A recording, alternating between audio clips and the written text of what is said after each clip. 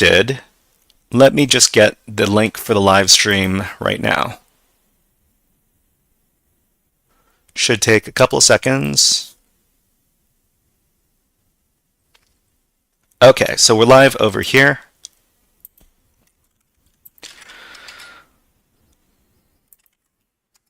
Okay, so let's get started. Everybody, if you do not have an account over at the TryHackMe website, we're going to be using the TryHackMe website to do our exercise today. If you do not have an account there, please make an account at the following link.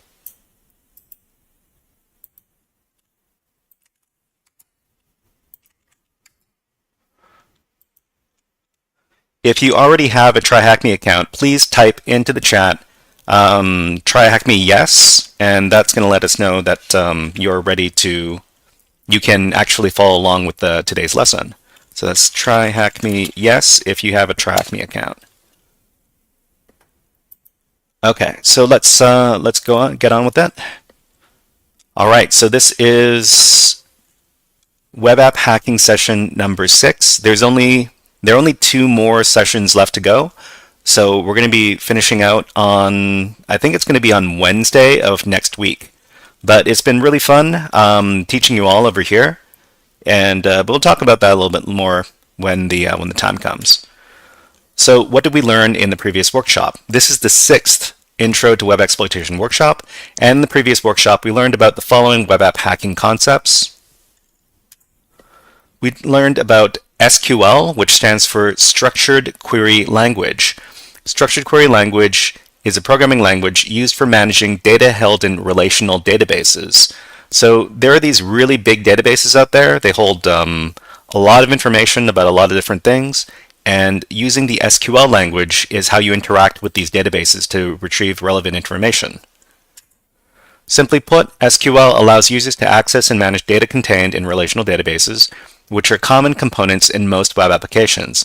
Every web application that lets users log in is going to have, it's usually going to have some sort of SQL database associated with it that at least contains all of the usernames and passwords that's going to let people log into the application. So in the previous workshop, we used SQL queries to retrieve relevant data on the SQL Murder Mystery game and SQL Zoo. We didn't quite get around to using SQL Zoo, but it's another little practice environment where we can practice using SQL queries. But today we're going to be moving on and using the TryHackMe platform over here to learn about today's lesson. We're going to be learning SQL injection exploits through the TryHackMe platform. TryHackMe is a popular cybersecurity education platform with educational modules called rooms that span a great number of cybersecurity disciplines. In this workshop, we'll be making use of one of TryHackMe's interactive rooms to learn more about SQL exploitation. So if you don't have an account, you can make one at the following link over here, tryhackme.com/signup. Before we go over there, let's talk a little bit about what this vulnerability that we're going to be learning about is. So what is this thing called SQL injection? SQL injection is a web app vulnerability where SQL commands are passed to the web app database through insecure user input. So sometimes there's going to be a user field in an application that is going to communicate with the database. If we somehow find a way to inject our SQL commands into those user fields, then we'd be able to read other information on the database, and this is called injection. SQL injection vulnerabilities can lead to sensitive data exposure, admin account takeover, web server takeover, and more. So SQL injection is usually classified as a very, very serious vulnerability if it is present on a web application. And let's go ahead and go to the TryHackMe room. So we're going to be going to this particular TryHackMe room to learn more about SQL injection. So let's get that link. The link is this one over here. Go ahead and navigate to that link after you've logged in to TryHackMe. So if you're not logged in, it's going to ask you to log in first before you can access this room. So if you can see this page over here and you are logged in to try hack me, please type in the chat, try hack me, I'm in, smiley face.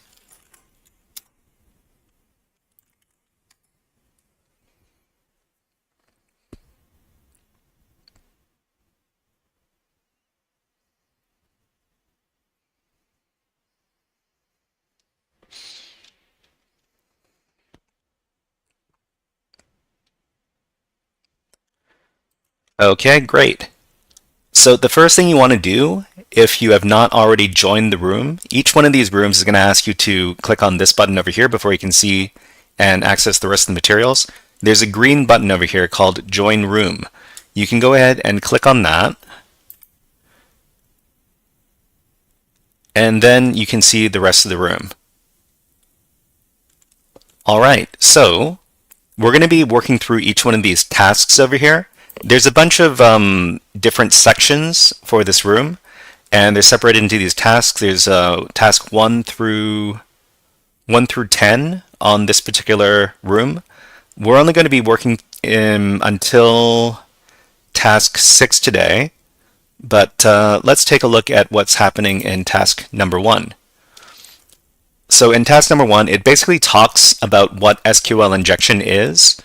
If you have some extra time, you can go ahead and go through all the text under these tasks. They're very educational, and they talk a lot about what is going on here. But since we only have a limited amount of time in this class, we're just going to skim over all the stuff that's covered in these paragraphs over here. So in each one of these tasks, we have to answer a question. And the question in task number 1 is, what does SQL stand for? If you know what SQL stands for, please type it in the chat. But otherwise, we'll be talking about the answer in just a moment or two. So SQL, what does this stand for? Okay, so we have an answer. Somebody says that it is structured query language. So that's the answer for task number 1. Structured query language. Type that in, click on submit, and then we're done task 1. So we can move on to task 2. What is a database? So we covered this in the last session, but we'll just talk a little bit more about what databases are. So when we talk about databases, the databases are organized from largest to smallest. There's the database server, which is the computer that's running the database. And then inside of those databases, there might be several databases inside the database server. So in this example over here, we've got a shop database, a staff database, and an accounts database. And in each one of those databases, there are a bunch of different tables. So the tables are where all the information is stored. So the shop database has the users, products, and orders table. The staff database has the users, information, and audit table. And the accounts database has the customers, orders, and payroll tables. So inside of the tables, it becomes, we have even smaller little parts. So inside of each of these tables over here, there are 2 elements. There are columns, which are each one of these headers over here. So in this table, for example, there's the ID column, the username column, and the password column. And under each one of these columns, there are a bunch of rows. And the rows are where the actual information is stored. So there's ID 123, username John Admin Martin, password, these passwords over here. Okay, so under task number 2, we've got another couple of questions. And the question over here is, what is the acronym for the software that controls a database? So there's a 4-letter acronym that covers what software is interacting with the database. So they mention it briefly inside of this task over here, and I think the answer is DBMS. And DBMS stands for Database Management System. So that's the answer for the first question. DBMS. So this question over here, I think you all can answer. What is the name of the grid-like structure which holds the data? So I'll give you a hint. It's the thing that has all of the columns and the rows. Okay, user D has it correct. The answer is table. So each database has a bunch of different tables which hold all the information. So we're just going to submit that answer, and then we're finished task number 2. And then they talk about SQL in task number 3. So in task number 3, they're talking about SQL. It's a language. So we covered most of the commands that they use here. We covered that in the last session. So they talk about these queries over here. This one is select star from users. So if you remember from last time, this means we're going to select all the columns from the users table, and it's going to return to us this over here.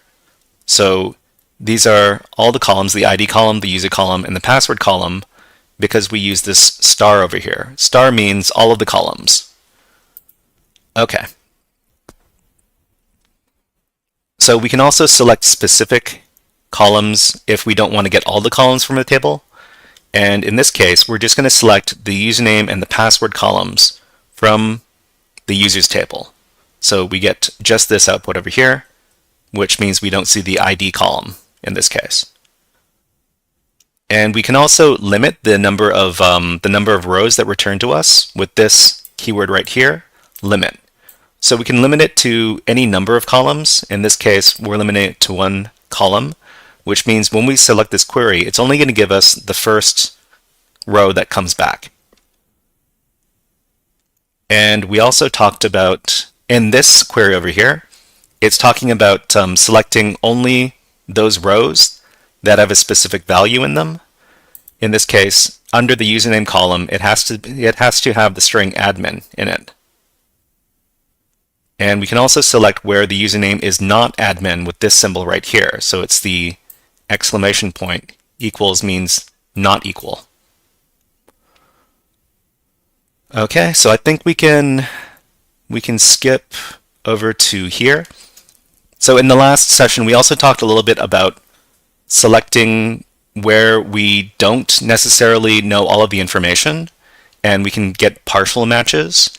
And in this case, you have to use where, the where keyword, with the like filter over here, and you can specify like something. So in this case, it's like a something, which means there's going to be an A and then anything after the A. And that's going to return this one over here, which is admin. So it's A and anything can follow after the A, which is specified by the percentage over here, the percent sign. Looks like on Twitch, Fixit42 is rating the stream with a party of 11. Thank you very much, Fixit42, for the raid. And right now we're going over SQL injection by going through this Try Hack Me room. If you're interested in following along, you can go ahead and follow this link over here.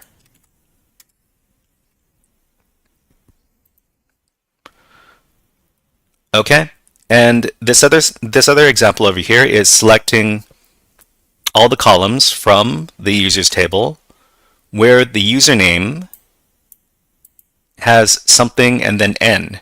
So this is going to return all the rows where the string has something in front and then the letter n. In this case, we get the John user, the admin user, and the Martin user. Okay.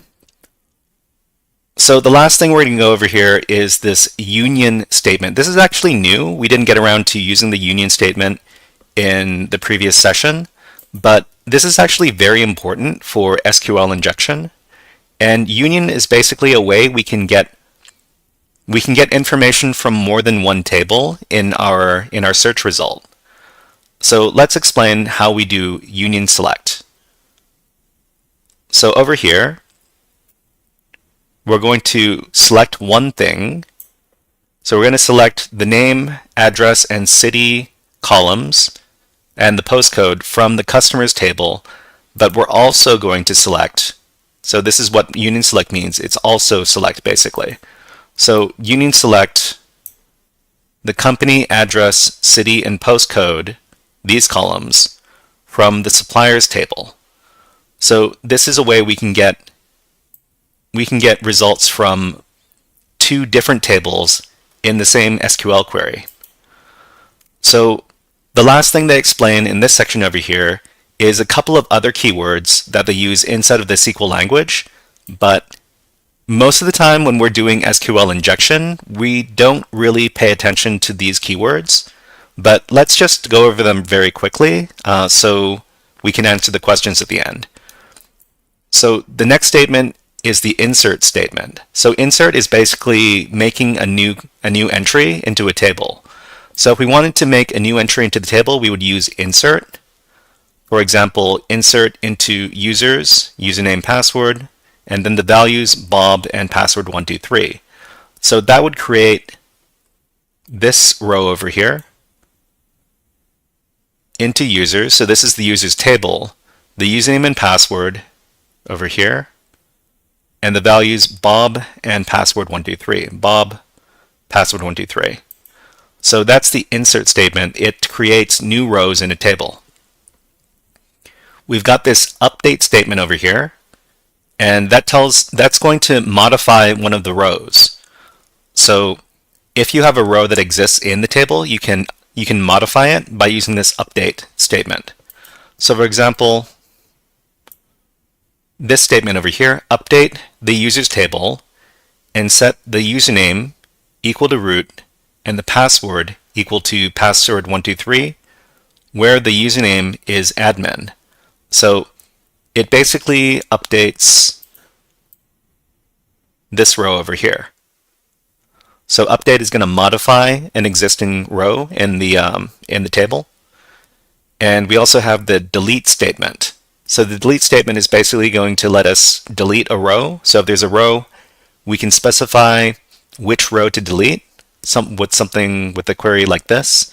Delete from the users table where the username equals Martin.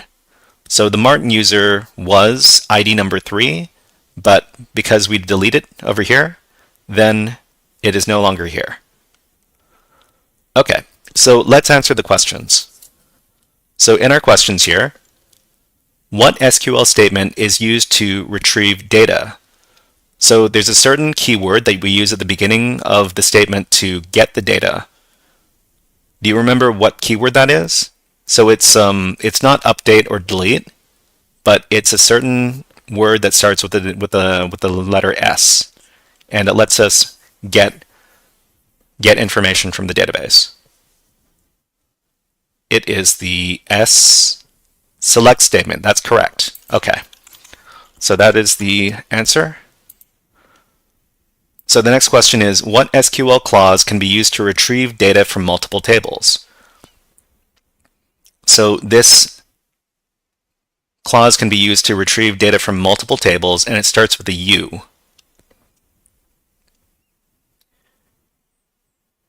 Okay, all right. Yes, the answer is correct. That is union. So we use union select to get information from multiple tables. And the last question is, what SQL statement is used to add data? So there was a certain SQL statement that starts with the letter I, which is used to add data to the table.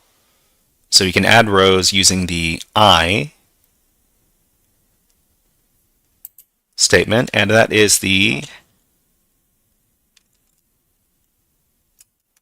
it's the insert statement. That one is going to be used to add data to the table. Okay. All right, so before we get on with task number 4 over here, we're just going to do a quick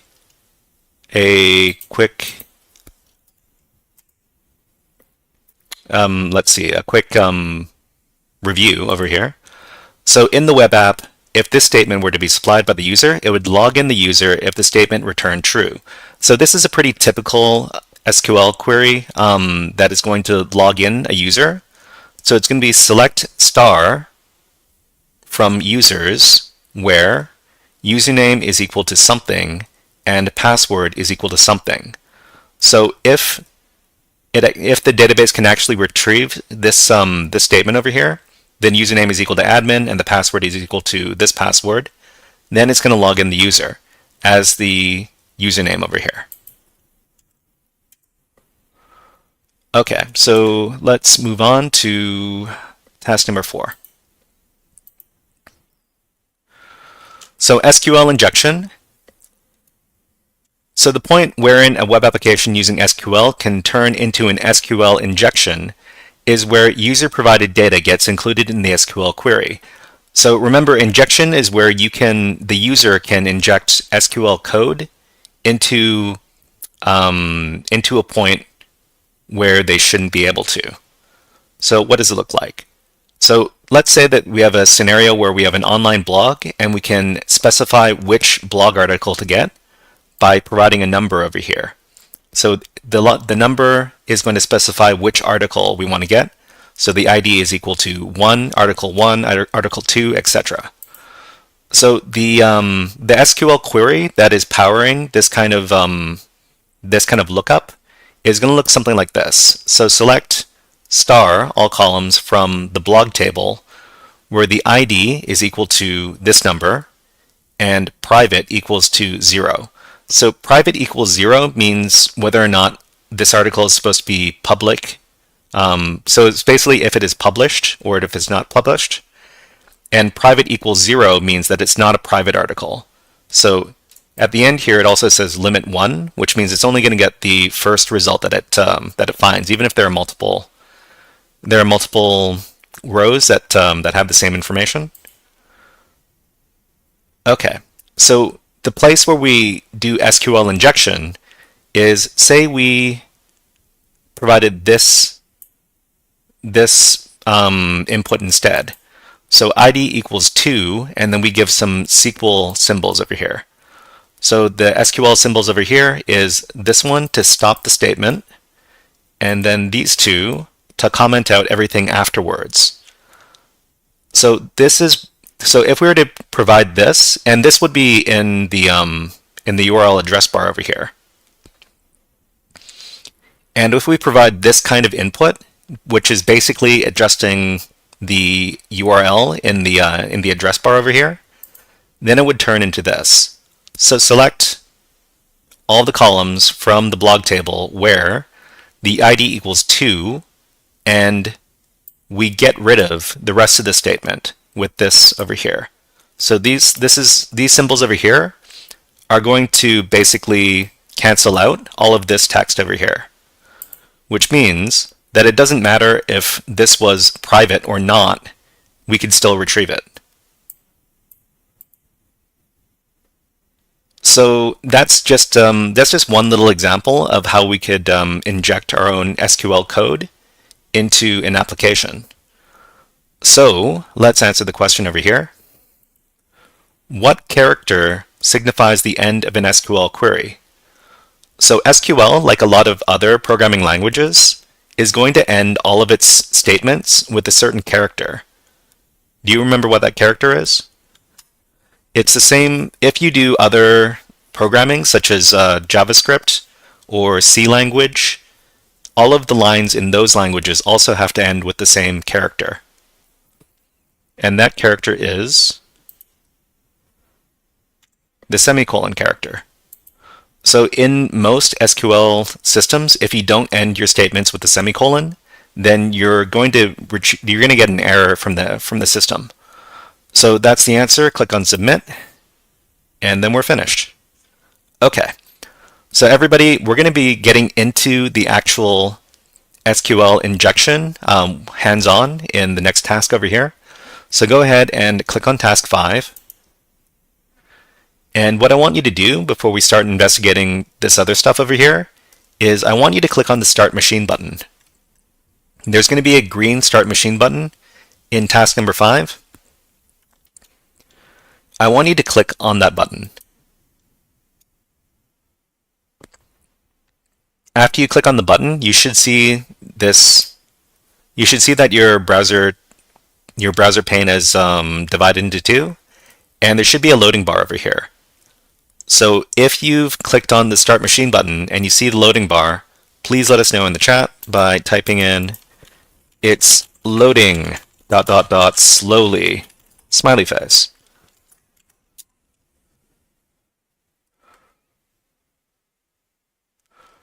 Okay, great to see, great to see. Okay, so let's talk a little bit about these different types of SQL injection, because there are actually a number of different types of SQL injection we're going to be talking about today. And let's go over to the presentation while the page over here loads.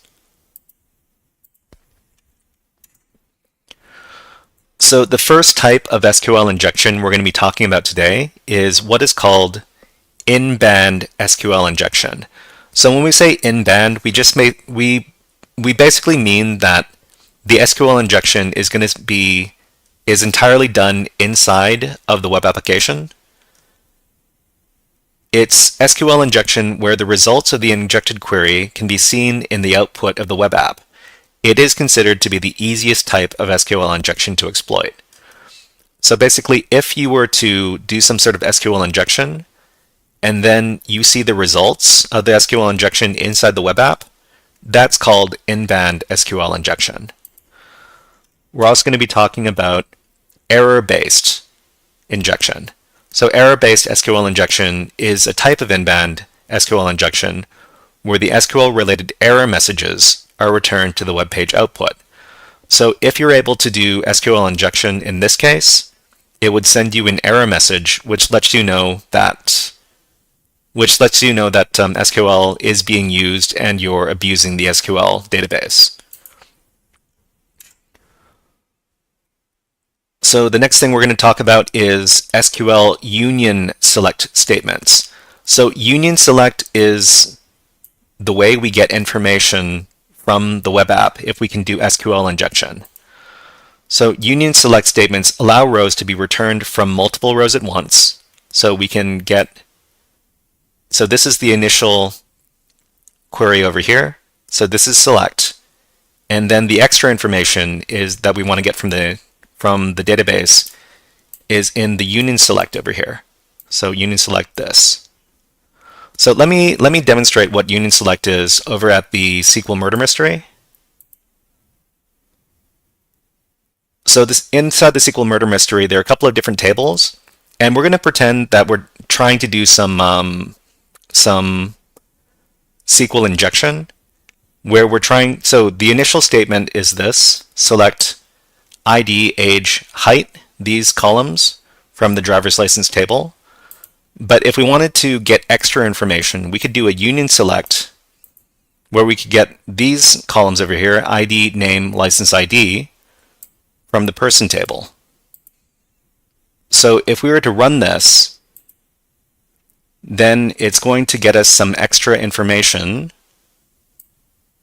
on top of the regular information. So the regular information is this, and the union select is the extra information that we're trying to get from the database. So over back at TryHackMe, our web page should have loaded here. And what we want to do is we want to put this part of the web page in its own browser tab. So this split view is a bit crowded. We want to put this page in its own browser tab. We go down to the bottom of the page, and then slightly to the right, there's going to be a button here called View in Full Screen. I want you to click on that, and then that's going to put this vulnerable SQL web page in its own browser tab. After that, you can actually do Control-Shift+ and make the site bigger so that you can see it nice and big on your screen. Okay, so after you've done that, go back to the go back to the oh, okay, Summoner Dante on Twitch. Hello, nice to see you again. I'm just in the middle of teaching my SQL injection class over here. Okay, so go back to the TryAcne page, and over here, we've already put this in its own browser tab. We're going to go to the bottom, and then we're going to click on this minus button over here that is labeled Exit Split View. So it's at the bottom, and it's over to the right, and it looks like a minus sign. It says Exit Split View. Go ahead and click on that. And then you're going to get your web page back in the full view again. Okay? So if you manage to put the SQL page over here in its own browser tab, please type in the chat, SQL ready to go.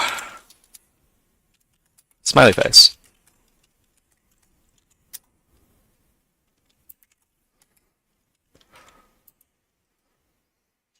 Okay, great to see, great to see. So over here, we just inside task 5, they go briefly over the different types of SQL injection. So inbound basically means that you see all of the error messages and the SQL queries. They come back to the web app. Error-based means we can see the error messages. And union-based means that we can use a union select statement to get extra information from the application. So we already started this over here. We clicked on the green Start Machine button. So the first thing we need to do is return data to the browser without displaying an error message. So let's see. No. Okay, so the first thing you want to do is you want to make sure that there's SQL injection on the system. So what we're going to do is we're going to insert some SQL special characters into the website to see if we can get an error message. So back at the application over here, so it should say level 1. We've got a mock web browser over here, and this is where we're going to be doing our injection. Our injection is going to be inside the browser address bar here. At the very end, ID equals 1. We're going to put in a special character that's going to be a single quote or an apostrophe, and then we're going to hit enter, and we're going to see if we get an error. So it says here, syntax error or access violation. So basically this error appears because we've put in a special SQL character and the syntax was not correct, so it gave us the error. We can actually see what the SQL query is that is being run down at the bottom of this page. So this isn't regular. You're usually not going to be able to see the SQL query that is being run, but this is just for education purposes. So select star from article where ID equals 1. But this single quote over here ruins everything. So it comes back with an error. So next, it says the first thing we need to do is return data to the browser without displaying an error message. So this is the first part of doing our SQL injection. First, we'll try to use the union operator so we can receive an extra result if we choose it. Try setting the mock browser's ID parameters to 1 union select 1. So over here, inside the address bar, it's going to be 1 space union select 1. So union select 1 means get the stuff from this query over here and then get some extra information. So the extra information is just the number 1. We're not actually getting anything from the database, but this is just so that we can start counting the number of columns. And the reason we need to count the number of columns, we'll talk about that in a little bit. So go ahead and give this statement over here. And then we get a different error message. It says cardinality violation. The useSelect statements have a different number of columns. So whenever we do a union select statement, we have to get the same number of columns from the union select statement as there were in the original statement. So the original statement, it just says select star. We don't know how many columns are returned, so we have to guess. We have to test and see how many columns are returned before we can get the extra information from the union select statement. So next.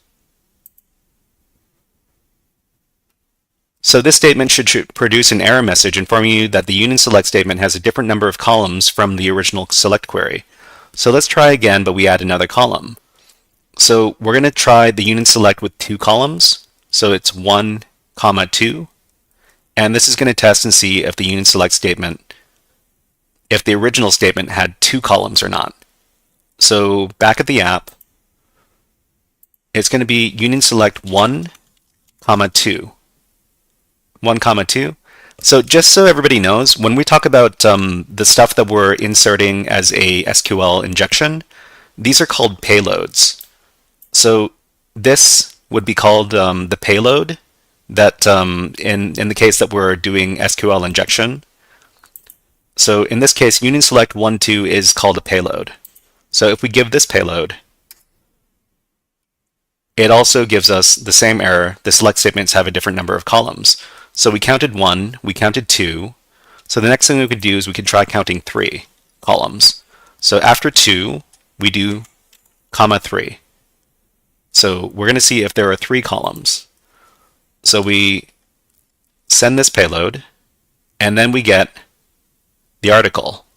So it's my first article, article ID 1. Hi, and welcome to my first article from the website. So these are the columns that are being retrieved.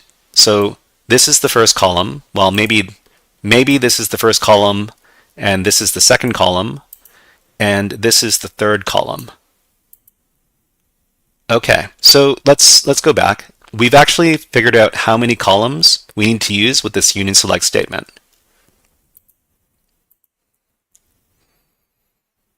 So it says, success, the error message is gone, and the article is being displayed.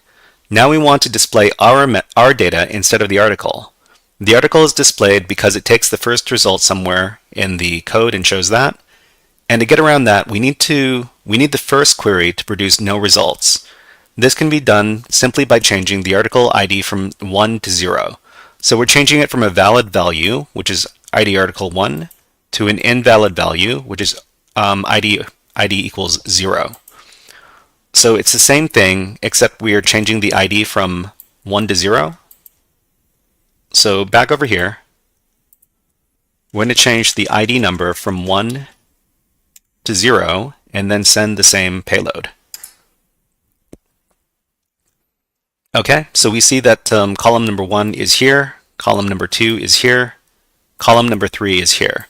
So the reason that we see the number 1, 2, and 3 is because with the union select, we sent the numbers 1, 2, and 3. 1, 2, and 3.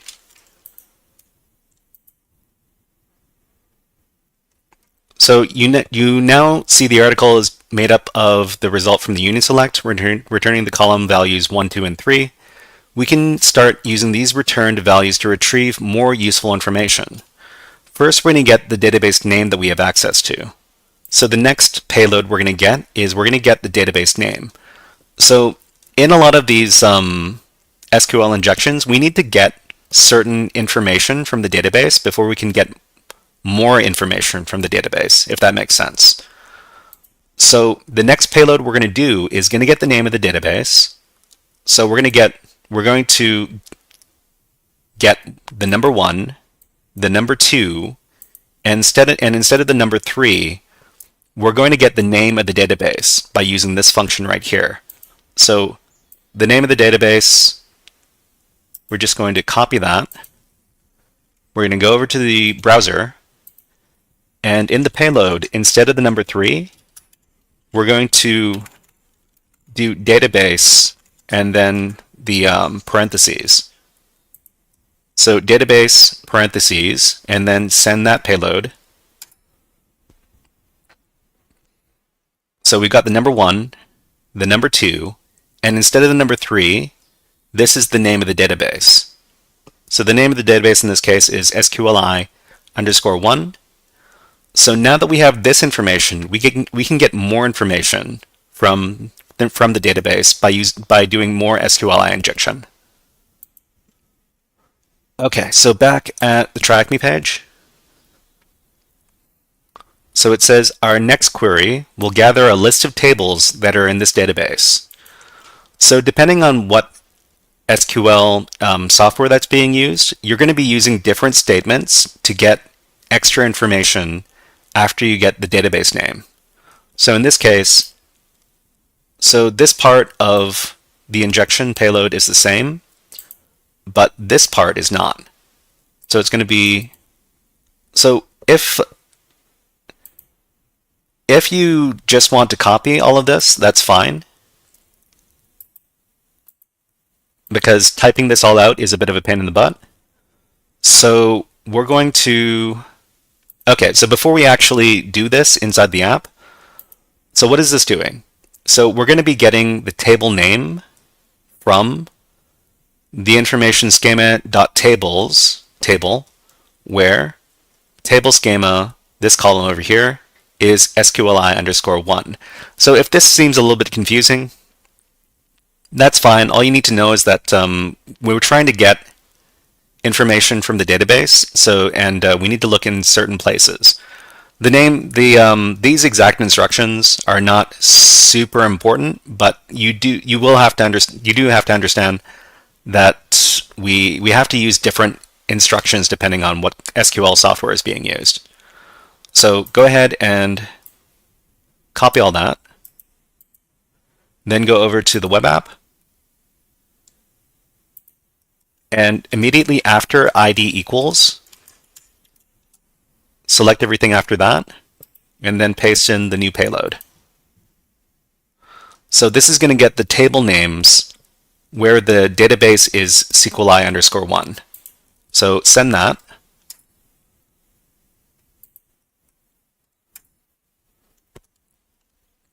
And we see that there are two tables in here. There's the article table and there's the staff users table. And we got that by doing SQL injection. So now that we know the names of two of these tables, we can actually learn more about these tables. We can learn more about the articles table, and we can learn more about the staff users table. So this is talking about the different functions that we used in this payload here, like the group concat function and the information schema database and some other stuff. But what we want to do is we want to do this. The first level, the goal, is to discover the Martin user's password, and the staff users table is what interests us. We can utilize the information schema database again to find the structure of this table using the query below.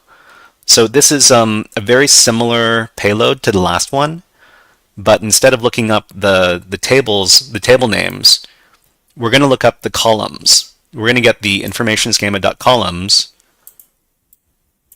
where the table name is equal to staff users. So we know there's a staff users table, and we want to know what the column names are. So go ahead and copy all this. Then go to the web app. Go back to the beginning. Remember, the injection point is right after the word ID equals.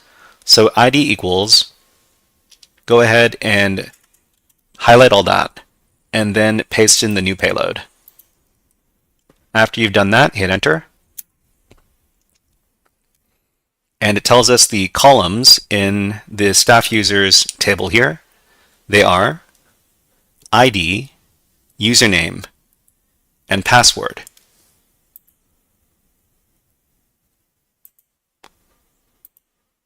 Okay, so now that we know that the column names are ID, username, and password, we can get the contents of the ID, username, and password columns from the staff users table with this payload over here.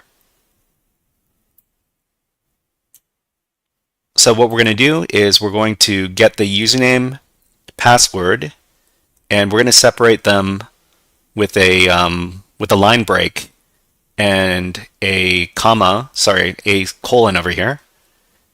And we're getting it from the staff users table. So go ahead and copy the payload. Then go over to the web app. Remember that the injection point is right after ID equals. So highlight everything after that. Paste in your payload. And then hit enter. Okay. And this is the username and the password. So admin password, Martin, this one, Jim, work123. So we've actually stolen the credentials from the database, and we need to input the Martin user's password to get to the next level. So this is level 1. We have to answer this question.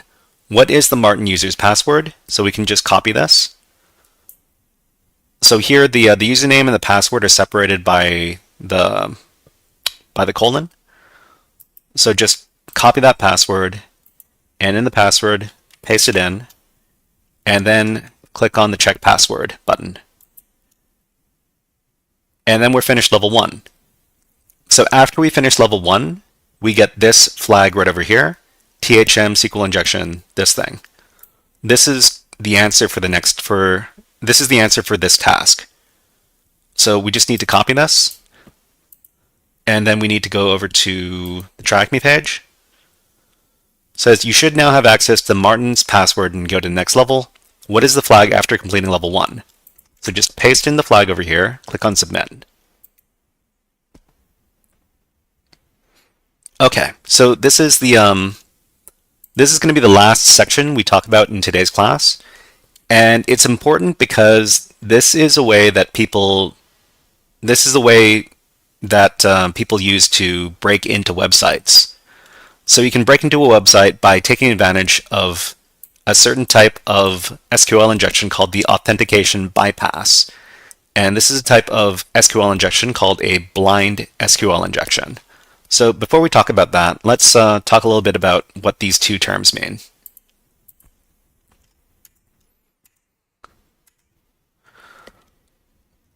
So blind SQL injection is SQL injection where the error messages resulting from improper SQL queries has been disabled, but the requests are going through nonetheless. So basically, you don't get any message back from the application when you do SQL injection, but the whatever injection you're doing is still happening on the system. You just don't receive any feedback from the app.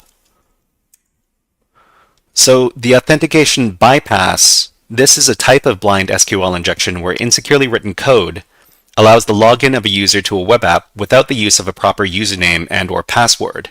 So it's basically, it's kind of like a skeleton key that lets us into the application without using a proper username password. So the most basic authorization bypass SQL command is illustrated by the SQL command shown above. Note that there is a space present in the command after the double dashes. So it's just a single quote, and then or, and then 1 equals 1, and then dash dash space.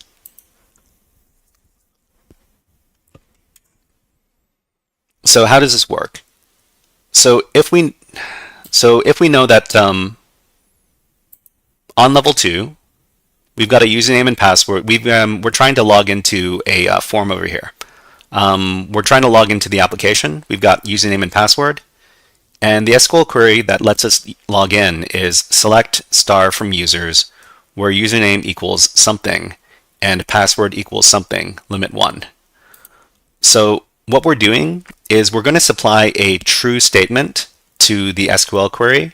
And the app actually doesn't care if this user actually exists on the system. It only cares that we're providing a true statement to the SQL query here. So username test and password test means if there's a username with the name test and their password is test, then this is true and it's going to log us in. But what we're going to do is we're going to instead provide a SQL injection payload. So it's going to be single quote, space, or space, 1 equals 1, space, dash dash space. So what this does, it's going to be select where the username is nothing or 1 equals 1. So this can be false, but 1 equals 1 is always true. And then for the rest of this, we're supplying a comment out, which means what we're eliminating the rest of this code. So the statement here is just going to be select everything from the users table where the username is this, or 1 equals 1, which is always true. This equates to true, and because it's true, it logs us in. So the password, we can type anything in here, it doesn't matter. So this is the payload. We click on login. The SQL statement here is true because 1 equals 1. Click on login, and we finished level 2. So you bypass the login and can now move on to the next level, and then we can click on this button to enter level 3. So go ahead and click on that. And then we can copy this flag. So THM SQL injection, this thing, go ahead and copy that. Then go back to the application here. Paste in your flag, click on submit. Okay. So if that seemed a little bit confusing, then I understand, because we're still learning a little bit about how SQL works. But basically, this SQL statement over here that logs people in, it only cares that we're providing a true SQL statement. And instead of this SQL statement over here, we're going to say, maybe that's true, but this could also be true. And 1 equals 1 is true, which means that we're going to log in. Okay, so the single quote closes out the original query. Username equals this over here. If we don't provide this, then the single quotes are not paired anymore, and it's just going to give us an error, and it's not going to work. So the next part, or, this is what enables the bypass, because it enables us to create our own true statement. So the statement on this side can be false, but as long as the statement on this side is true, then the SQL statement is true and we get to log in. So even if there is no matching username, because the OR conditional is used, the overall statement can return true if we supply the correct statement, which in this case is 1 equals 1. So it doesn't need to be 1 equals 1. It could be 2 equals 2 or something else that is correct, I guess, in a programming sense. And then the double dashes at the end of this particular bypass payload, this is what comments out the rest of the query. So over in the previous level, there's this stuff about a password and limit 1. But because we supply this over here, we comment this out and we basically tell the system to ignore this. Okay, so I think we can, so this worked in this case, but I'm going to demonstrate one more case where we can use the login bypass. So there's a website out there that has a bunch of different web application vulnerabilities to test, and it's called the OWASP Juice Shop. And it exists out here on the internet for people to do web testing. Oh, it's not up right now. Somebody crashed it. Okay, so I guess we're not going to take a look at that. Unfortunate. All right, we're going to be talking a little bit more about how to do SQL authentication bypass in the next session. But let's finish off this session today, okay? So let's talk a little bit about what we talked about in today's workshop. So we talked about SQL injection. SQL injection vulnerabilities, they're very serious web application vulnerabilities that can lead to sensitive data exposure, admin account takeover, web server takeover, and more. Error-based SQL injection is a type of in-band SQL injection where error messages from the database software are returned to the web app interface. So we came across all sorts of interesting SQL commands we use to do our SQL lookup. And we also learned about blind SQL injection, where we can't see the results of the SQL queries after we give them, but it's going through anyways. And the last thing we learned is about the authentication bypass, which is the type of blind SQL injection where insecurely written code allows the login of a user to a web application without the use of a proper username or password. The most basic authorization bypass SQL command is illustrated by the SQL command shown above. So basically, this is the magic key that lets you log into websites if it is vulnerable to SQL injection. It's a single quote, space, or 1 equals 1, space, dash, dash, space. So in the next web app hacking workshop, we're going to conclude our exploration of SQL injection with TryHackMe. We're going to be practicing how to use the union select SQL injection as well as the authorization bypass. So everybody, that's it for today's HackerFrogs lesson. But we're going to be doing some hacking against some other targets after the class is over. So to everybody on the live stream, we're going to be back in a couple of minutes, and we're going to be doing some hacking exercises afterwards. But to everybody in the Zoom call, we're going to be finishing out our session over there. But to everybody on the live stream, we're going to be going to a be right back screen. We'll be back in a couple of minutes, and we'll do some extra hacking after that. Okay, see you in a bit.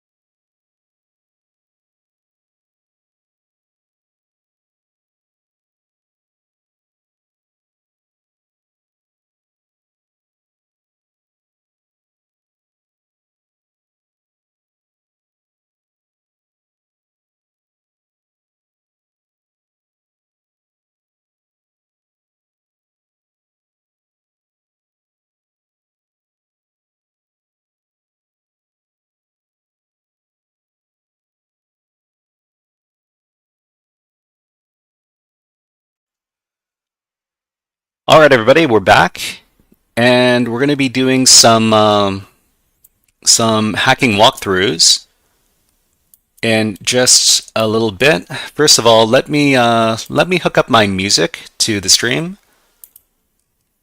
Okay, so it'll take me about a minute or so to hook up the music. Maybe not a minute.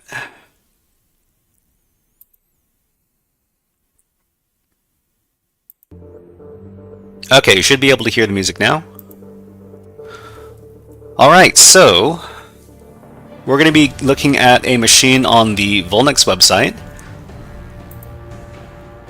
Let's see, vulnyx.com over here. So what this is going to be is it's going to be a guided walkthrough for the following machine, and the machine's name is the Node machine. If you're interested in following along, and then you can go over to this website over here. So basically, VulNyx is a platform where you're able to download vulnerable virtual machines and deploy them on your own virtual machine network, and then do some hacking against them. So if you don't have any experience doing deploying virtual machines on a network, then that's fine. I have a little video that illustrates how to do that. And I think, so if you've never installed virtualization software on your computer before, then we've got a little, let's see, I'm not Lean said, I tried VulNyx once, but sometimes they disconnect. I don't know why. So what do you mean by they disconnect? What gets disconnected? So if you wanted to look up I've got a video on my site over here that talks about how to install VirtualBox and Kali Linux over here. They disconnect from the internet. Oh, that's, I'm not sure why that would happen, because VulNyx is just about downloading the virtual machine to your own computer, and then you put the virtual machine on your network and then hack against it on your own network. So I'm not sure how it would get disconnected. If you let me know some more details, maybe I could help you out.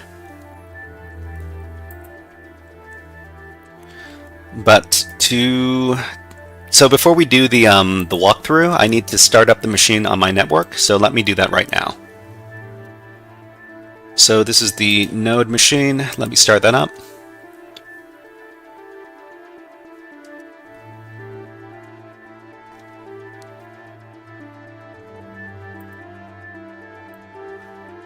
So I'm starting up my virtual machine over here.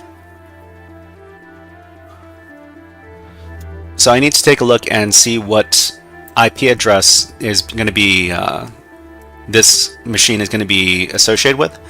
So I see that the Node machine is at 10.02.68, so I have to remember that. Okay, so let's start the walkthrough. So this is a guided walkthrough for the Node machine on the VulNyx platform. Let's start our enumeration. So the first thing we want to do is we want to do some Nmap scans against the target. And an Nmap scan is basically a scan that is going to see what ports are open on a particular server on a network. So in this case, it's going to be this machine over at this IP address right here. We're going to run it with -p-, these arguments over here. -p- is going to scan all the ports on the system. -S is going to do common scripts against whatever services that we find. -V is going -S is going to get versioning information for all the software we find, all the services we find on this particular machine. -VV is going to return very verbose output, which is going to send us output before the scan is finished. And -T4 is going to run Nmap with 4 threads, which means it's fast, but not too fast. So let's run the Nmap scan now. Okay, so we've got 2 standard ports and 1 non-standard port. Let's wait for the scan to finish, and then we'll talk about the results of the scan.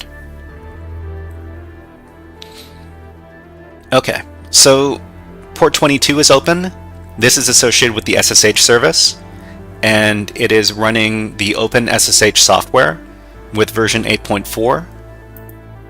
Port 80 is running the HTTP service, which is standard web pages without security. It is running Apache web server software, version 2.4.56. So the last port over here, this is a non-standard port, which means it's a non-standard service. It's reportedly running the HTTP protocol, which is a website, and it says it is the Node.js Express framework. So Node.js is a framework within JavaScript, and it's a very popular framework as well. So a lot of apps are written in this framework, Node.js. So these first couple of ports, maybe we'll investigate them a little later. But right now, what we're going to do is we're going to check out this port right here, port 1880, which is running the Node.js web application. So we can go ahead and manually navigate to the website, which is going to be HTTP 10.0.268 on port 1880. And we see here that this application is called Node-RED. So Node-RED, I don't know too much about this, but we probably want to do some further investigation on this. So we can go ahead and use Nikto to scan this particular web app. So Nikto is a web app vulnerability scanner, and it can sometimes get a lot of different interesting information from the web app. And in this case, it says here that no banner was received for this particular server. Okay. It runs a bunch of different vulnerability scans, and it might be able to find some insecure settings for us. So it says here, it says something printer retrieved X powered by header express. So this is another indication that that this application is running under the Node.js framework. So we're just going to wait for the rest of this scan to go through before we talk about the details.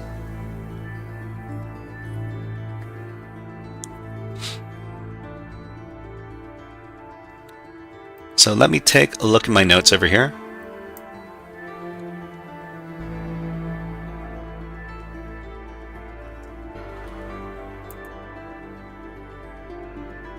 This is taking a little while. We're gonna go back to the Node software over here, and inside the Node software we can. Okay. So in this sidebar over here, there's actually a version. There's a version number over here. So now that we have a software name, Node-RED, as well as a version, we could probably look and see if there are any particular software vulnerabilities associated with this software version. But first of all, we should probably explain what this Node-RED application is. So let me go ahead and bring up my notes over here for the Node machine.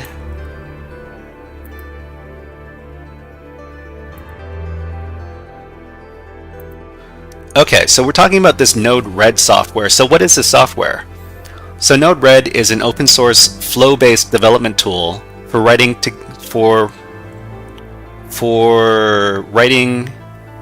together, for connecting devices, APIs, and online services in a visual manner.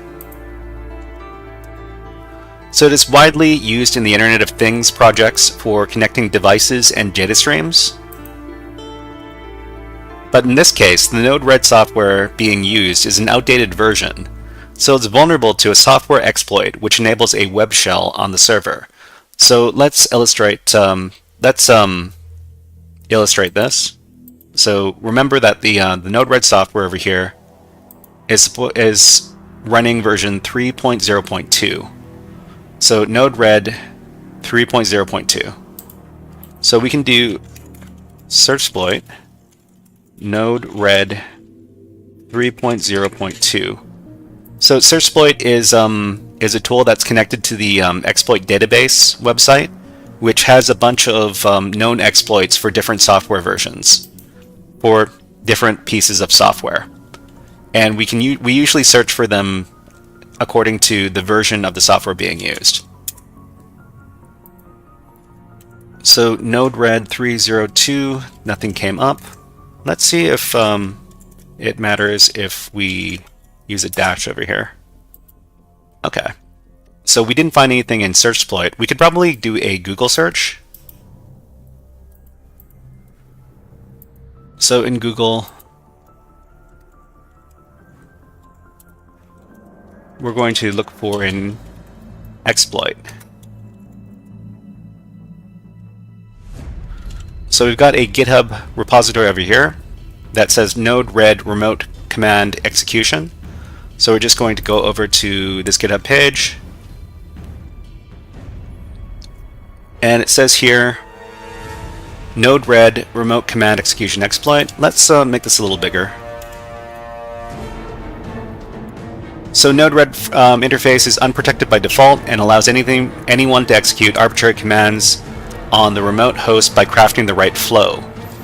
So we're going to create a workflow, set the command of our choosing, click on deploy, push the trigger button, enjoy our shell. So this script is going to give us remote command execution on the web app. So what we need to do is we need to copy this exploit code. So I'm just going to get the raw exploit code over here. Just going to copy everything, and hold just a second. Okay, that's the entire thing. Copy that, and then I'm going to go over to our terminal. In our terminal, I'm going to create a file called node_red_exploit.py, because this is Python code. After that, we're going to paste in all of the exploit code that we copied from the GitHub page.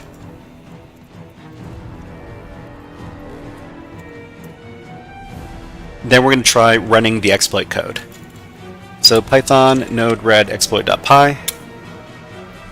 So it teaches us how to use the script over here. Usage. This file name over here. -- username. -- password. I think this is optional in here. And then the URL. So the following arguments are required. We need the URL for the Node-RED application. So we're just going to use the same command as before, but we're going to supply the name of the URL of the application, which is HTTP 10.02.68 port 1880. Let me check the web browser.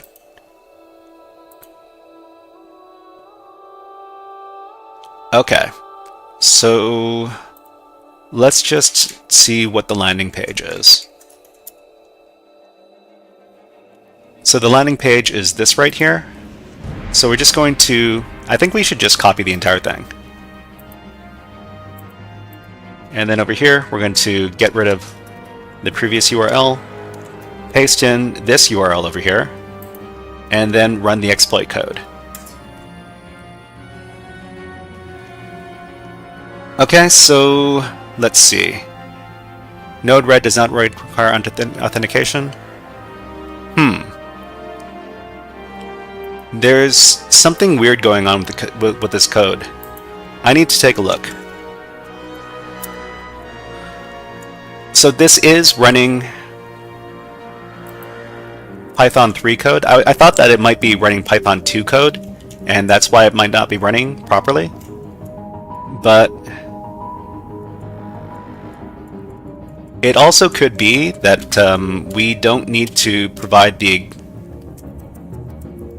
we don't need to supply everything in here.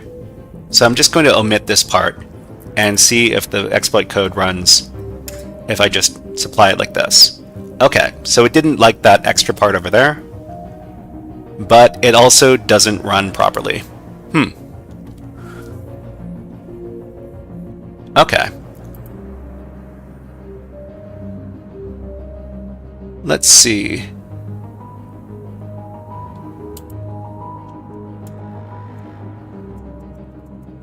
It could be that it doesn't like this trailing slash, because sometimes, so the trailing slash and so a URL with a trailing slash and a URL without a trailing slash is sometimes a big deal as far as how these are interpreted by these exploits.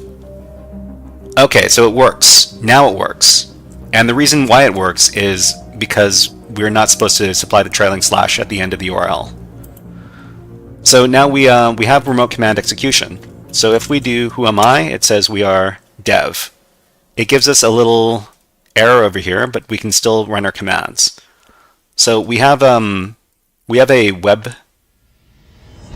Basically, we have a web shell on the system, so we can run whatever commands we want. So if we do ls la, we are able to get the directory contents of the current directory. And I'm not sure. Simon Dante says we're in. Well, we're not completely in, so we're gonna save that for when we actually get our shell on the system.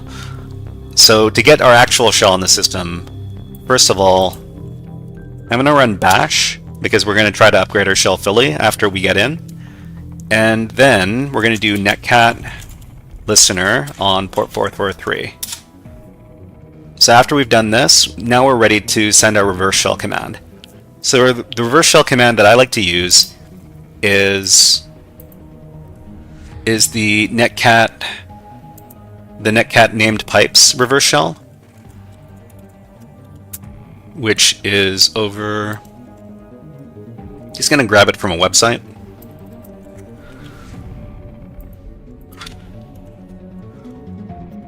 So this is the netcat named pipe reverse shell.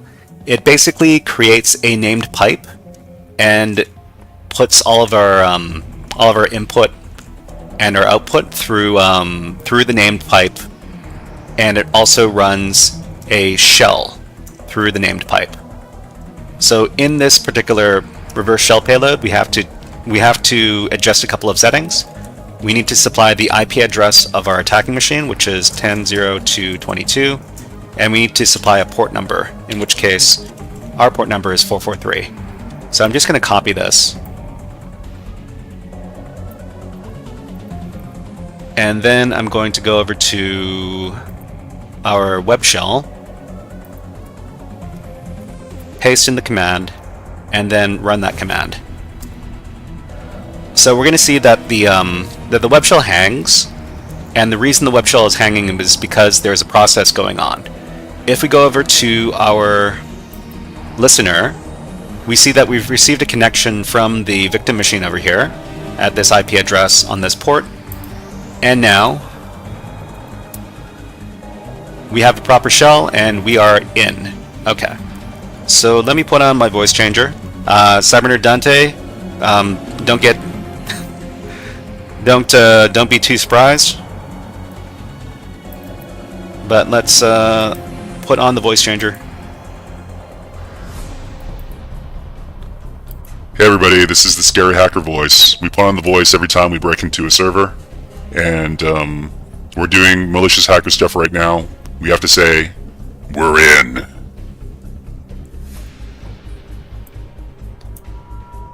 Okay, so we are now in. So what we need to do now is we need to, first of all, what we want to do is we want to upgrade our shell. We've got a netcat shell currently, and netcat shells are notoriously not very useful. Cyberner Dante says we're actually in this time. Well, we were in, but now that we have an interactive shell, we're actually in, right? The first thing we need to do to upgrade our shell is figure out which Python program is running on the system. So we could ask which Python. We have this Python program.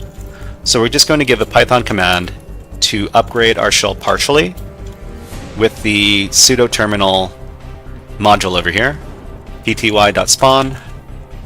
We're going to spawn a bin bash shell. And now we have a partial upgrade. So to complete the upgrade process, we're going to run a series of commands.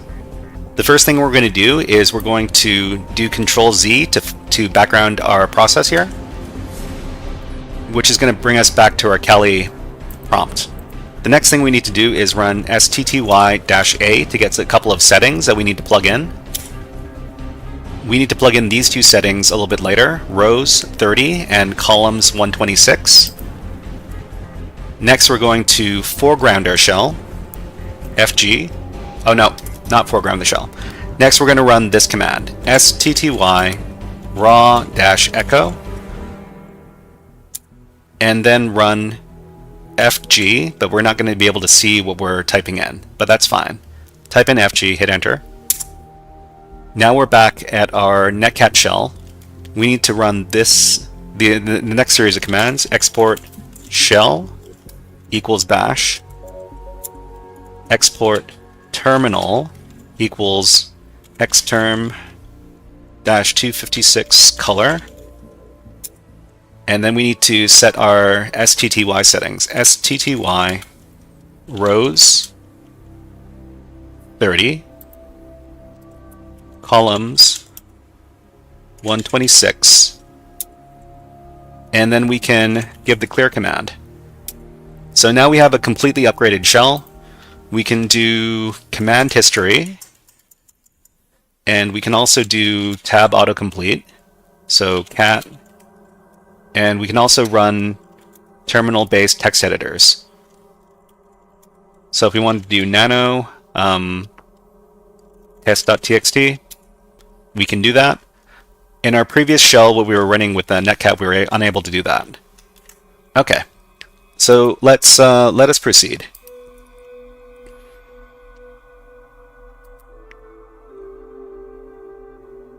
Okay, so let's talk about how we're going to get privilege escalation on this particular system. So the first thing I like to do when I get a shell on any server is I like to see if the current user has sudo permissions with any programs on the system. So we're currently the dev user. So let's figure out if the dev user has any special permissions on the system with the sudo l command. So it says here that the dev user may run the following commands on this host called node. As root with no password, they can run the node command. So what is the node command? Let's figure this out.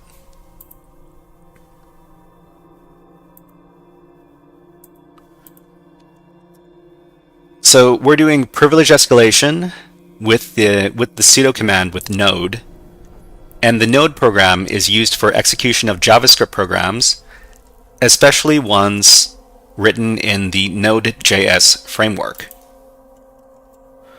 So since we have sudo permissions with node on the system, we can use the above command to open a privileged shell on the system. So this is the command over here.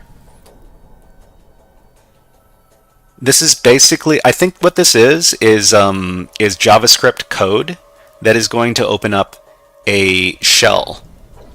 So what we're going to do is we're going to get this command. This command is I actually got this from a site called GTFOBins. And GTFOBins is a great resource for figuring out if particular binaries can be used to do privilege escalation. And in the search bar here, we can search for the node binary. So there's the node binary here. We're going to search up how to do privilege escalation with sudo. And it says here, if the binary is allowed to run as superuser by sudo, it does not drop elevated privileges and may be used to access the file system, escalate, or maintain privileged access. So this is the string that we would use to open up a privileged shell. So we can just copy this. then go back to the box and paste in this command.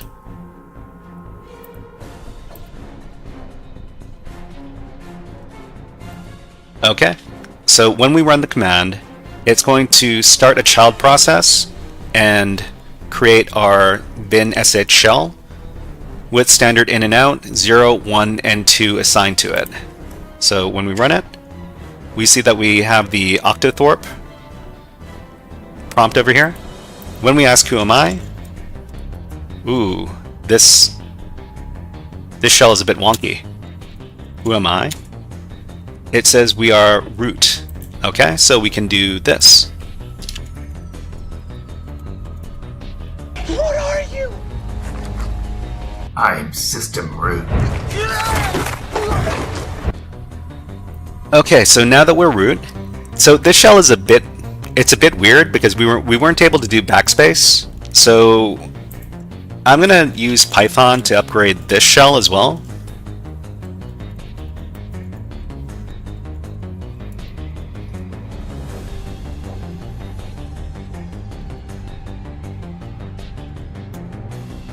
Okay, so now we have our regular old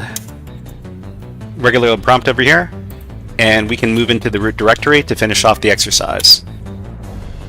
So if we go into the root directory and take a look in here, they've got the root.txt flag that we need to read to finish the exercise, but we're not going to read the root.txt flag because the organizers over at the VulNyx website have requested that people who are doing videos and live streams covering their boxes not read this stuff on stream. So we're going to respect their wishes, and instead we're going to take the output of the root.txt file and we're going to redirect it into a file called iReadRoot.txt. And we've created that over here. And then we're going to do an MD5 sum to get the file hashes for root.txt and iReadRoot.txt. We're going to see that these file hashes are the same, which means we've effectively read the root.txt file. Alright, so that's it for this box. Thank you very much for watching this video, and we'll see you next time. But that was just for YouTube. I'm not actually ending the stream right now, and we're going to be doing some extra stuff before the next exercise. And the next exercise is going to be at the top of the hour. But in the meantime, we can do a little bit more. Actually, you know what? I'm going to introduce everybody to a new fun thing that I discovered recently. So just let me get out of here. Okay.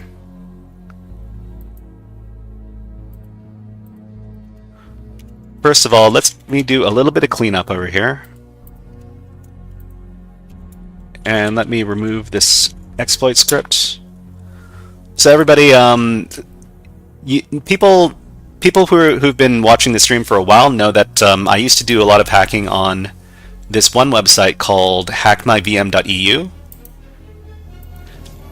Hackmyvm.eu. So this was my main platform that I was covering before I discovered the VulNyx website. And if everybody's interested, if you're interested, you can go ahead and look at the platform yourself. So this is a website that is it's a little bit similar to VulNyx, and it's a bit similar to platforms like TryHackMe and HackTheBox, but I'm gonna log in and then I'll let you see what is going on over there. So on there, my name is the Shy Hat. It's just Shy Hat, and let me get my password. Oh, okay, hold on. I need to open up my.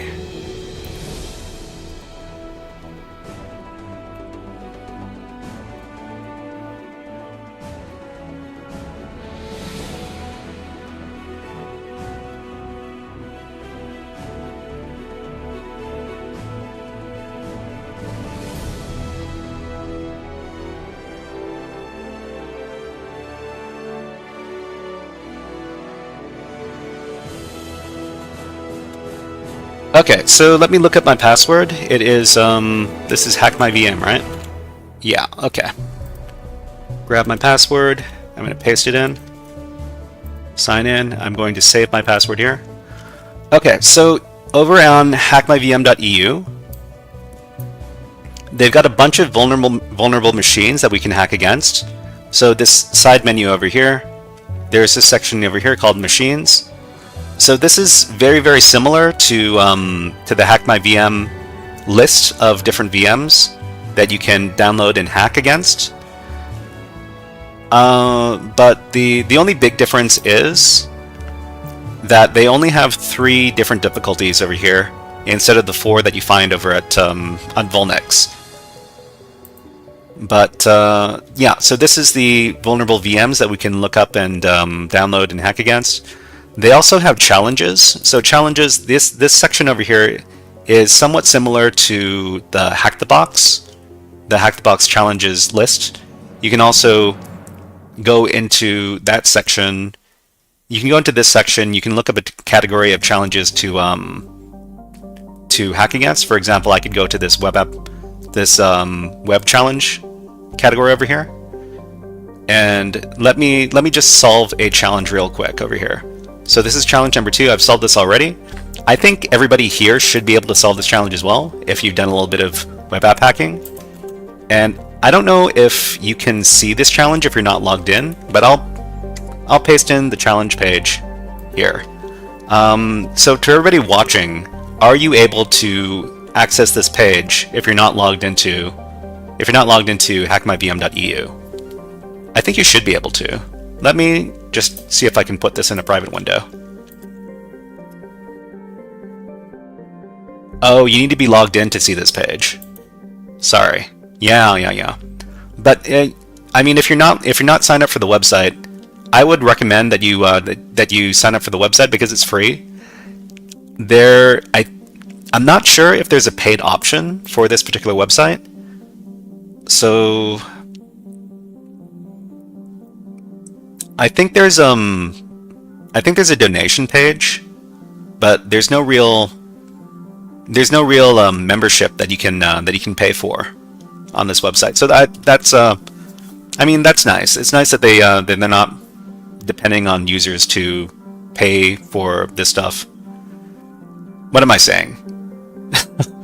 I'm saying it's nice that there's some free stuff out there for us to do, but of course, if you appreciate the challenge makers over here, the people who make the website, you can always donate.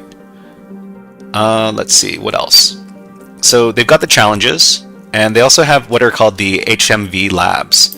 So these are a series of challenges that you can take on. So there's the Venus challenge over here, and the Venus challenges are kind of like the Bandit CTF challenges. So if you remember over the wire Bandit CTF, this network is actually the challenges here are very similar. What you need to do is you need to log in via the SSH server with these credentials over here. So there's the port, there's the host, the port, the username, and the password over here to provide. Let's see, Simon Dante says, nice, you just need to create an account, no need to link an email. Oh, you don't need to link an email? Okay.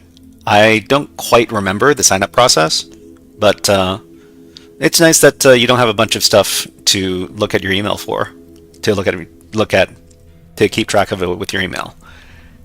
Anyways, so that's the Venus lab. The other couple of labs that they have over here are over here. This one, Hades. So this is actually a privilege escalation series of labs. So the challenges over at the Hades labs over here, and it's very similar to the previous lab. You log in via SSH, and then you solve the challenges, and you get the password for the next level. So that is the Hades lab. And what I discovered quite recently is this. So this is the Temperance CTF lab, and this is a series of programming challenges. So let me demonstrate. So over here, this is a series of challenges where you communicate with the web server that they've set up over here, and you try to use your programming skills to submit the right information to the server and get the flag. So for example, let me demonstrate the first level over here. So we've got a series of 32 different levels. I think it's 33 different levels because it starts counting from 0 because we're programmers and stuff. So if we click on the level 0 link over here, then we scroll down. So you click on level 0, then you scroll down, and it says here that the code name is level X00, and it says, on this mission you will receive a string, and you should send the same string. The code to solve this level in Python can be found here. So of course you don't need to use Python to solve this to solve these challenges. You can use any programming language you like, but they provide the solution for this particular level using Python. So we can copy the link for the Python file that they provide over here. It says for this level, the server is going to send you this string, HMV loves you, and you should send this string back, HMV loves you. Cyberner Dante says, I'm sorry, which challenges are you currently looking at? So if you're logged in, you can go ahead and look at this series of challenges. So these are programming challenges. So the programming challenges, I'm just going to download the Python solution code, and then I'm going to go to my terminal, and I'm going to download that file. So this is the Python code that's going to solve level X00. So I see that the Python script is in here. I'm going to nano into the level. So if anybody here has done programming, you're probably not going to find these challenges super difficult. But for people who are just learning about programming, it's actually very educational. So what's going on inside this code? Let me make this text a little bigger. Okay. Maybe a little smaller.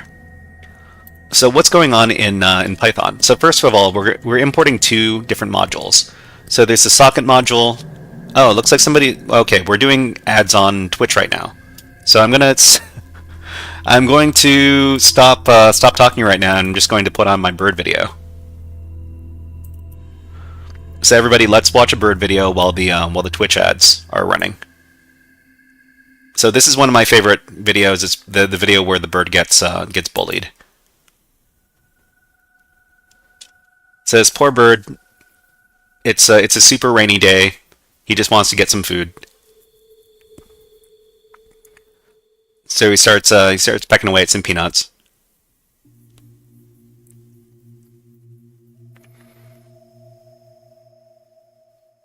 And then this bird flies in and he starts bullying the other bird. And the other bird looks very sad. Over here.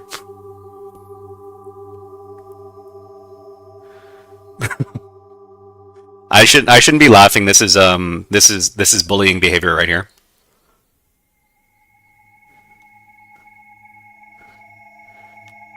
Anyways, okay, the ads are over, so if you want to watch more of this, you can request this from me a little bit later. Anyways, we'll close this out.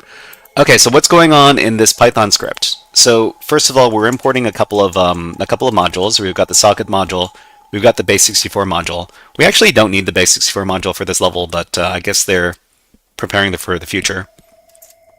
We set up a couple of variables. There's the host that we're going to communicate with, which is the hackmyvm.eu host over here. Summoner Dante says that bird needs to learn birdjitsu. I mean, you can know all the birdjitsu you want, but if you're not good at interacting socially with other birds, I guess that's a problem. And we have a port number. So the port number here is 9988. So what we're doing is we're communicating with the socket. We're communicating with the socket on this particular host. So we're setting up the socket object over here, and then we connect to the host on the particular port, and then we receive some information by receiving the data over here with the receive. What is this called? The method, the receive method. We print out We print out whatever we got from the server, and then we send this string right here to start the level. So you actually select which level that you're trying to solve by sending the level string over here. So in this case it's 0, 0, but you can, in the next levels you'll send 0, 1, 0, 2, etc. And then you'll get some information from the server with this receive over here, receiving challenge. And then send the challenge solved. I actually don't know what this means. So the people who wrote this website are Spanish, so sometimes the English can be a little bit awkward. And finally, you're going to receive the flag. I guess they forgot to write in English for these couple of sections right here. But basically what this does is it communicates in the port, it receives a string, and then we save that string to a variable, and then we send the same variable, and then we receive the flag. So we're just going to get out of there, then we're going to run the script. So we're going to run level 0, 00.py. So this is what happens. So we receive the banner, basically, and it's this. HMV Labs, okay. Then we receive this string from the server in bytes, HMV loves you, and then we record that, and then we send this string back to the server, and then we receive the flag, which is this. So we just need to copy the flag and submit the flag over here, up at the top. What do you mean wrong flag? Need to go back. Hold on. Oh, wait. I copied this part of the flag as well. Shouldn't have done that. Okay. Submit that flag. You submitted the flag successfully. Hey, I love these. What are these called? Are they called Day of the Dead figures? I'm not sure. But anyways. So after that, you can go over to the next level here, and it's going to tell you what needs to be done in the next level. So click on level 1, and it says, in this mission, it's similar to the previous one, but adding a minimum of complexity. You'll receive a string, you must return the same string, and you receive another string which you also must return. So basically in this level you're doing what you did in the first level, but you're doing it twice. So you receive this string, then you return the same string, then you receive a second string, and then you have to return the second string to finish the level. So it's basically a bunch of copy-paste for whatever code you were using, but these levels become more and more complex. I think I'm currently at level 17, so this is about as far as I got. And in this level it says, you receive a 1 pixel PNG encoded in base64, and you must decode it and return the last RGBA value. So you receive this PNG that has been encoded in base64, and you have to return the last RGBA value, which is going to be an integer, and that's how you get your flag. So the code becomes increasingly more complex as you go. So I think if you're a person who's new to coding, these are great exercises for learning how to code increasingly more complex scripts, especially in Python, because the solution script that you get here is in Python. And well, I mean, Python is basically the only language that I know how to code in, at least somewhat proficiently. I wouldn't say that I'm not a programmer. I wouldn't say I'm a programmer. I'm not a programmer. I'm a person who uses coding and scripting on occasion. But if you wanted to write these solutions using any other scripting language, like what other scripting language could you use? You might be able to use Perl or Ruby or anything else really. Maybe even PHP. But anyways, it's a way of challenging your coding skills.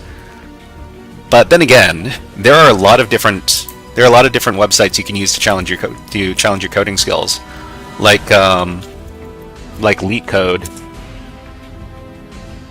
Yeah, LeetCode, the world's leading online programming platform. The best platform to help you enhance your skills, expand your knowledge, and prepare for technical interviews. I think I might have solved one problem in LeetCode, but LeetCode, these problems are usually pretty complex. If you have experience with LeetCode, please let us know. If you're a serious programmer who does a lot of development work, also let us know, because I'm eager to see who's actually working in what field when you're watching these live streams. Okay, so we've got about 10 minutes before we're going to switch over to our next topic. So maybe we'll solve one more level in this series. So let's go over to level 1. So the mission is similar to the previous one, but adding a minimum of complexity. You receive a string, you must return the same string, and you will receive another string which you must return. Okay, so to solve this level, we're going to copy the code from the previous level. So I'm just going to copy the level 0 code, and I'm going to rename it to level 01. Then I'm going to edit the code. So we've got socket, we've got base64. We don't need base64. I'm just gonna delete that line. So this code over here is going to connect to the host and receive the message. We don't need to change this. We need to change this. We need to change the string that we're sending to the server to select our level. So I'm just going to change this over here so that we're actually connecting to the level 1 version on the server. So we receive the challenge.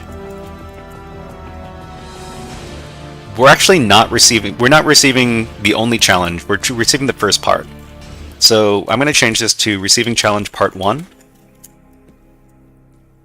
So data 2 is going to be receiving challenge part 1. And then we're going to send the challenge back. So we're going to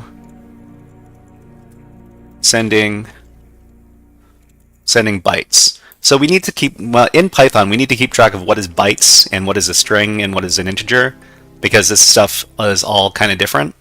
And if we don't switch between the different data types, we could get into really big trouble. So we're going to send those data bytes.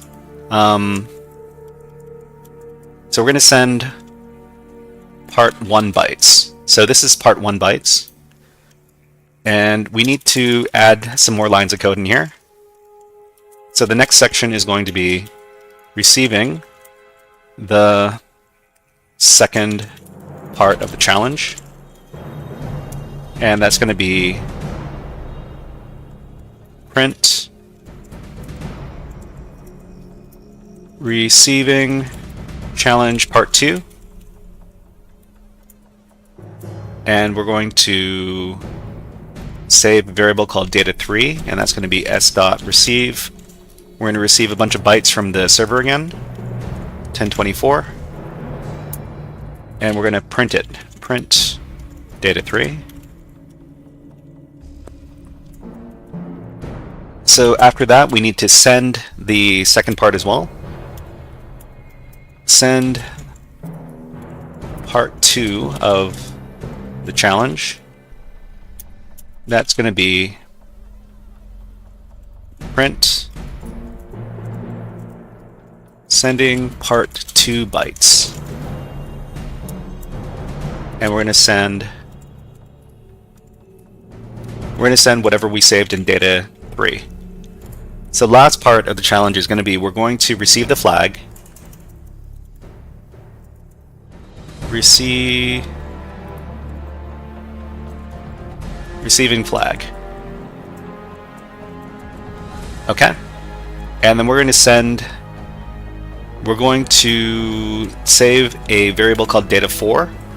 So each time we receive data, we save it as a new variable. So data2, data3, and this last part is going to be data4. And then we're going to print data4, which should have the flag. So after that, we're going to save the file, and then we're going to run the Python script for level 1. Okay. So receiving challenge part 1, this string, these bytes, sending part 1 bytes, receiving challenge part 2, these bytes, then we send them back to the server, and then we receive the flag, which is this. So just copy this flag, and we can submit it.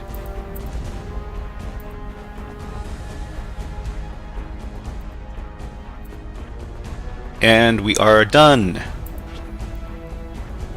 So everybody, if you're new to Python, or if you're new to coding, this is a good series of challenges to try and upgrade your programming skills and get a little bit more used to writing code to solve challenges, because I find that that's the easiest way to learn. The easiest way to learn programming is to code something that is going to solve a problem. In this case, what you're trying to do is you're trying to finish CTF challenges.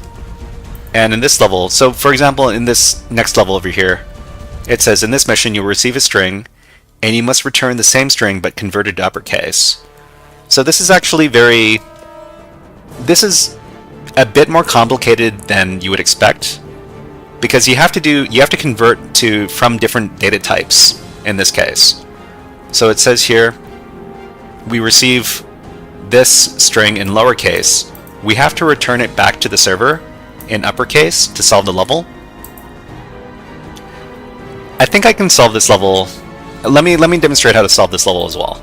And that should be just enough time to make it to the top of the hour so we can start our next stream piece of content. Anyways, okay, let's do this. So we've got level 0 and level 1. We're going to copy the level 1 script, and we're going to rename it to level 2. So the reason we do this is because we don't want to start programming everything from scratch, because only suckers do that, and real programmers cut and paste code that they've already written before. Okay, so let's edit this new level file. Okay, so everything here remains the same, except that we have to send to level 02. This part is different because we're only receiving one part of the challenge. So we're just going to do print receiving challenge. Okay, so after we receive the first chunk of data over here, what we need to do is we need to convert this into a string, because we want to run the string method upper on it to convert it to uppercase. So this part is going to be convert the data2 bytes to a string.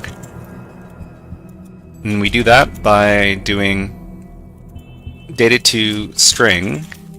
That's going to be equal to data2 dot decode. We're going to decode it to a different. We're going to decode it to a string type. And we have to specify an encoding scheme, which I guess it's just easy to use UTF-8 because a lot of encoding is done in UTF-8. Okay, so convert the data to the string, and then we need to run the string upper function on the data2 string. And that's going to be data to string upper equals data to underscore string dot upper. So this is the string method that's going to convert everything to uppercase. So after that's done, maybe we could print this out as well. Print challenge in uppercase, and then we'll print that variable, data to string underscore upper. Okay. So the next thing we need to do is we need to convert the string back to bytes, because we can't send anything over the socket that isn't bytes. So convert the string to bytes. That is data to upper underscore bytes, I guess, equals data to string upper and dot encode from UTF-8. Okay. So now that everything is done, we can finally send all this stuff over to the server, which is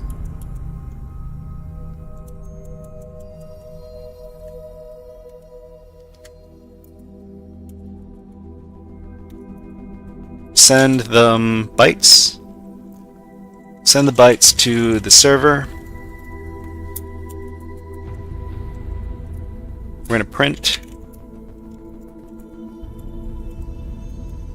sending bytes, and then we're going to send data to upper underscore bytes. Okay, and then after that we receive the flag by getting, in this case we're going to call it data 3 because the previous one was data 2, and then we're going to print the flag. Okay, so this should work.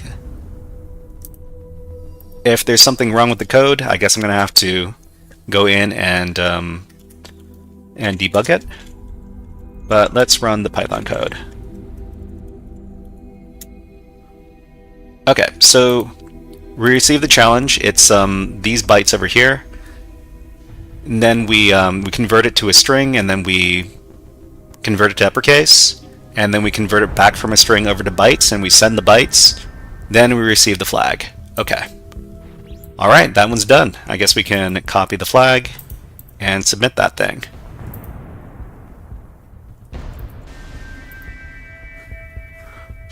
We're done. Okay. All right, so now it's time for our next content. So the next content is going to be hacking against the VulNyx website again, but we're not going to be doing a walkthrough. This time we're going to be doing a live CTF solve. Well, I hope it's going to be a live CTF solve. If not, then I look kind of dumb. Anyways, this is the Exec machine over here on the VulNyx website. So I've taken the liberty of downloading the VM and putting it on my network. I haven't done any real security testing on it. I made sure that it worked, and then I left it alone. So I'm going to start this up. So Node was the last thing that we were running. I'm going to shut down that machine, and I'm going to start up the new machine.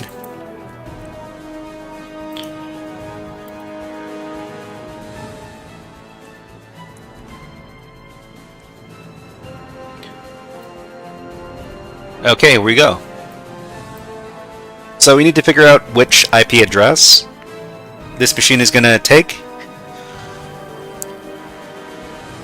So I really appreciate the VulNyx machines over here because they actually include the IP address on the start screen over here. Otherwise, I have to go and hunt down the IP address, which is a bit of a pain. So I see here that it is 10.02.67. So let's start our enumeration. Okay, so of course we start our enumeration. Let me get rid of these Python scripts.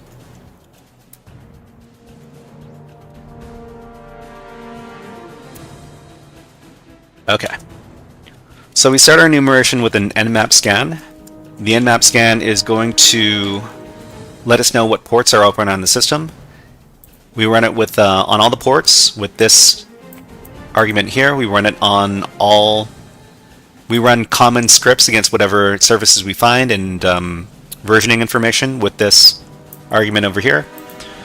We run it in very verbose mode with this argument here, and we run it with 4 threads with this argument over here. So, hold on, I need to take a little drink of water.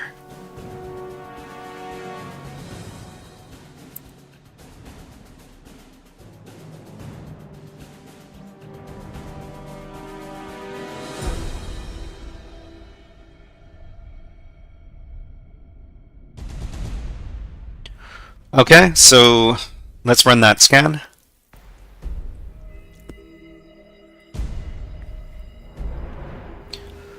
So we see over here that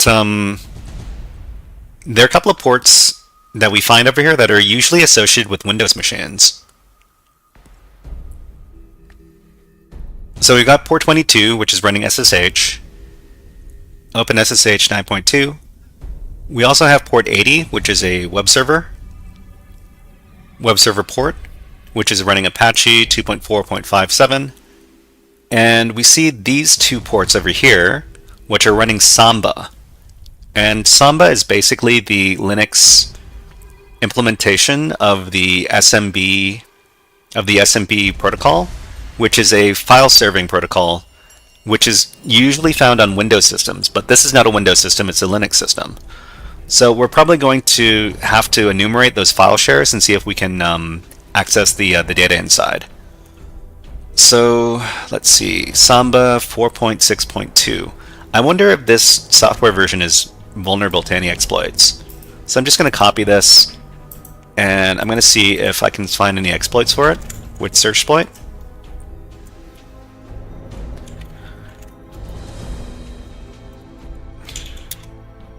So nothing over here. That's fine. So while we're here, we're going to run a tool called enum for Linux, and enum for Linux is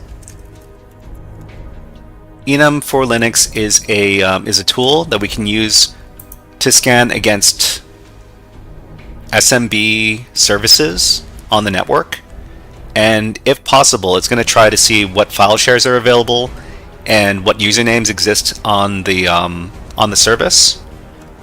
So I'm just going to run this and see if we can get any good juicy information. But we're also going to out this to a file called enum4linux.txt, so I can take a look at this output a little bit later. So I'm just going to run this and leave it running in the background for a little bit. So enum for Linux is written in Perl, just in case anybody is looking for useful tools that are written in particular languages like Perl. Okay, so it came back pretty quickly, usually not a great sign. So let's take a look at what's in the enum for Linux output. So we've got some, I don't know if these groups actually exist. I don't think they do. These are standard Windows. These are standard Windows groups, and we're looking at a Linux system right now. So I don't think these ones actually exist. So we've got users, nobody, and none. Okay.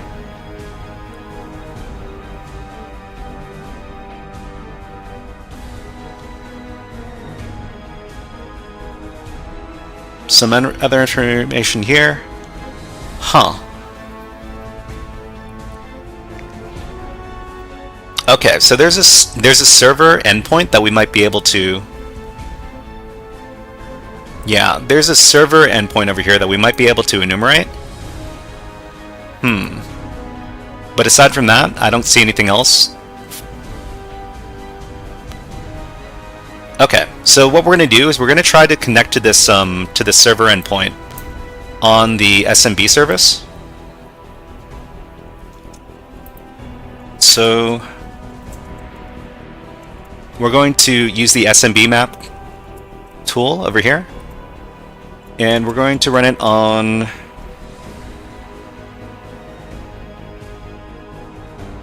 port. Wait, what's the IP address again? 67. 67. We're going to try to log in as guests. I think to access that particular share, and the share was called server. Invalid host.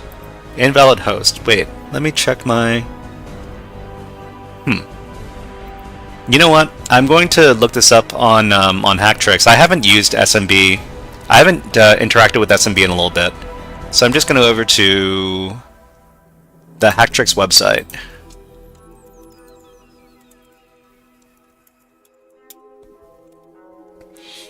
Because I kind of forget how to interact with SMB. Let's see, SMB. Okay, pen testing SMB over here.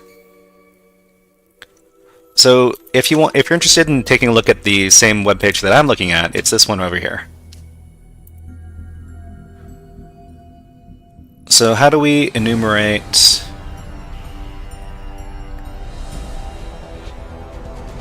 We want to connect to a particular SMB client. Okay. Simon Dante has the hookup over here. Great. Let me just copy this. Thank you very much. Oops. Okay, so let's use this SMB client command over here, and let's connect to the server endpoint. Pebble says, yo, Pebble, how are you doing? Huh. Why did we... Is my syntax incorrect?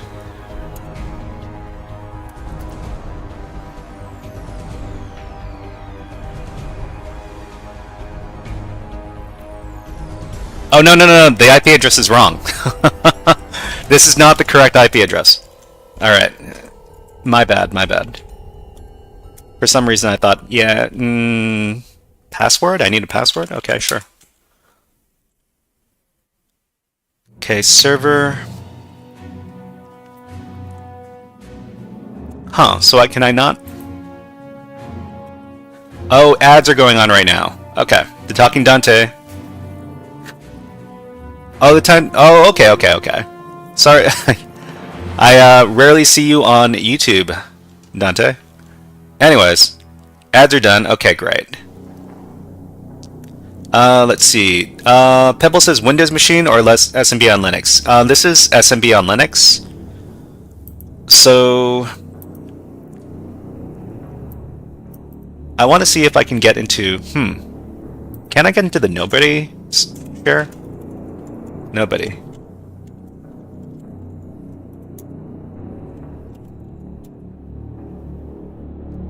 Oh wait, this is. Oh, this is a password for. No, this isn't the Kali password. This is the. Yeah. Okay. I wonder. So I don't think I can log in as guest.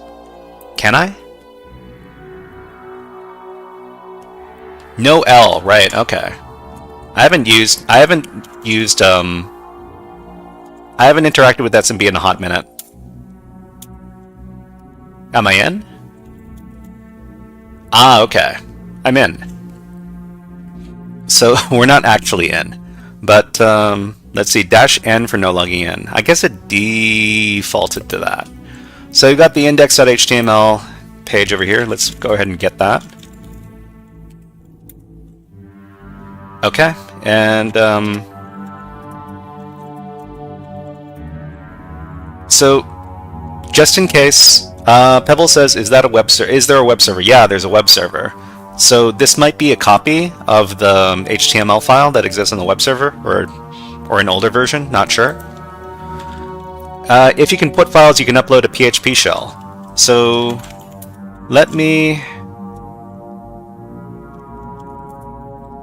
let's create a file. So echo, we have file upload test.txt, and then we'll log into SMB client again, and we will put test.txt. Okay, and then we'll exit.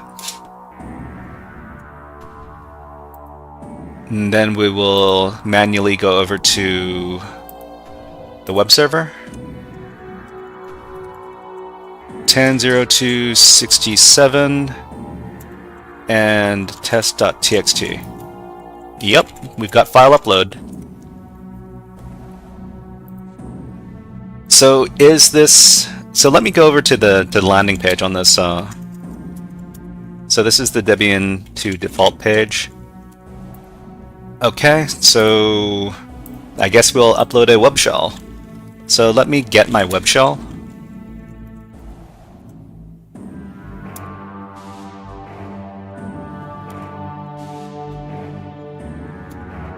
And let me edit my web shell. So we're doing this over here, and we're going to, yep. Okay, so it's usually not this easy. Charlie yo, what box we doing? We're doing the exec box on VulNyx.com. So it's over at this link over here. So VulNyx is a platform where you have to download the virtual machine and deploy it to your network. So the downside is that you have to download virtual machines and deploy them to your network. The upside is that there's very little latency associated with the scanning and stuff. And also, you can walk away from the box for hours at a time and it's not going to boot you out because it's on your network. Okay, so we've got our PHP reverse shell, and we can connect back to SMB client and put the PHP reverse shell on the website. So before we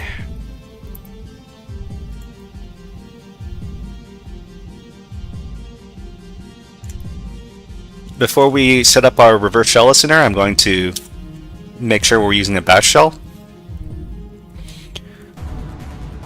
Then we're going to set up our reverse shell listener on port 443. Okay, so if we're able to access this reverse shell PHP script over here, it's going to send out a, it's going to have the target machine send a reverse shell to our Kali system over here, which is listening on port 443. It's going to catch the connection, and it's going to connect us to the victim machine. So let's go ahead and see if we can do that. It's going to be over here. And it's going to be at php reverse shell.php. So the server hangs, and because the server is hanging, that's a good sign. We see here that we have access to the web server now. We are the www data user.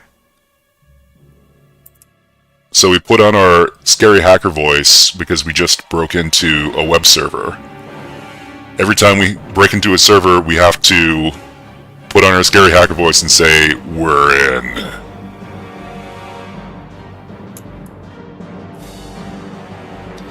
Simon Dante says, "We're in again."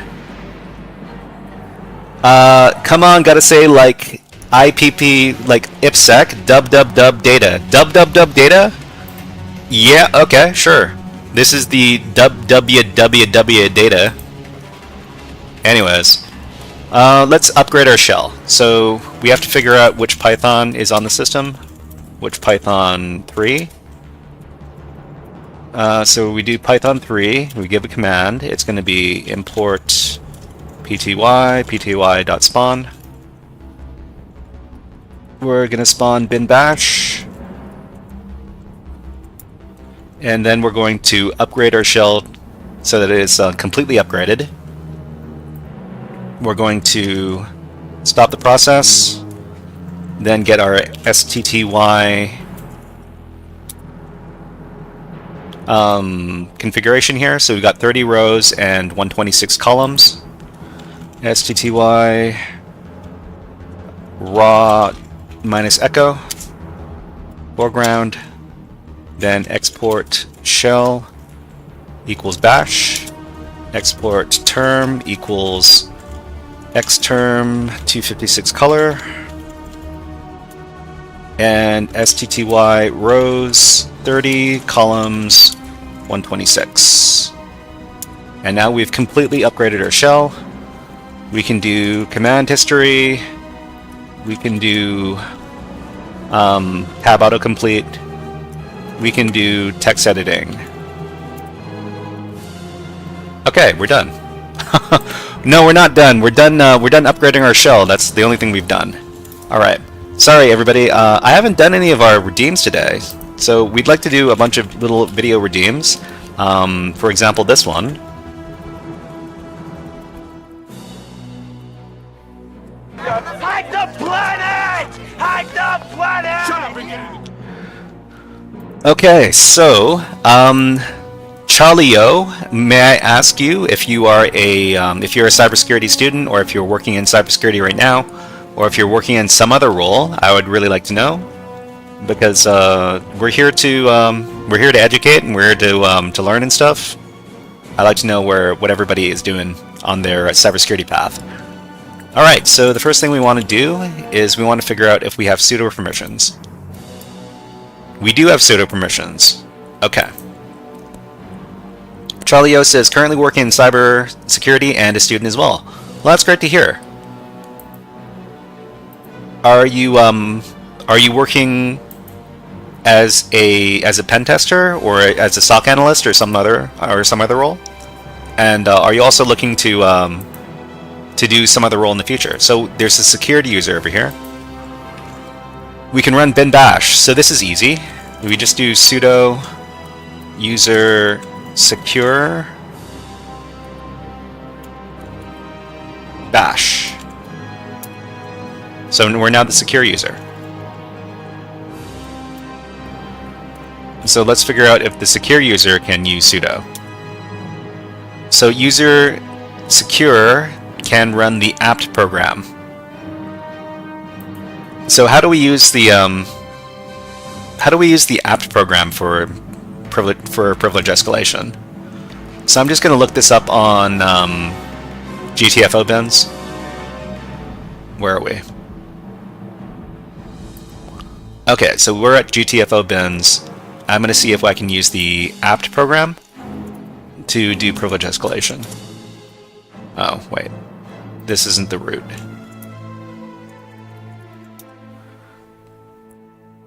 Charlie says, just a security analyst for a bug bounty-like company. Okay. Yeah, do you also like to do CTF challenges like this? More CTF boxes? Do you do try hack me, hack the box, other stuff like that? EPT. So we're going to get our sudo over here. If the binary is allowed... Okay. So how do we do this? This invokes the default pager, which is likely to be less. Other functions may apply. So we run this over here, and in the middle of execution, we run bang bin sh. Okay, let's try this. All right, so bang bin sh. We're now root. Okay, so we need to give this redeem then. What are you? I'm system root.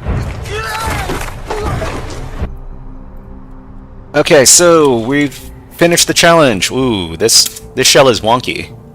Let's use Python to upgrade our shell. Damn it. Python... God. Python 3 command import pty.spawn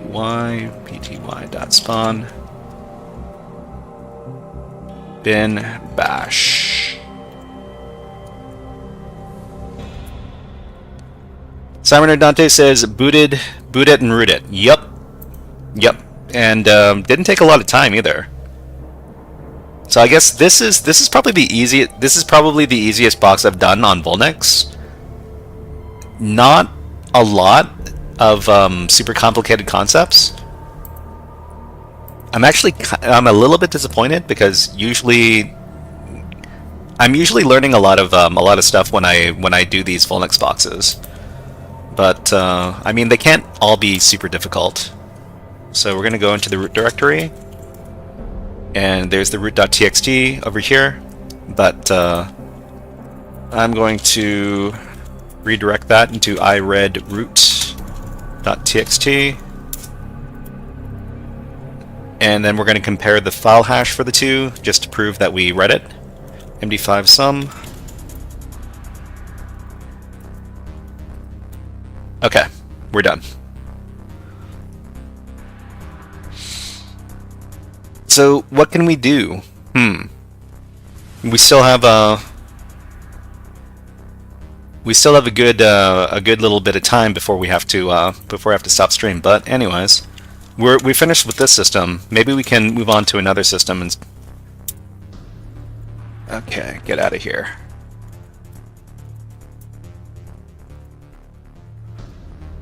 All right, let's replace our tab. I think it kind of died.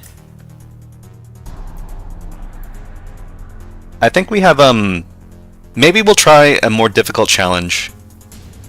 So I've got a couple, so VulNyx, the next level up is usually pretty difficult. So the low challenges are the easiest challenges. The quote-unquote easy challenges usually require a lot of head scratching from me, because I'm not a very good hacker. But anyways, let's try one of the easy, quote-unquote easy level challenges. So let's isolate these.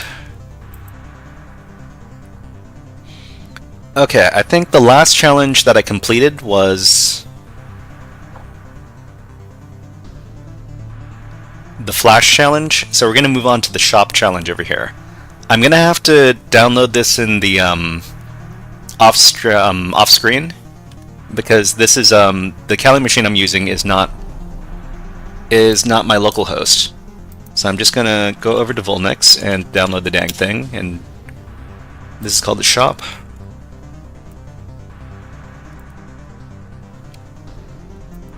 Okay, so it might take a couple of minutes for me to download and deploy this machine. In the meantime, I'm gonna put on a bird video so that we can marvel at nature.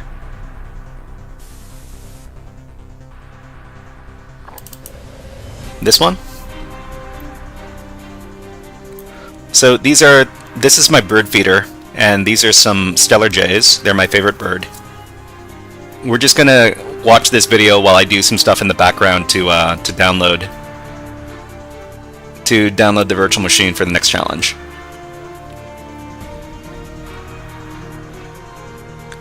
As usual, if anybody has any questions or comments that you want to put in the chat, I'm happy to see it, and I'm happy to answer any questions. But in the meantime, I'm just downloading the next challenge.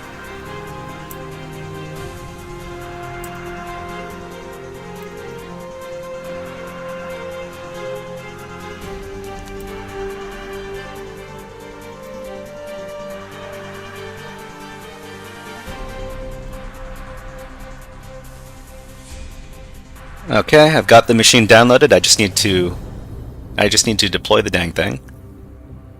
It's just going to be about a minute more.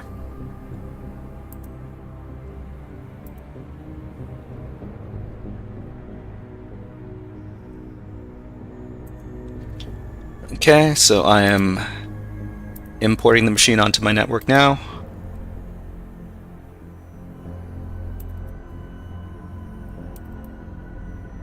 This is the shop machine.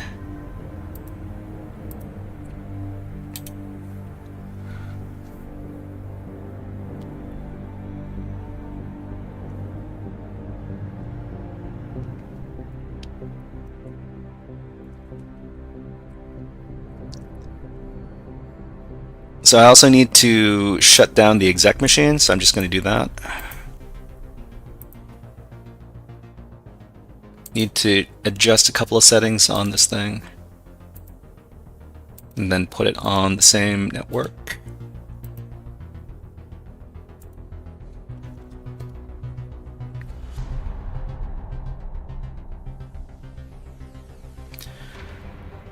Okay, the thing is booting up now. Thank God for fast internet speeds.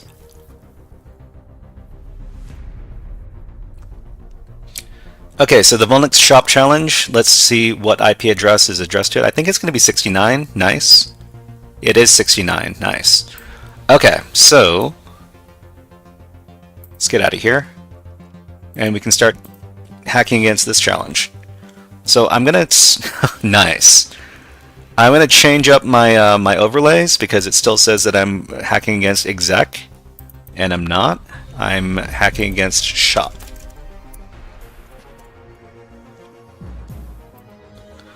Okay, so let's run nmap.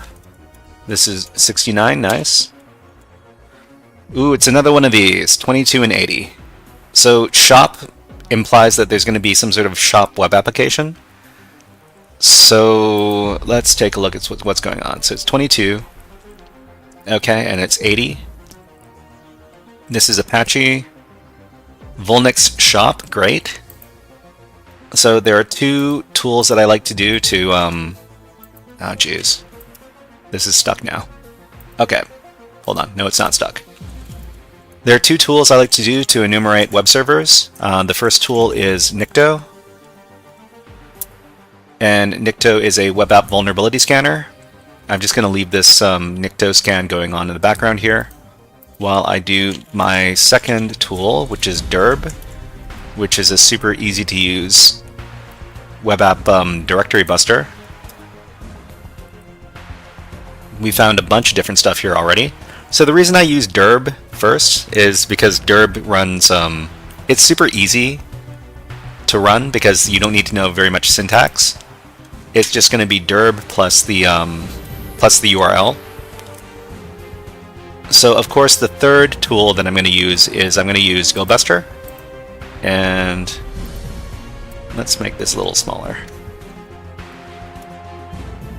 GoBuster is the more serious directory busting tool, but of course it also is much more complicated as far as the syntax is concerned for the command.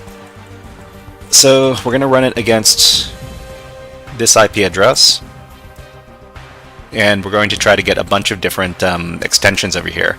Each one of these extensions is going to increase the scanning time by about 100%, which means this is probably going to run around 1,000% slower than if we didn't include any extensions at all. But let's keep it going. This might be able to find some good stuff for us. So immediately we see that there is an administrator endpoint over here. That's interesting. We could look at that. Aside from that, nothing super interesting, but let's see what Nikto has to say. Where's Nikto? So Nikto also found the administrator endpoint. So there's an index.php and a login.php inside of administrator. So let's check that out.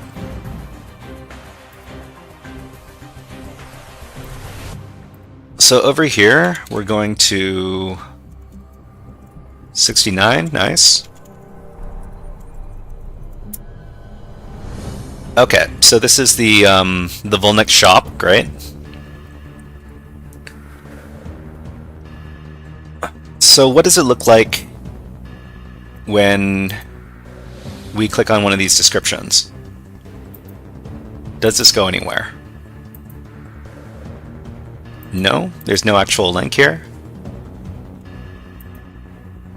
We cannot actually go to other pages. This is a broken app. Let's see if there's anything in. There's contact. There's services. None of these links go anywhere.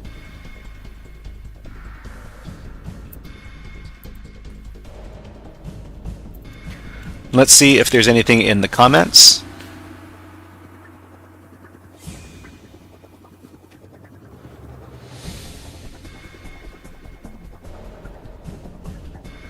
So it doesn't look like there's anything in the comments. Though, okay, there's a source. There's 3.jpg.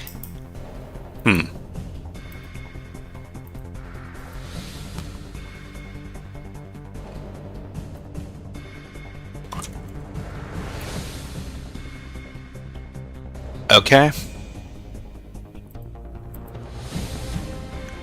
So I don't think any of the stuff in this source helps me out. So instead we're going to go over to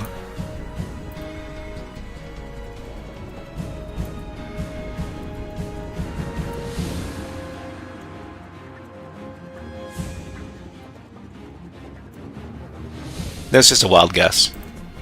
Nope. Let's go over to the login.php. Login.php doesn't exist. Huh, that's strange. I thought... Oh, inside the administrator directory, right? Okay. So let's go inside the administrator directory.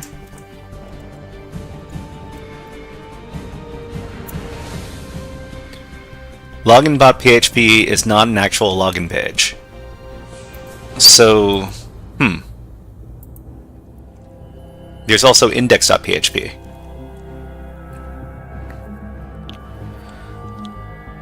Let's see, Cyberner Dante says, could be worth checking the metadata of the JPEG file. Sometimes it has leaks some internal data like API routes or steg as well, but I doubt it. I hope there's no steganography on this challenge because I hate steganography. But let's take a look at index.php.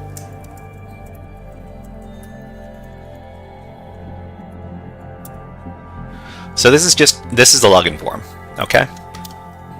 All right, let's give it a test. So it says invalid credentials, okay? Great. Okay, so there's nothing super obvious over here. ID password, right? Okay.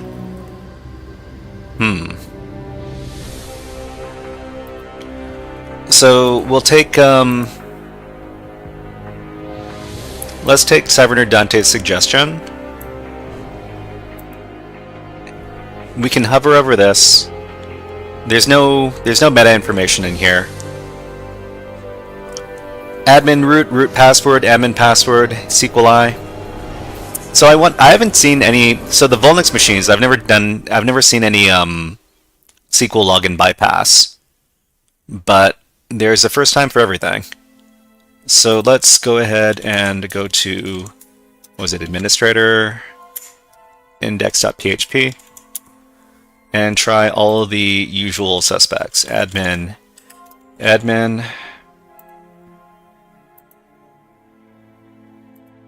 Let's do the SQL login bypass.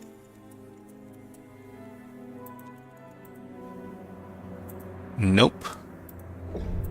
Let's see. Administrator, admin password.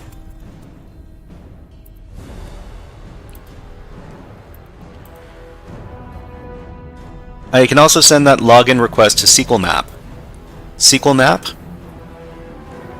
So, what I would need to do is I need to record this in Burp Suite first, right? And that's probably the better way to do it. Okay, so... Yeah, okay.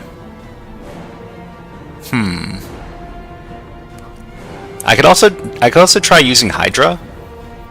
I could try using Hydra to brute force this this login form. But to use Hydra, I probably want to pick up this this post request in Burp Suite as well. So maybe we'll start up our Burp Suite.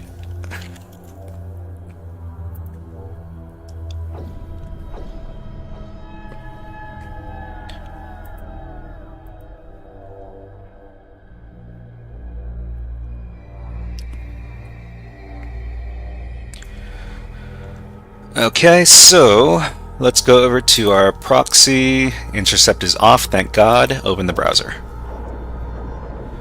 Then we're going to go to the app, which lives at 10.02.69. Nice. And we're going to go over to the add. Actually, let me check my GoBuster output.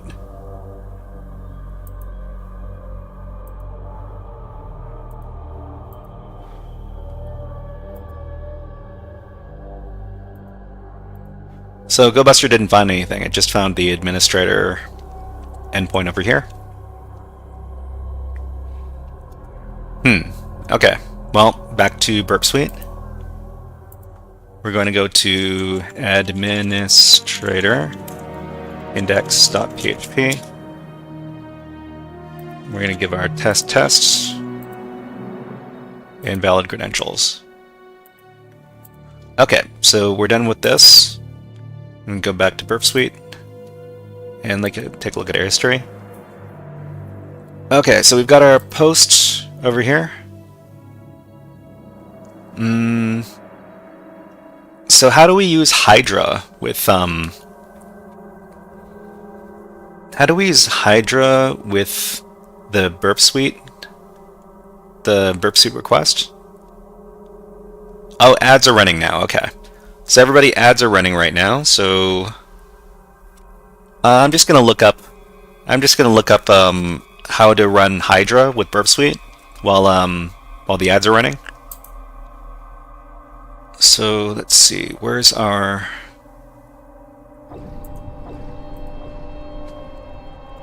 ChatGPT?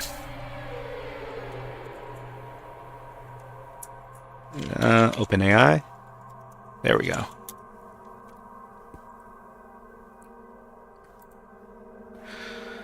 Okay, so how do we use Burp Suite data with the Hydra program for brute forcing login?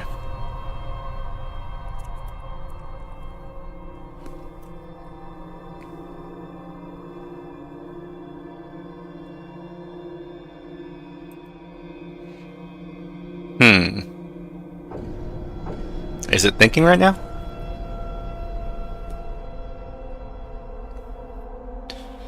Let me try reloading this.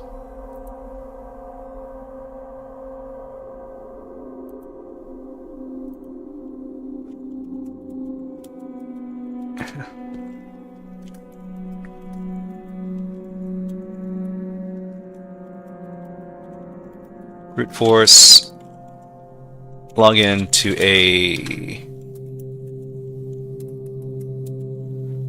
user login page.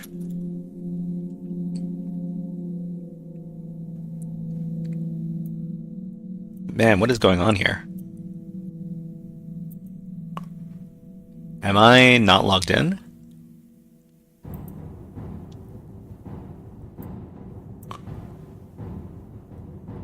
Okay, so it went through, right? Intercept the login request with Burp Suite, sure. Okay, capture the request. Intercept the login request in Burp Suite, sure. Here's an example. Hydra L admin p rocku.txt PHP post form. Ah, okay. Okay. Let's see. Right-click on the request and send it to the repeater tab. From the intercepted request, note the URL endpoint, the parameter names for the URL, password, and right. I need to get this information for Hydra. Let's do that. So over here, send it to the repeater.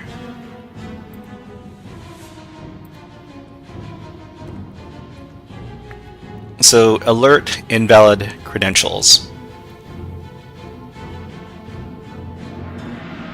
So this is, so the thing is that this is sent in an alert. So I don't know if this is going to interfere with Hydra, because I don't know if I guess Hydra would be able to see this in the, it doesn't matter, it's still in the source code. Okay, that's good. All right, so let's get that information. So it's going to be Hydra, ladmin rocky.txt. It's going to be Cyberner Dante has the hookup. I would get SQL map chugging while you work on this though. So in this case, we would go over to, and we would save this request. Let's see, I think it's save item. Is it save item or is it?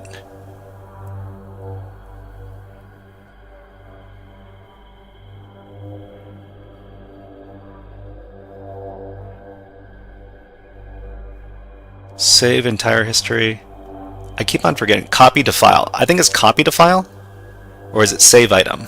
It's one of these two. Copy to file, I think. Okay, so we're going to save this as request.txt. I guess we're going to call it postrequest.txt. Okay, save that. And let's just take a look at the contents, just to make sure that it is what we want it to be. So look at postrequest.txt. So I think this is what we want. Okay.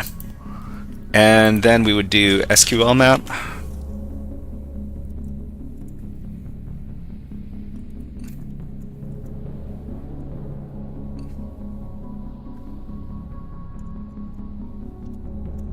So this is just going to be the name of the file, which is post request.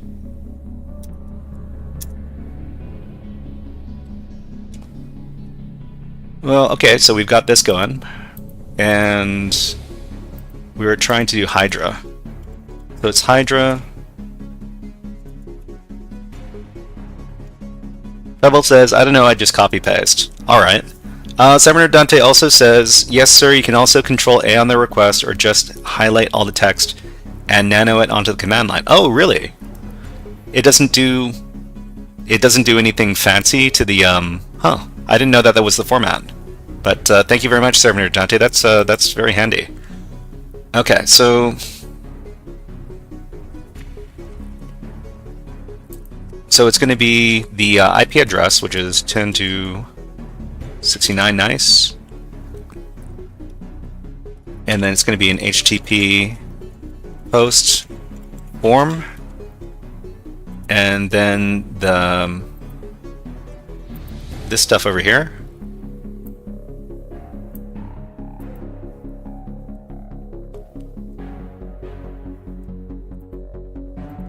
Sorry for the flashbang. I guess I could switch that over to dark mode, but I don't think I'm going to be doing too much Burp Suite after this. So that's going to be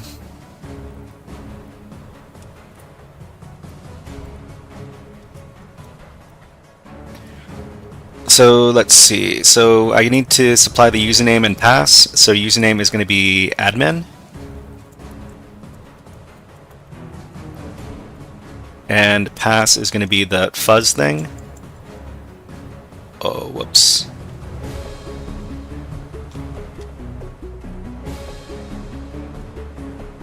Hold on, I deleted something I shouldn't have deleted. Hold on. Let me go back and get it.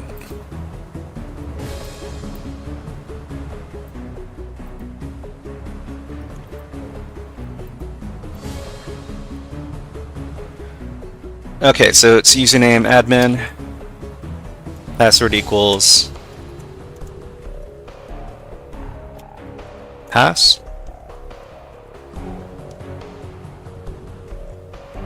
Okay, I don't think I have a cookie. in this case, and we need to supply the error message. So the error message is going to be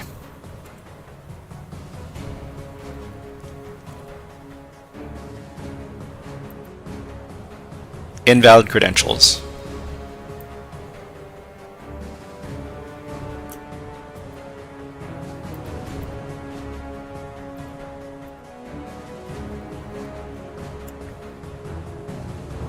I need to put this in single quotes.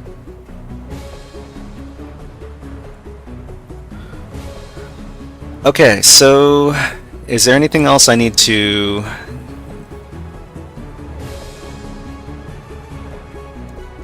let's see. Simon Redunti says, a suggestion for another time, FFUF request, easier syntax for brute force logging pages.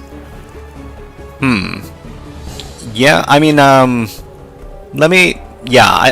do like FFUF, and I'm increasingly liking it more and more. Optional parameter might start with a slash.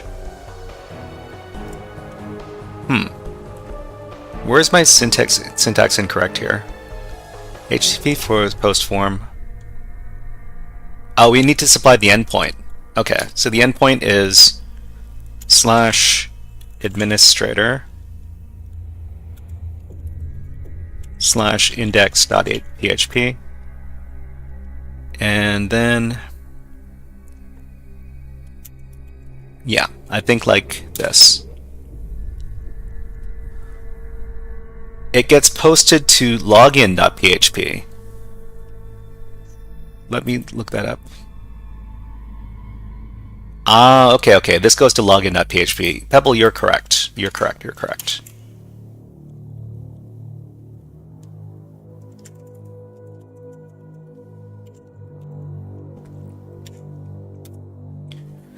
Okay, so we've got that. We got that running. So we can go ahead and go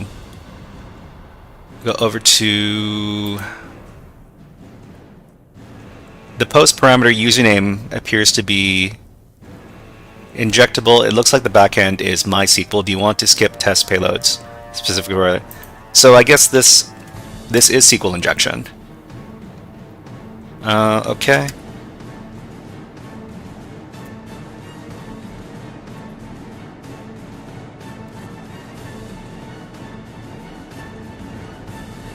Okay, so what was the parameter in this case?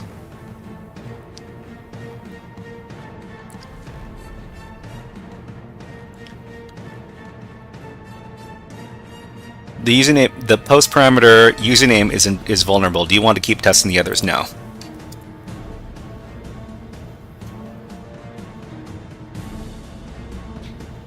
Okay, so do you want SQL map to try to optimize values? Sure, why not? Okay, so we need to find out what I think the way in is to dump the username table. Oh god, no.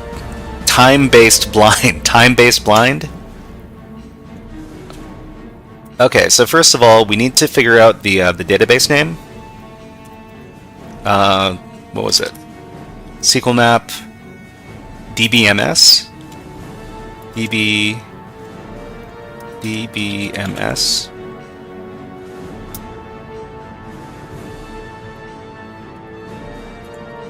Hold on, let me get the Hacktrix. Let me get the Hacktrix SQL map page up. SQL map.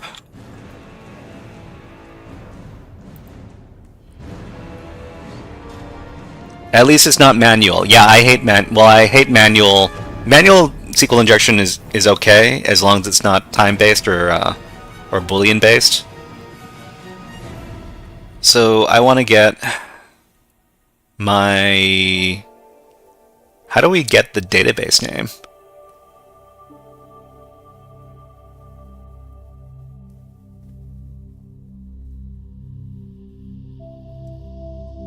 --DBS. Okay, it's --DBS. So it is --DBS. Dump all. if I do dump all, and it turns out there are like 50 tables in the database, then it's not very fun. So what I'm going to do is I'm trying to figure out what the database name is, and then the table names, and then after I find the table names, I'll just find out which table has the usernames and passwords and dump that. Rip the next 45 minutes. Well, we can do. Anyways, let's. You need to be smart with time-based. So dump all is a very bad idea if it's time-based. Actually, you know what? We could probably set we could do SQL map with maximum threads, like users and passwords. Yeah. We need to get the We can probably just guess at the table names. So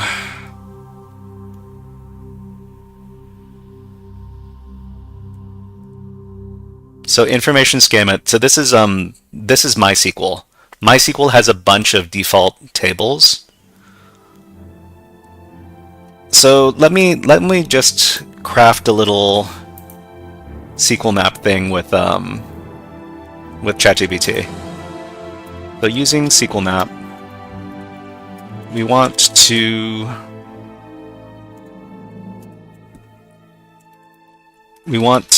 dump all of the columns. We want to dump the usernames. Is it going to be usernames or users table? The usernames table. Let's just say it's the usernames table. What is the command syntax?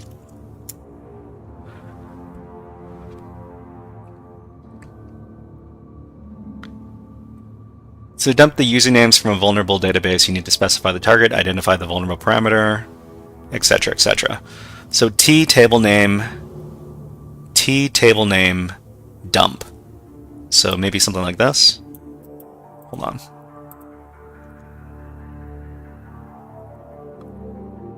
Oh, right. We need to supply the name of the database as well. So these are the databases: information schema, MySQL. So it's web app. Okay, that's actually pretty useful. So we got the database name. So it's going to be database web app. The table, we're just going to assume that there's a table called users. So if there's no table called users, then this is going to fail.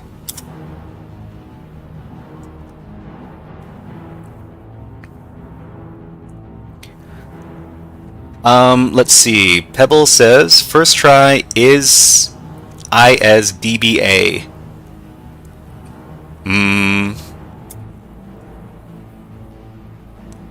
I'm not sure what that argument does. Can you tell me? So unable to retrieve the number of columns for table users. Unable to. Do you want to use common column existence check? No. I think it's not. The name of the table isn't users. So maybe it's usernames? Maybe I should just dump the tables instead. Check if you are if you're a database admin, you could upload PHP shells or read files if you were. So check the user. Oh, okay. So that's what the is DBA is. Okay. So let me try it out. So it's -- is DBA.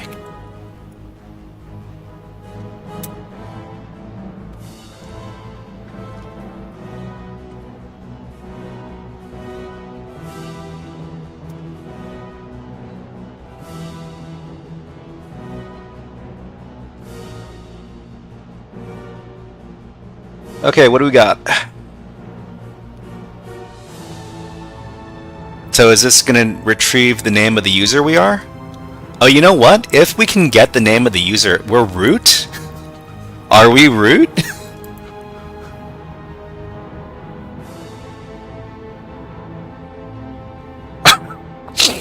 Are we really root? Okay, that's interesting.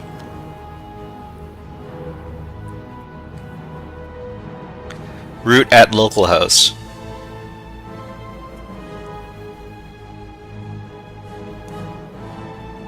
Okay, so I guess we need to dump out the table names. So I might just run another SQL map that has some other stuff going on. What we got?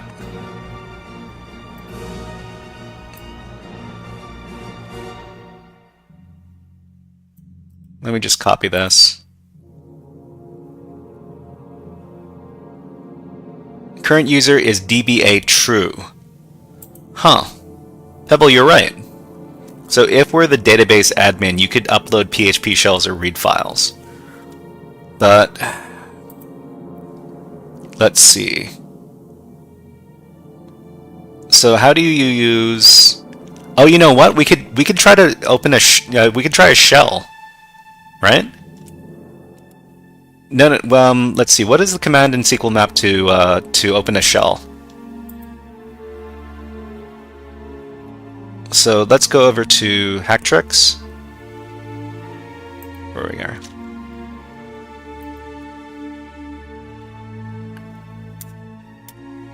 Shell. Okay. So os command os shell. os pwn, dropping a reverse shell with interpreter, simple shell. Okay, let's try the os shell. OS shell, but Pebble says, I bet the intended path is dumping creds. Well, we could try this. If it doesn't work, we can go back to our previous game plans. Let's see. Which web application language does the web server support? Let's say PHP. Do you want SQL map to try to provoke the full path disclosure? Okay, sure. Why not? What do you want to use for a writable directory? So I'm going to say temp.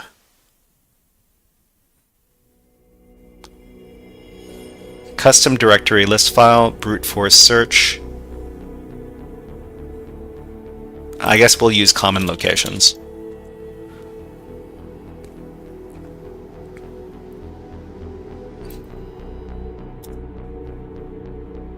Okay, so unable to do that? Okay, that's fine. I guess we can't do the OS shell.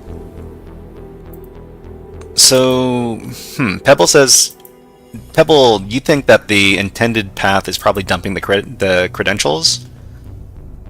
So we can try dumping the credentials, but while we're dumping the credentials, we could also try some other stuff. So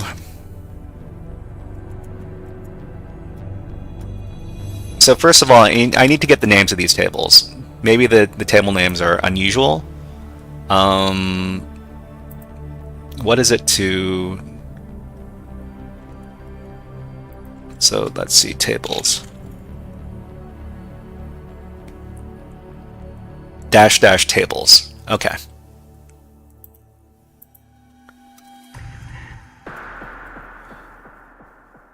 And how do we run this super quick? I don't know if we can. Okay, so let's get these tables.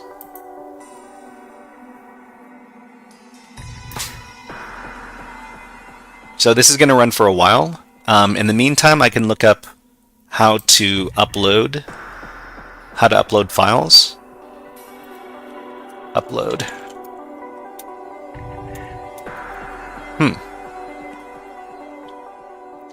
So Pebble, have you done file upload using SQL Map before? Just wondering if you've got like a link or something I could look at.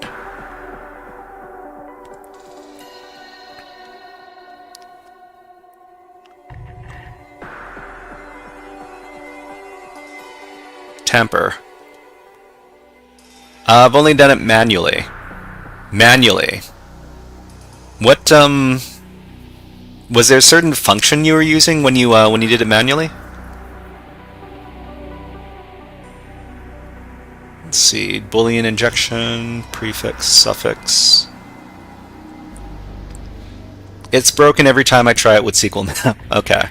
Let me do a quick search then. Over.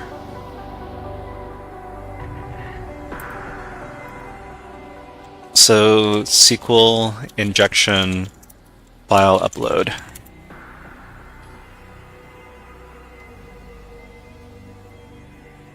Cheat sheet. OS command injection. SQL injection file upload.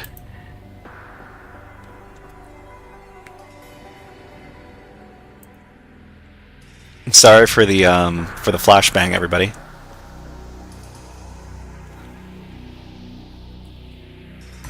Select PHP system command into out file. Oh, okay.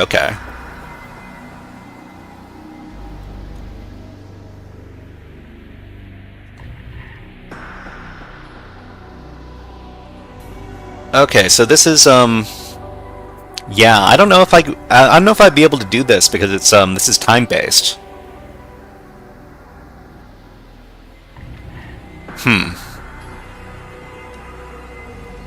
Yeah, we could try dumping credentials first. Okay, so there's a users table. So there's just a users table. Okay, well, table is users. Oh, man. This didn't work because the U wasn't capitalized. Anyways, dump that users table.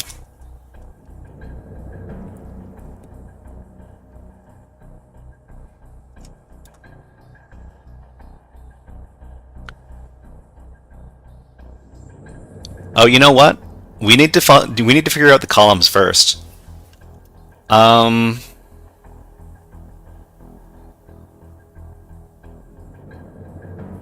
Okay, we got ID. ID, user, name, password. Yup. That's what it's going to be. Okay, so we can just go away from this for a second.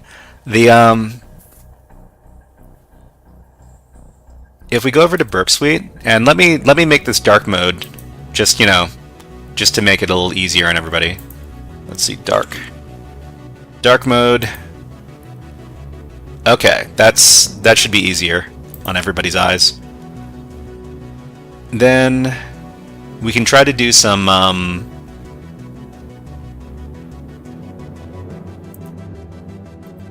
we can just exit out of here. Okay. So, which parameter was it? Was it the username parameter?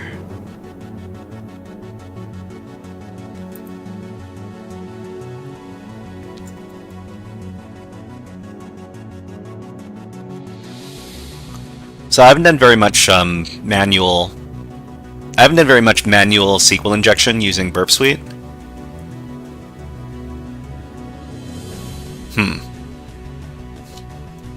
So I'm not really too sure where to start. Peter123? Peter123? Pebble says you can run SQL commands with SQL map. Yeah, okay. So is it Peter? Peter123 Peter, okay. Let's log in.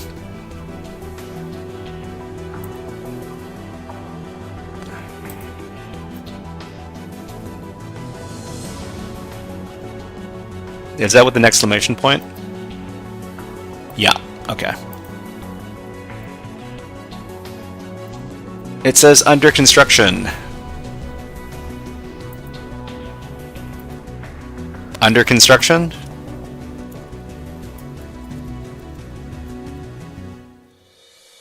Okay, so we need to check for Mike blah blah? Mike? I guess we can check to see if we can do SSH, yeah. So...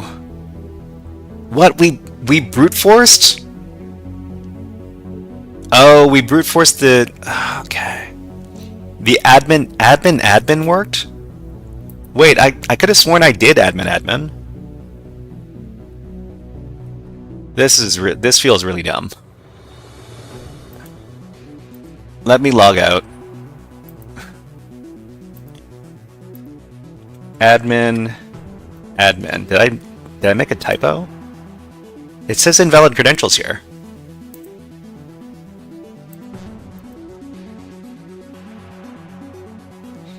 I think it is a slash after PHP in that command.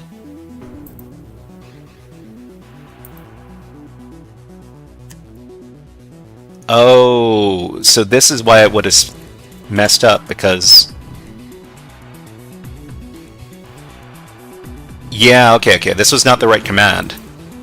So... Good, that's a good eye. That's a good eye, thank you very much, Pebble. But we managed to get some credentials over here. We've got Peter, we've got Mike, we've got Bart, and I guess we have Liam. So we can start trying our SSH login. What was the first user?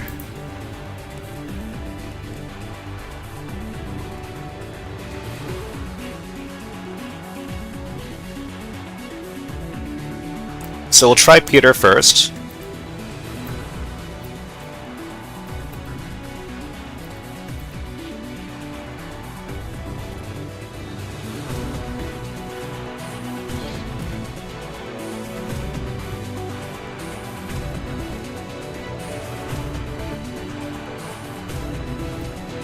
So this is not Peter.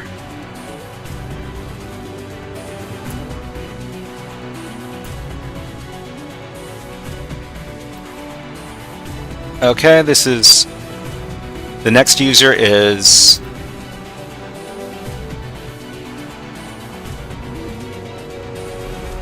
I think I screwed up my Hydra. Anyways. The next user is Mike. Whoops, I want to copy Mike's password. Next user is Mike.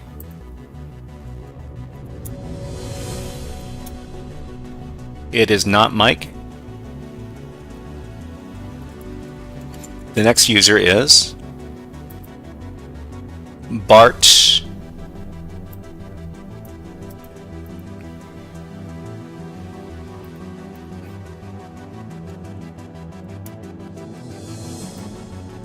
Okay, that was Bart. We're in. For the third time in this stream, we are in. Hey everybody, we just logged in for the third time to some server. We broke in. We are now the BART user, so we have to say, we're in. Never gets old. Okay, so we're now Bart. Let's see if Bart has any... There's no sudo on the system. Okay. Back at it again. Yup. Indeed. Okay. So... Ooh, permission denied. We cannot enter the directory. Okay, so what's in our home directory? There's nothing in our home directory. There's no bash history. Okay. Let's see if there's something in the op directory. Nothing in the op directory, okay.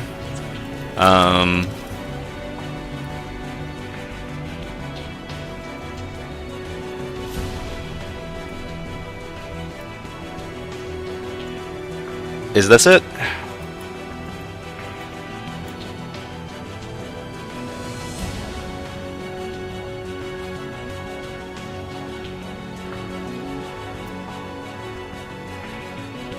Okay, so I don't think any of these are unusual, but I'm just going to pass this to ChatGPT.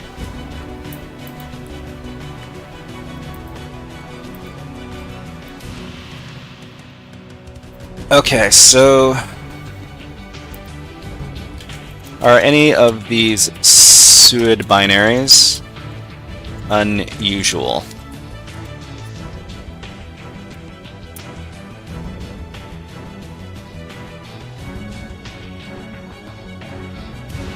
Okay, so these are common and not unusual.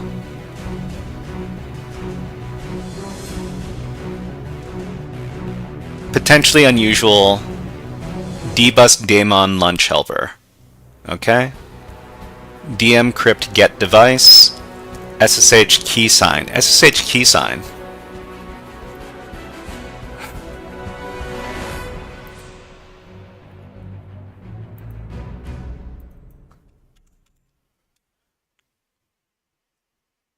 Okay, so key sign maybe not so unusual. Key sign, DM crypt get device.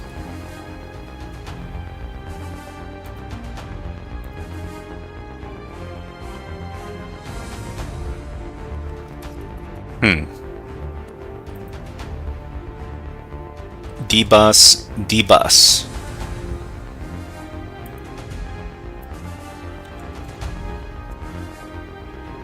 Okay, after that, let's see if there are any cron jobs. Cron tab L.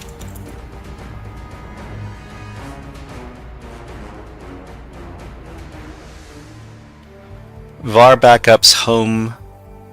So we're running. Okay, there are no cron jobs running on this.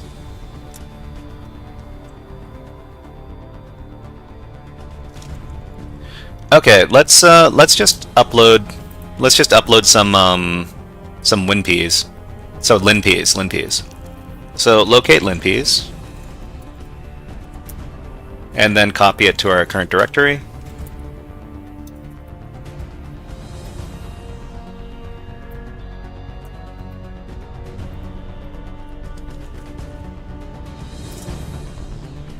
And then serve it up. Python 3. All right. So we're serving the privilege escalation script. Let's go into the temp directory and wget it. Okay. linps.sh. chmod.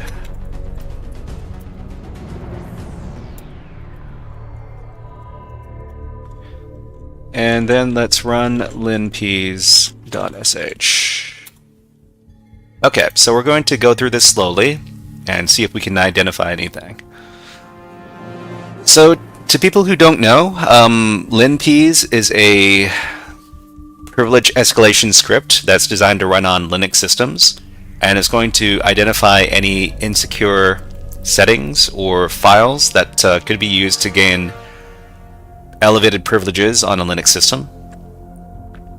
It's color-coded, and anything that is either red-yellow, like this, is something we need to look at, and anything that's red is probably something we should pay attention to.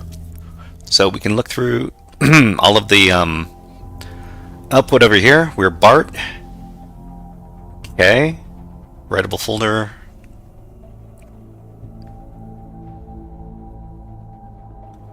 I don't see anything yet. So all of these kernel exploits right over here, these are something we want to look at as a last resort because kernel exploits are weird. And they're probably out of scope for really easy systems like what these are supposed to be. Where does it say highly probable? Less probable, highly probable. ptrace, great. Let's see. Requires an active poll kit agent. Anyways, let's take a look at the. Yeah, let's not. I don't want to think about it too much. Okay, so this stuff over here. The processes. We didn't take a look at processes yet. Okay, so root is running.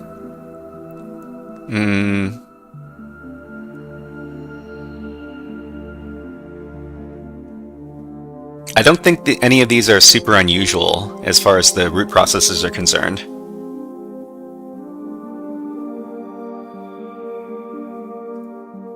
Root is running the Apache service. So if we're able to, we weren't able to access the web directory. So we could try to put, we could try putting some sort of reverse shell in the web root, and if we were able to get access to it, it might spawn a root shell.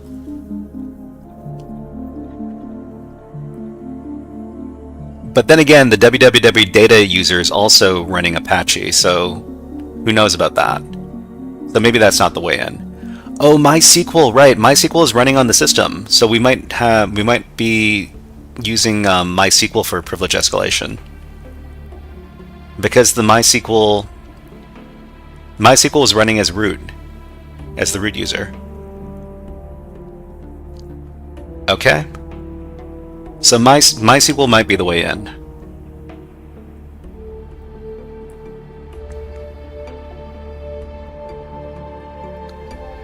Apache 2 process found. Okay. So I think I'm going to skim through the rest of this, because I think we're going to have to use MySQL to get privilege escalation. Let's see if MySQL is running on the...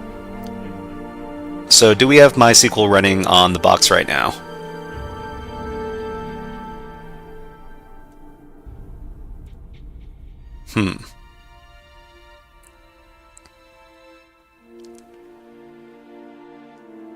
Yeah, MySQL is running on the box, so it's probably MySQL.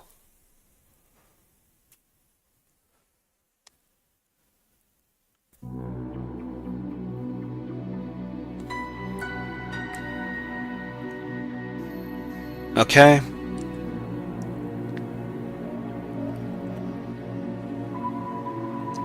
Let's see.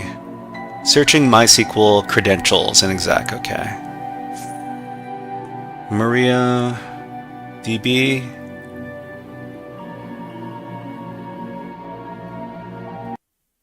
Oh, music stopped. Okay.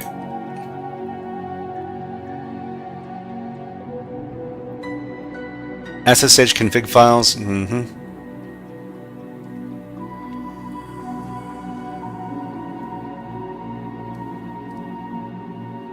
Let's see.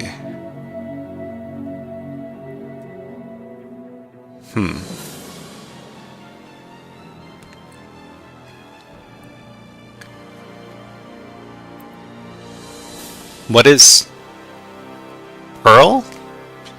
What is this? Files with capabilities. Okay, well, I'm gonna copy this, just in case MySQL is not the way. We're gonna take a look at these capabilities over here.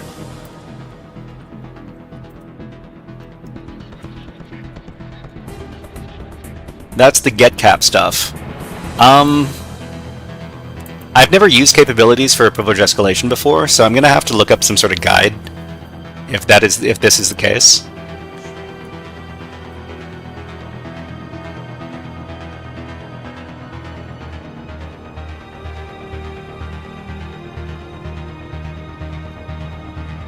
Okay, so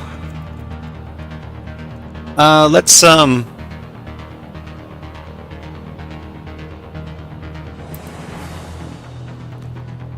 let me try asking ChatGPT really quick. We found these capabilities on a Linux CTF server. How do we exploit these for elevated privileges?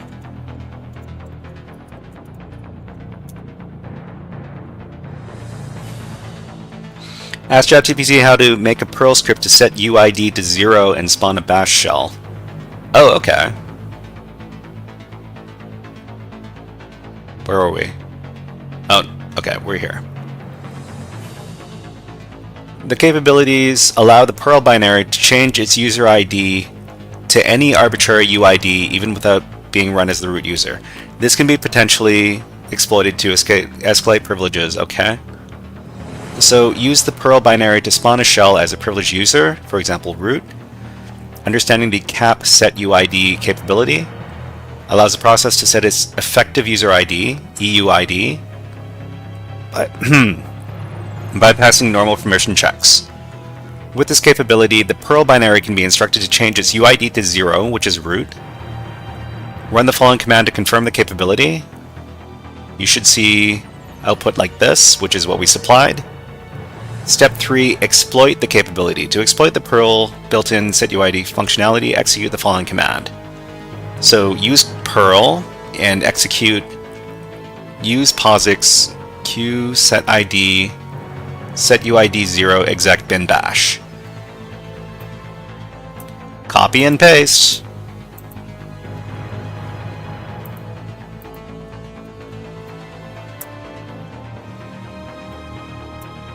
Okay.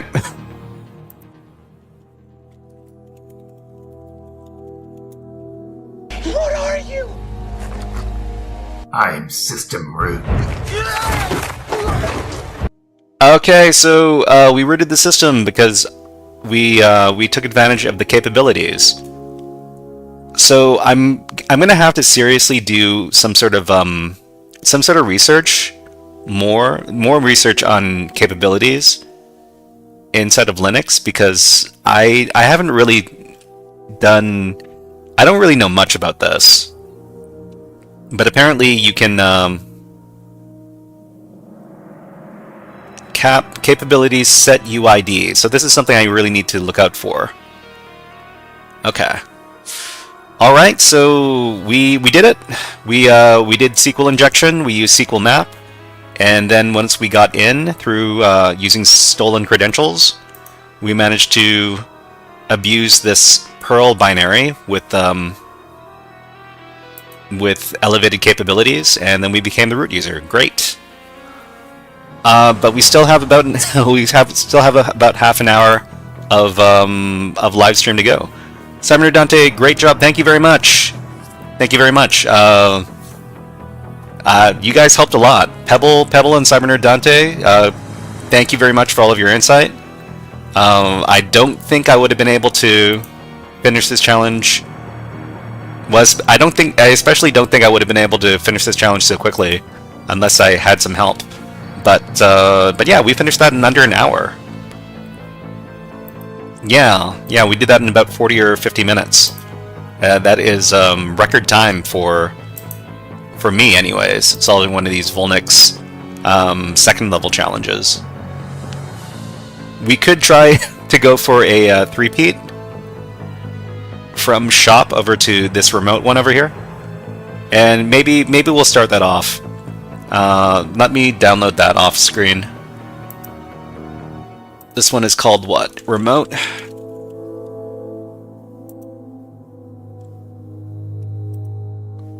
So first off, while I'm downloading this thing, I'm going to write a few notes because I like to document this stuff. And I highly recommend anybody out there who's looking into getting good at these CTF challenges, you should keep some detailed notes on all the machines that you root as well. So this one is called shop. Just gonna make a little text file.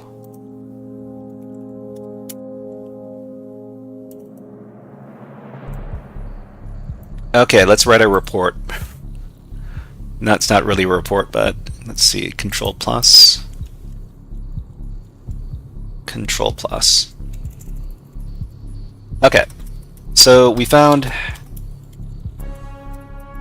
port 22 and 80 on the box. And what else? We found the web app. We found the web app's login page at the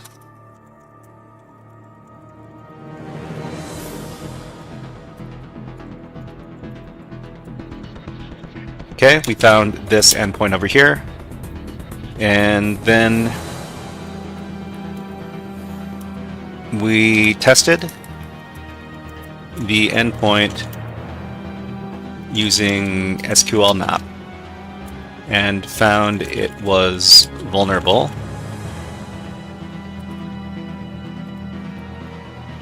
to time-based SQLi. We dumped the users table and found credentials. And what were the credentials? Let me grab the credentials one more time.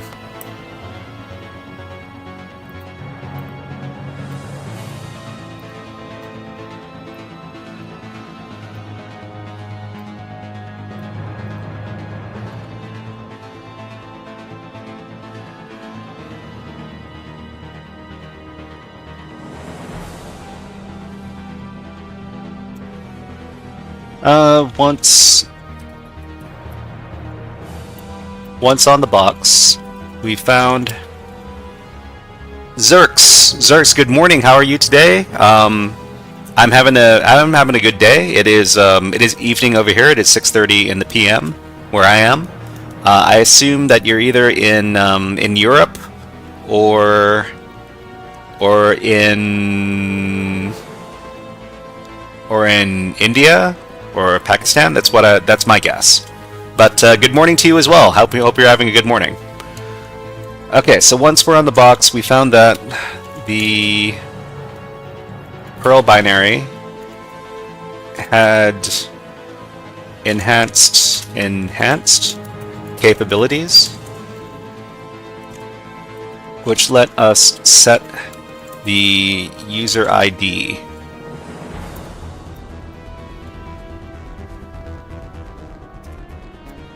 We use the following command to spawn a root shell with Perl.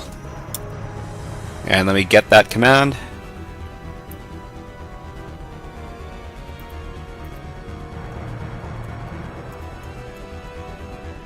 This one.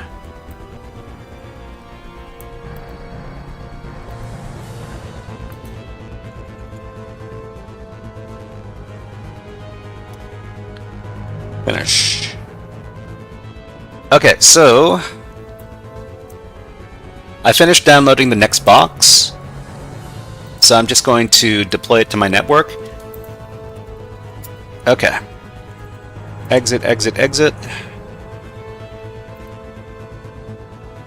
Let's put another box on the barbecue. Oh, anyways. Eat those peanuts.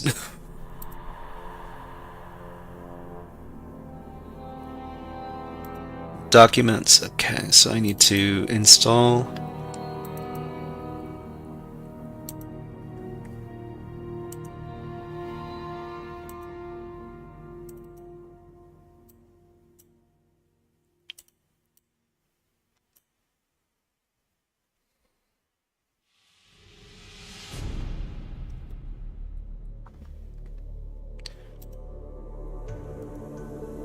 Okay, so I need to deploy this to my virtual machine network. Just a second.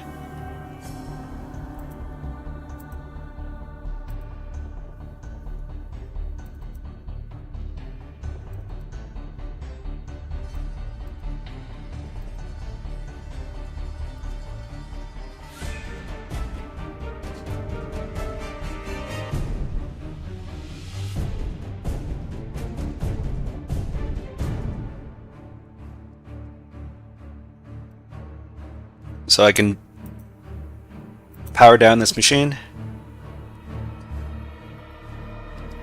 And then let's put this on the network.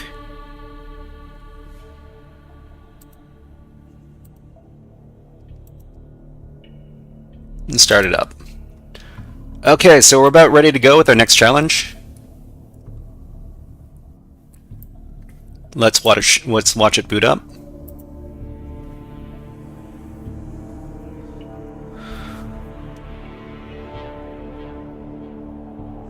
Alright, so our next VulNyx challenge is remote. This is another slightly more difficult machine. It is living at IP address 10.0.270. So let's start our enumeration. So we're going to do some nmap. Okay. One more time. We're running it with 4 threads. We're running it in very verbose mode. We're running it on all ports. We're running it with common scripts and versioning information, and let's run this nmap scan. It's another 80-22 combo. Okay. Love to see it.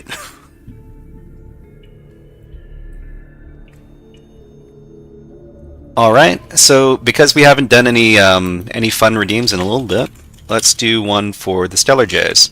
So I love these guys. They're my favorite bird.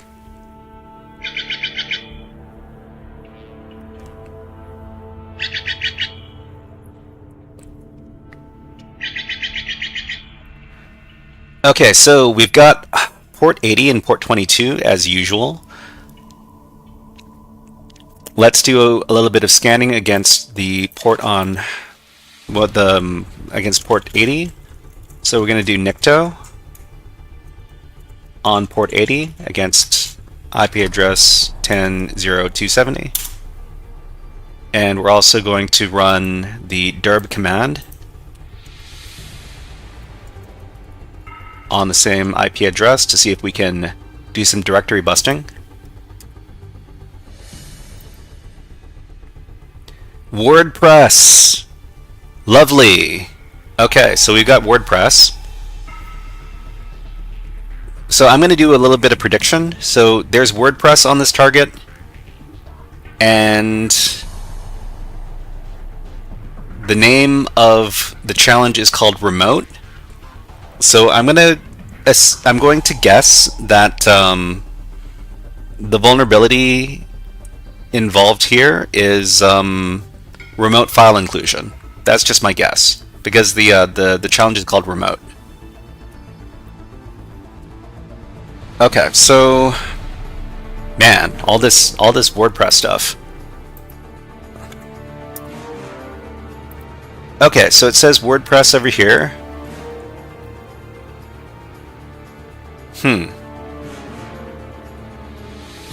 Drupal link found. A WordPress installation was found. So how do we use the so there's a certain tool called WP scan that can be used to enumerate WordPress installs on web servers. Let me just look that up really quick. So the tool is called WP scan. Here we go.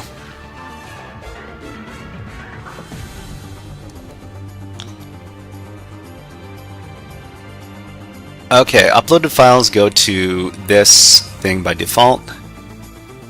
Main WordPress files are here. Pebble says EAPU for enumerating all plugins and users. Cyber Dante is seconding that. Okay, so I think it's installed, right? No? Yeah, it's installed by default. So WP scan, I guess the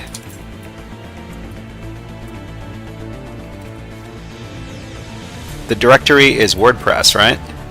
/WordPress.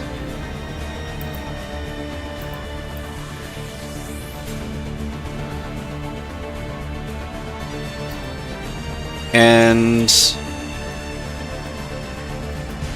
I think it's like this. No, it's not like that. So the so EAPU, I think there's one called all as well. So we need the URL. Okay, so -- URL.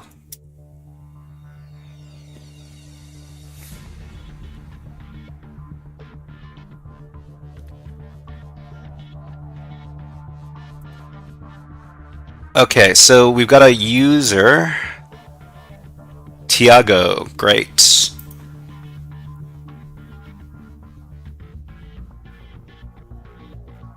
XML RPC seems to be enabled.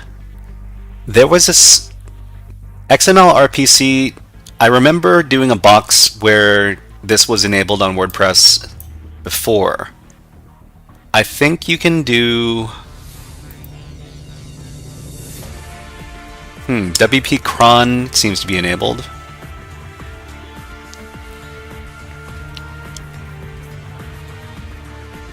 XML RPC. Let me look that up really quick.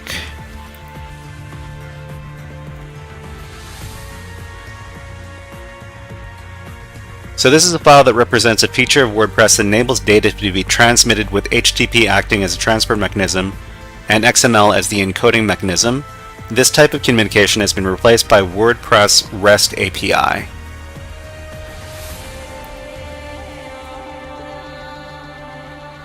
So if this is active, you can perform a credentials brute force or use it to launch DOS attacks to other resources. Pebble says, it's fairly common to be enabled. Pretty sure it allows you to do faster brute forcing. Right. This is how we did brute forcing for the username, I think. So the three of us try to access the this endpoint and send this request inside of Burp Suite over here. Credentials brute force. So we've got ads running right now. Pebble says W for a word list to brute force. Okay, so let me credentials brute force. The message incorrect username or password inside of 200 response code should appear if the credentials aren't valid.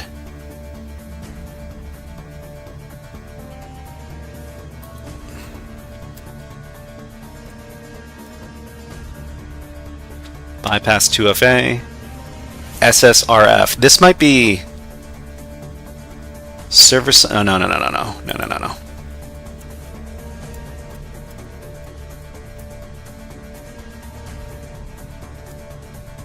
Okay.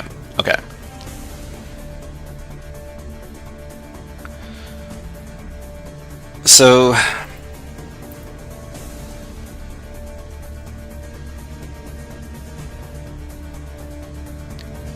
Tiago.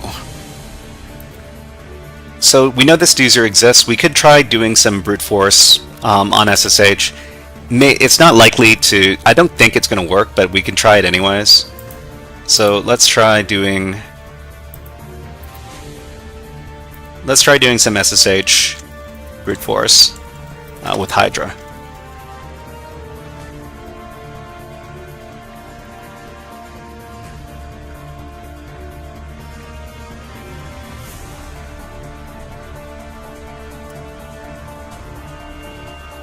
Let's see. Pebble says you can brute force passwords with WP scan.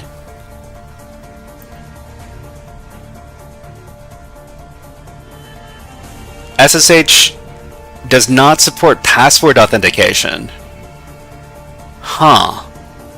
So I guess we would have to steal some sort of key, some sort of SSH key, if we wanted to log in using SSH. Okay.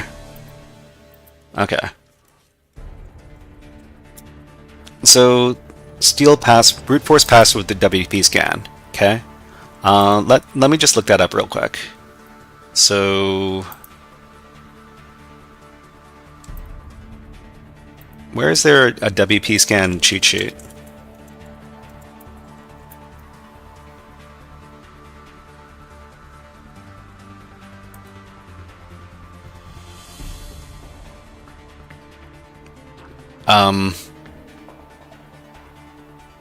That's not much of a cheat sheet.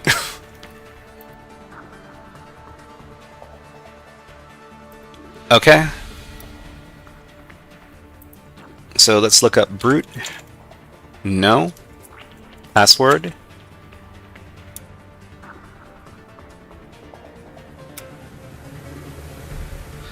Okay. Execute a password guessing attack. Okay, let's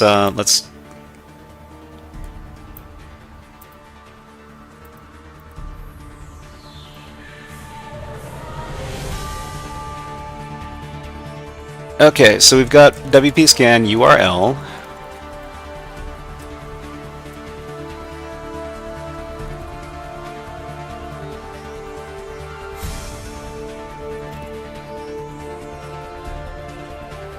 So usernames. So the username is Tiago. And the passwords, threads, I guess we can give it 20 threads. Sure. And for passwords, we can use good old rocku.txt. User, share, word lists, rocku.txt. Let me double check the username. Tiago.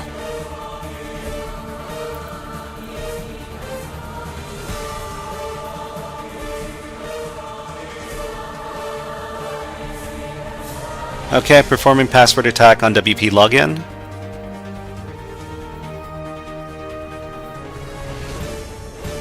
So we're just going to wait for this. So one thing that we can do to game the system is that on the VulNyx website, for all the machines on the VulNyx website, they have a hard limit for brute forcing. It has to be within the first, I think it's 3,000 or 5,000 words in the Rocku word list. So if it goes beyond 5,000 words in the Rocku word list, you know that it's not in the Rocku word list. So we're just going to wait on this for a little bit. But yeah. So that means if we're able to log in, if we're able to log into WordPress as the Tiago user, that probably means we can upload some sort of web shell, because we can upload, was it modules or themes, and it's basically PHP code. So we could upload some sort of reverse shell PHP code. So if it goes beyond 5,000, then we know that it's not.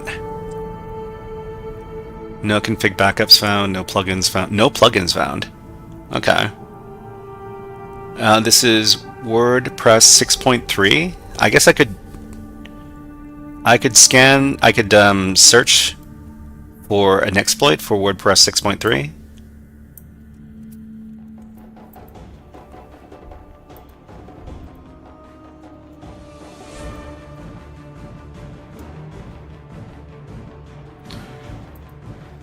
So nothing exactly for WordPress 6.3. So maybe we could try WordPress 6. WordPress 6. Nothing for WordPress 6. Okay, so maybe that's not it. We haven't even checked out the site yet, and we're already doing all this brute force stuff. Okay, we can check out the site. Right. Alright, so this one.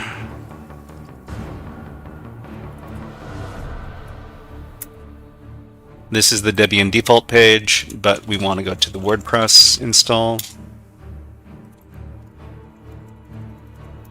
Welcome to Tiago's blog.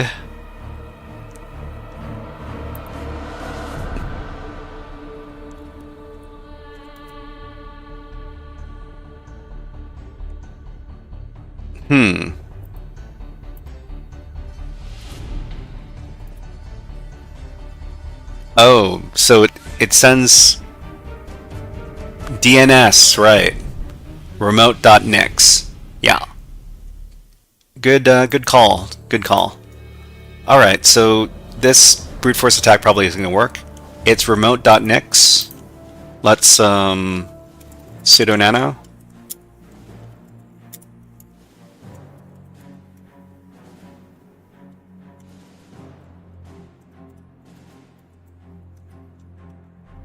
Remote.nyx.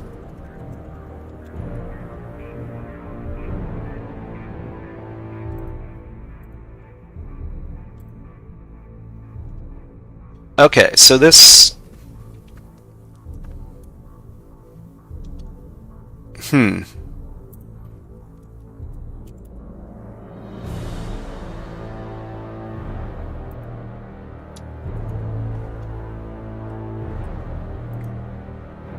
So I wonder... oh man. I wonder if we have to do subdomain...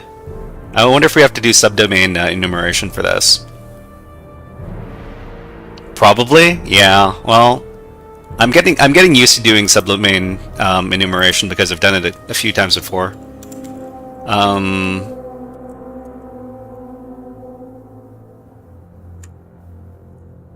Okay, so it's just something like this. But this time it's going to be remote.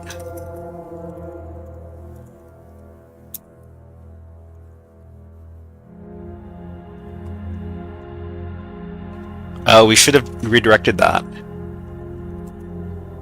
Okay, let's output that into a file. We'll call it subdomain.txt. Yeah, right. This was from the previous thing. What was it?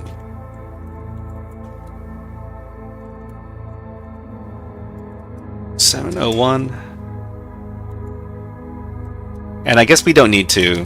We can just run this and see if anything comes up. Maybe, maybe not.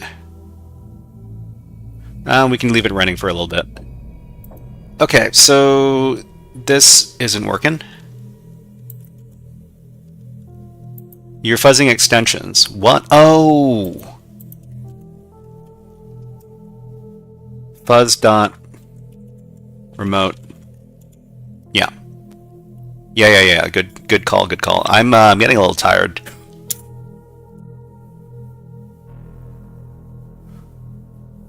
Okay, we'll leave this running for a little bit. Good eye, jeez. Okay, so Tiago probably can't brute force that password. Let's take a look at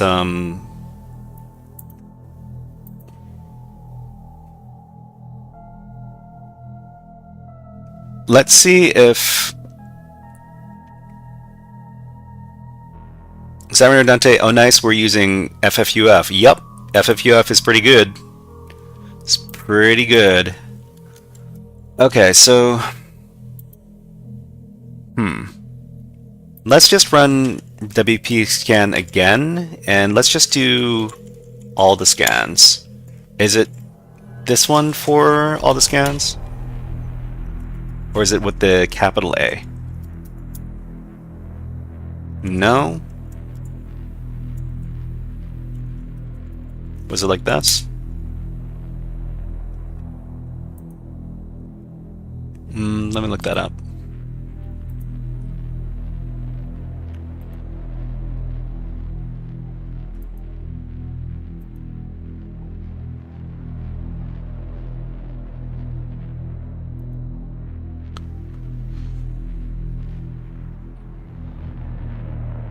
Which tab was it?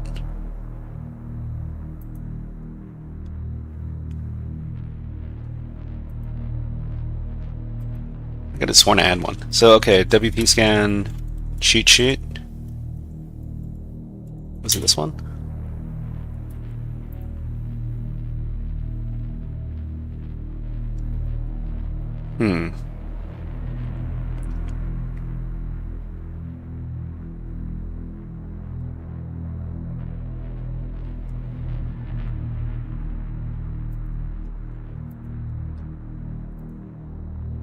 Okay, so the subdomain fuzz didn't work, but WP scan help.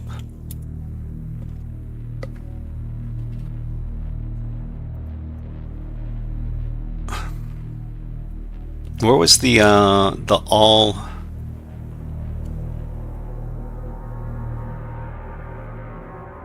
verbose mode?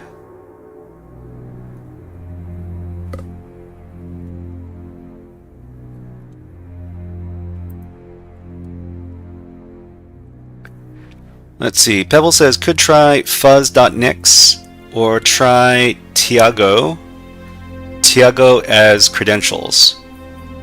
Fuzz.nix, try Tiago as credentials. So what we would do, we need to log in, right? So it would be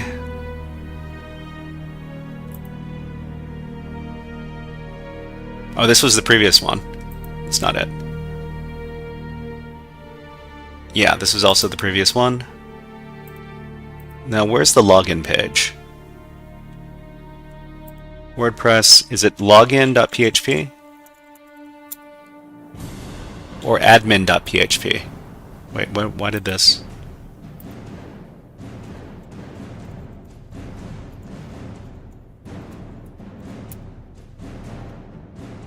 Oh, WP login, right. WP login, WP.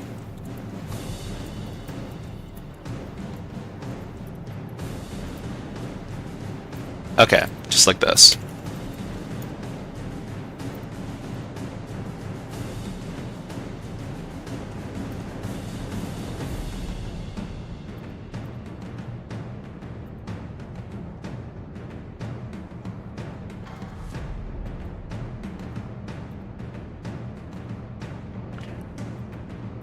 So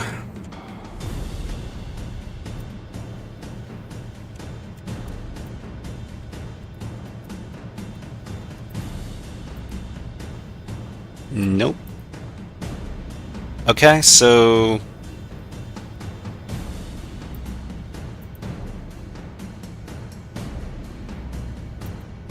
what else are we doing here? So remote.nix, remote file inclusion? I wonder if there are any endpoints where we could try doing something like remote file inclusion.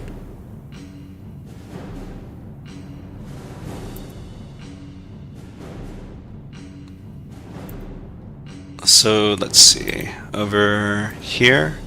No, not this.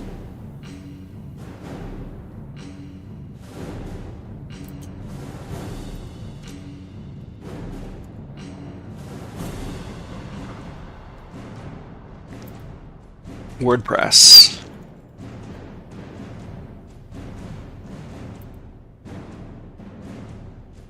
Okay, let's look for something like remote.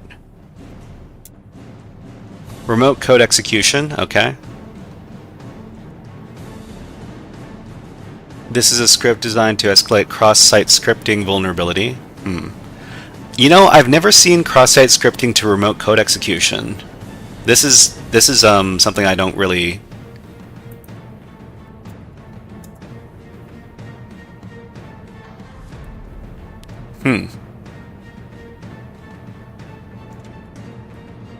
So how could we detect remote cross-site scripting in the first place? Cross-site scripting vulnerability to remote code execution. For more info, check this post. It provides support for WordPress versions. Oh, this is our version. Our version is like 6.3. Hack Smarter says if the admin user can do RCE, you can use XSS to target the admin user and get them to run the command. Oh, okay. But this isn't something. This requires other users to interact with your payload. So I don't know if we can do it in this case. Cybernerd Dante says test parameters you find in Burp Suite. Pebble says XSS won't give you RCE because it is client side. The RCE part comes from getting an admin cookie, which you could use to upload a PHP shell to WordPress. Hacksmarter says, I literally just joined, so I have no idea what the context here is. Yes, it requires user interaction, right? So, because it requires user interaction, I'm not too sure if this would be the intended path. We're currently doing this box. It's called Remote, and it's on the VulNyx website. This is a site where you download virtual machines to hack against.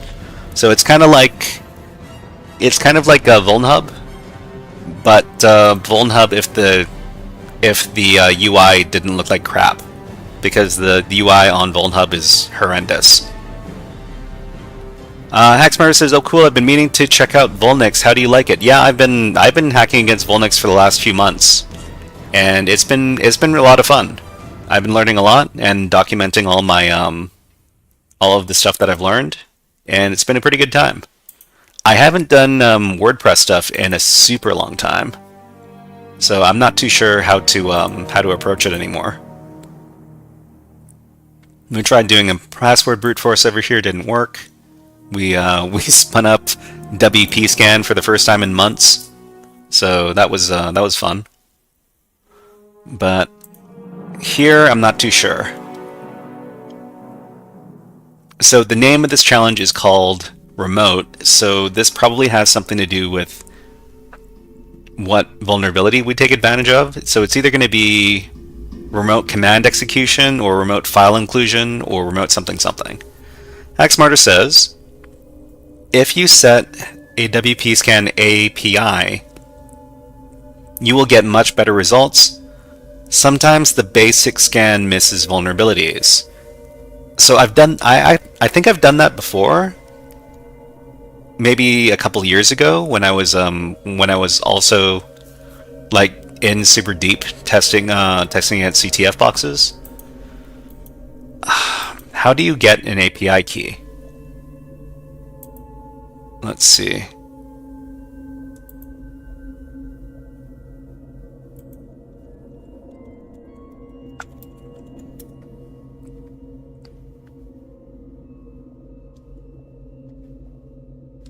Let's see. Hacksmarter says, I've had at least one CTF where the vuln only showed up when I used the API key with the scan. WPScan.com. Okay. WPScan.com. I might have an account at let me check my password manager. Yeah, I've got an account at API at WPScan. Okay. So let me do that. Okay, so let's try logging in.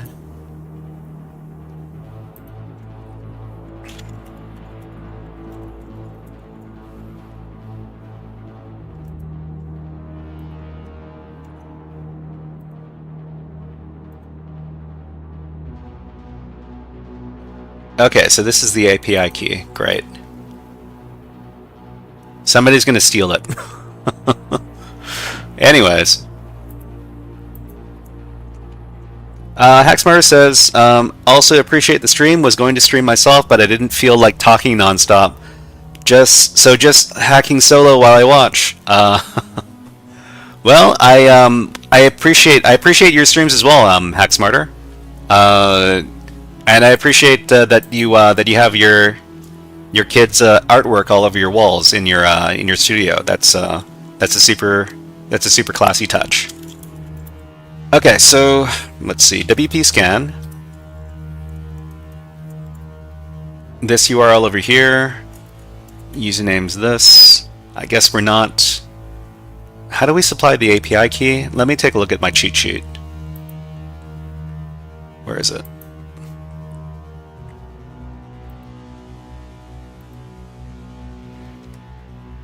So -- API token, -- API - token.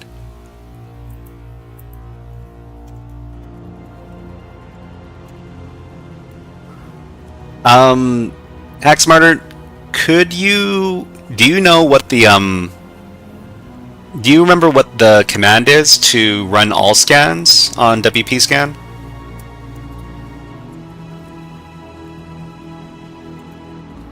Maybe I'll just ask ChatGPT.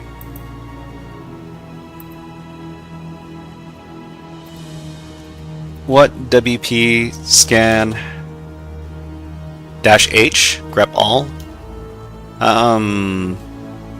argument runs all scans on the target.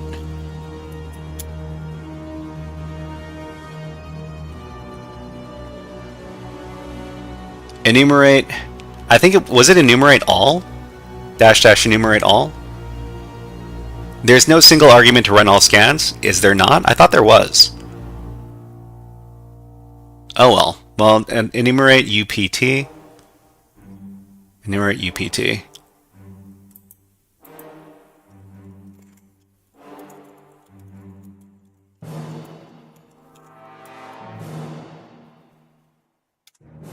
Okay, let's see if this gets us some extra stuff. So let's see. HackSmarter says try WP scan H grep all. I don't think there was one for all. Okay, so DB API okay, plan free, request done, request remaining. Okay, great. So we've got this user Tiago over here. We can't log in by SSH using a password. We tried doing SSH brute force, didn't work. The version is out of date, latest version, so 2022. Oh, okay. So we don't know if there's necessarily any... It would have told us if there was an exploit for this, or would it not tell us if there was an exploit? Yeah, we've tried brute forcing the user, but it didn't. We weren't able to find anything. So we've got this out of date version.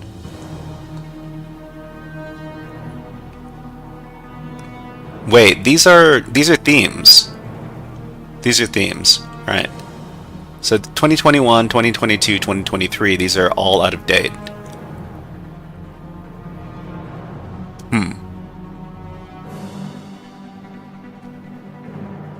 What is this? Oh, are these exploits?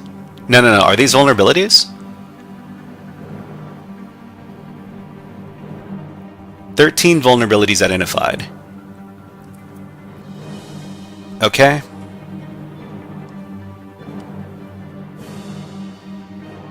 XSS via footnotes block.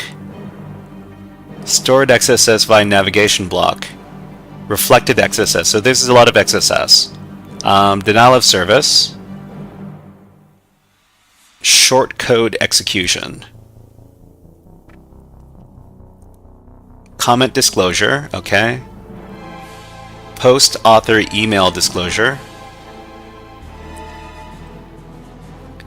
Admin plus PHP file upload. Okay, so this could be juicy right here. So PHP file upload. Let me grab this.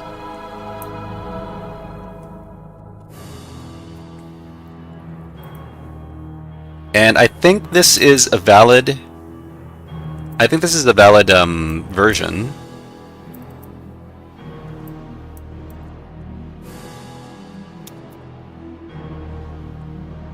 Let's see.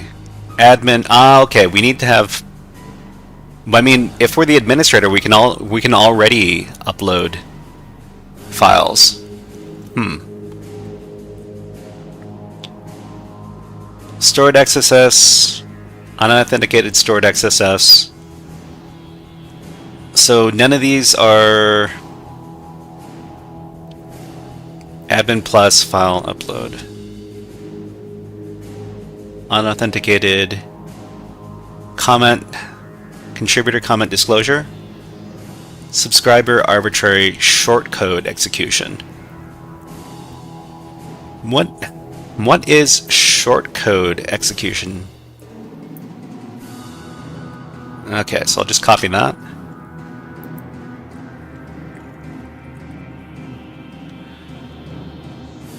Denial of service, reflected XSS, more XSS. The external WP cron seems to be enabled. WordPress README found. Interesting headers. Okay.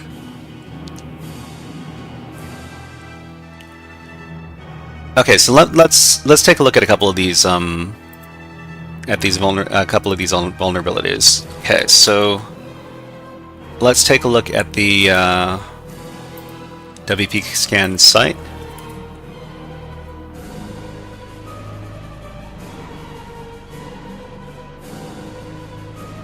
WordPress allows high privileged users to upload PHP files.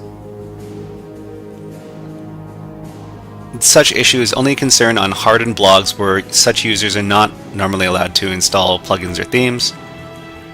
So this doesn't, yeah, this is not super interesting for us. Okay. Pebble says, my hunch is that there's something custom on the website that we haven't found yet. Yeah?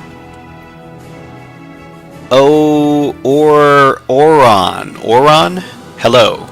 Nice to see you here. Okay, so what is this? Subscriber Plus, arbitrary shortcode execution. WordPress does not restrict which shortcode can be executed via the parse AJAX action, allowing any authenticated user, such as the subscriber, to execute arbitrary shortcodes. So, well, we don't have credentials. We don't have credentials, so we wouldn't be able to take advantage of this, even if it does exist. So, not sure. Okay, so let's take a look. Oran, are you interested in cybersecurity? Are you a cybersecurity student or a cybersecurity professional or somebody else who works in tech? We would really like to know. So let's see. MX XML RPC, right? We were talking about that a little earlier. Okay, go back to the blog. Is there anything on this blog? Hello world.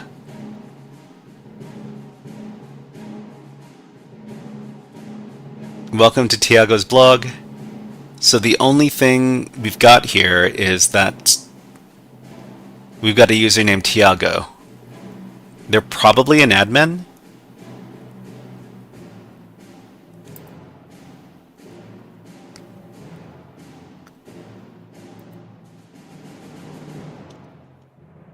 What does the Spanish say? It's probably, well, okay, let's investigate.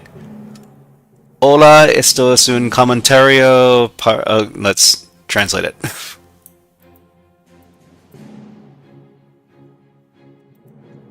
Translate. .google.com.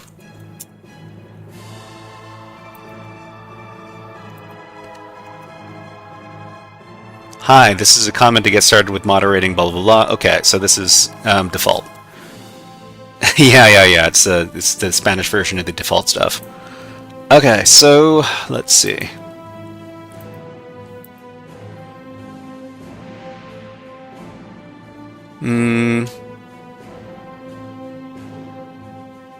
Where else could we start? Where else could we fuzz? What else can we fuzz?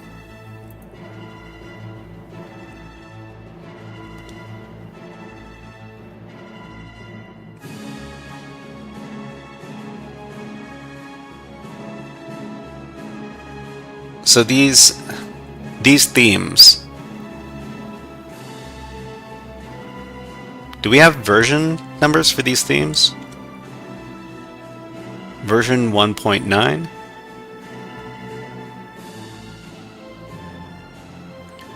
(2021, 2022, 2023).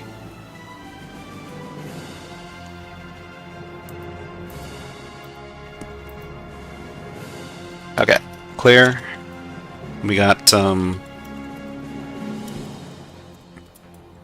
what are these themes called? So there's 2021, I think there was one. 2021.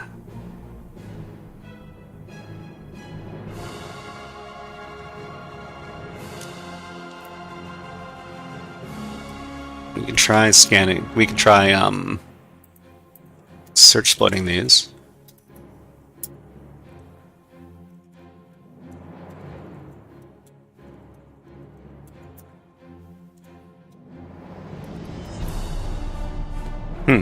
Nothing for this.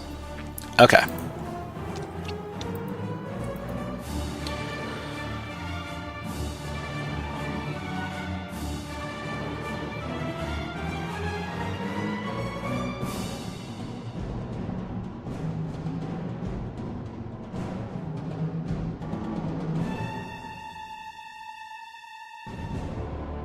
Let's see.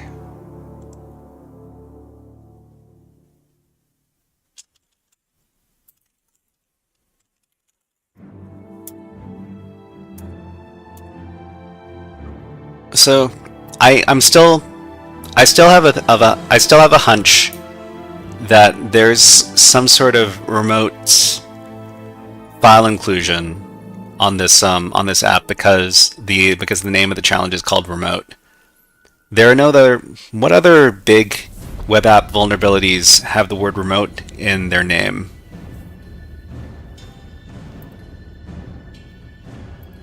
What common web app vulnerabilities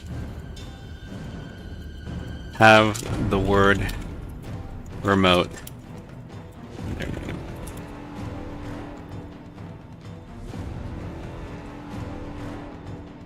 Remote code execution, remote file inclusion, remote command execution, remote desktop protocol, remote SQL injection, remote path traversal, remote buffer overflow, remote file upload.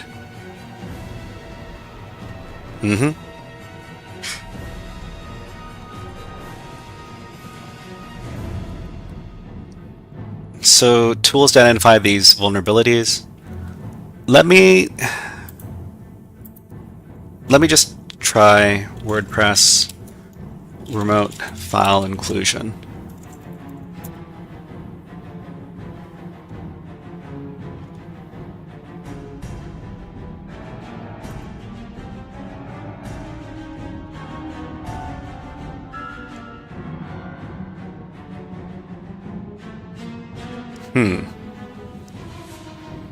Actually, maybe I should be looking here.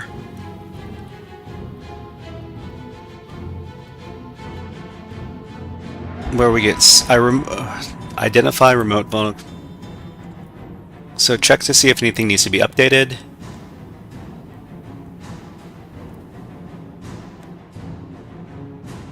Scan your okay.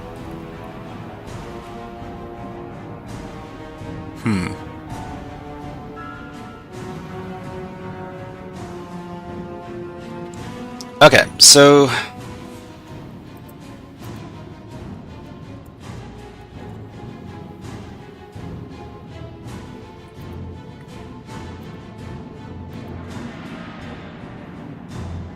let's try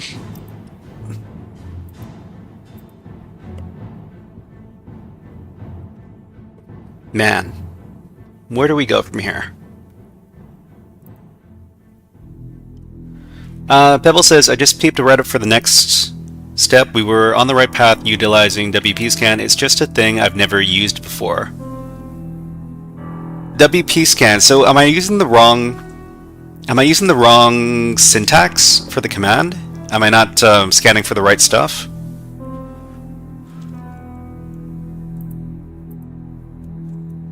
WP scan. Actually, maybe we can get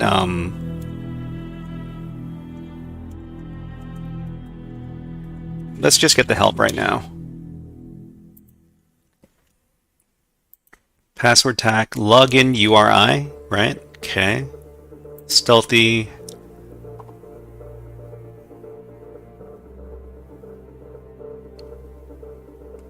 Enumerate vulnerable plugins, themes. Tim Thumbs. Never heard of this.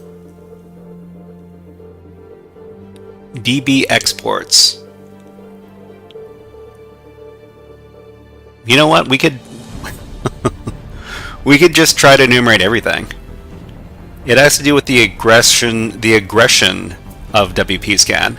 I don't know. Well, I mean, I don't use WP scan very much, so I actually don't know about the about how to run it in an aggressive mode.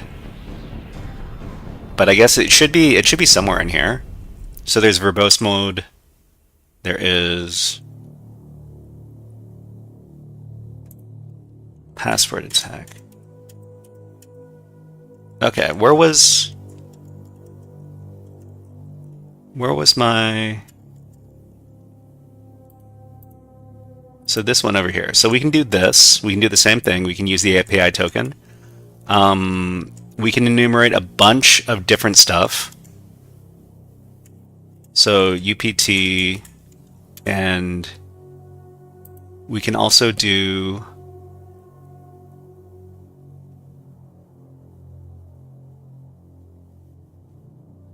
What is this? DBE? DB exports. I don't even know what this is. Configuration backups.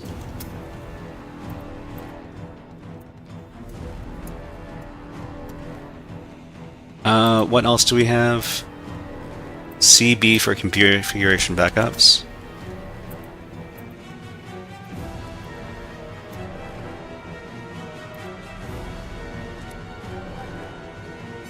Vulnerable plugins, all themes, media IDs.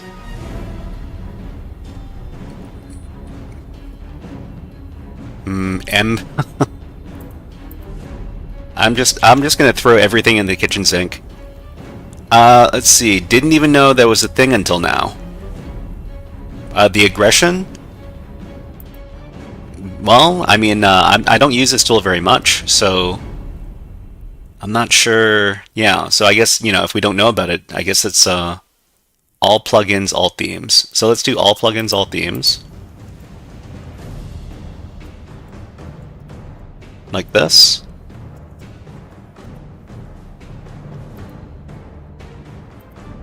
All plugins, all themes. Tim thumbs. Let's scan for these Tim thumbs, because I don't know what the heck that is. Might as well scan for it. Where is the aggression? So to see the list of full options, we could use double whatever. So it's WP scan,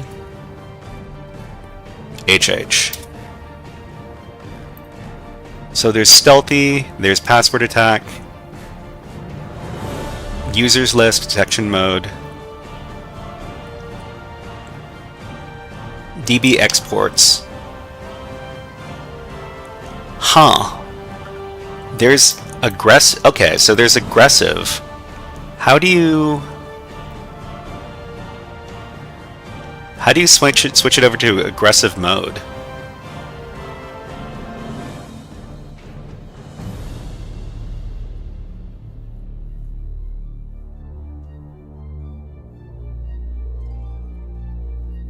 Themes detection mode. Use the supplied mode to enumerate themes instead of the global detection. Available choices: mixed, passive, aggressive. Tim thumbs detection mode. Media detection mode. Oh, okay.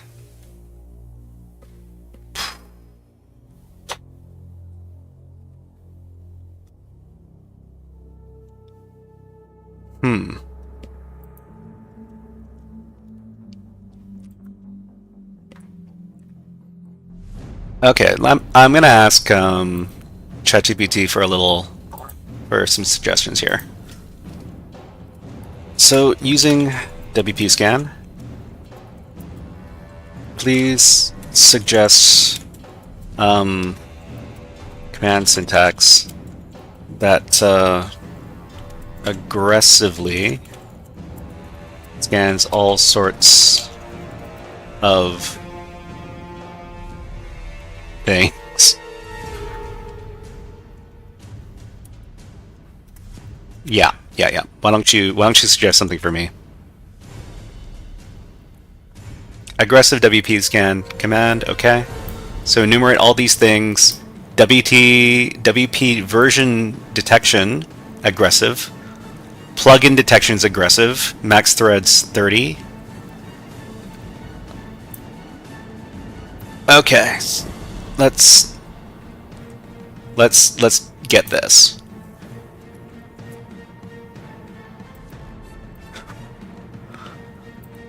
Sometimes you have to know how to use the tools. Wait, where are we? Over here?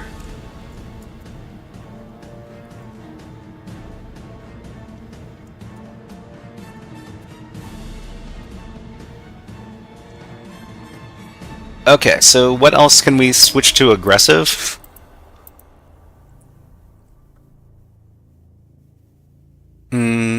Detection mode. I guess we can just stealthy. Detection mode.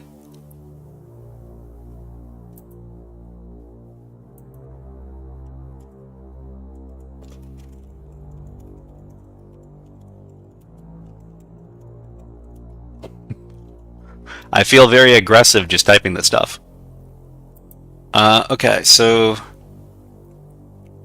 users detection mode.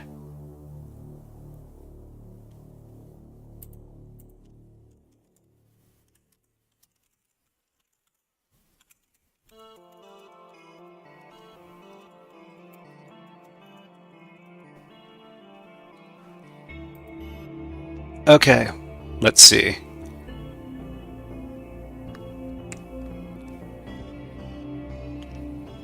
Users list.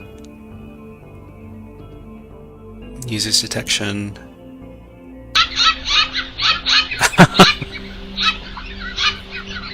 Thank you. Thank you for redeeming the bully bird. It's very aggressive. Very aggressive. Media detection mode. Media's detection mode. Use the supplied mode to enumerate medias instead of the global.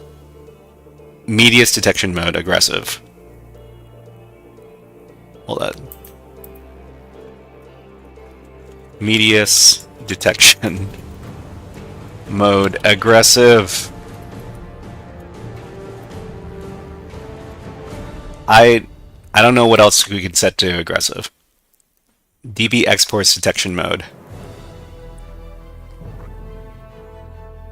DB exports detection mode.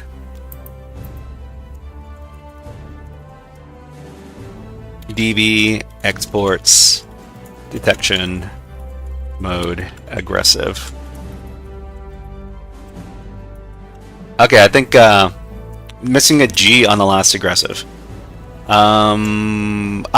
I see it. Anyways, run it. Run the thing. Did you mean DB exports detection? Okay.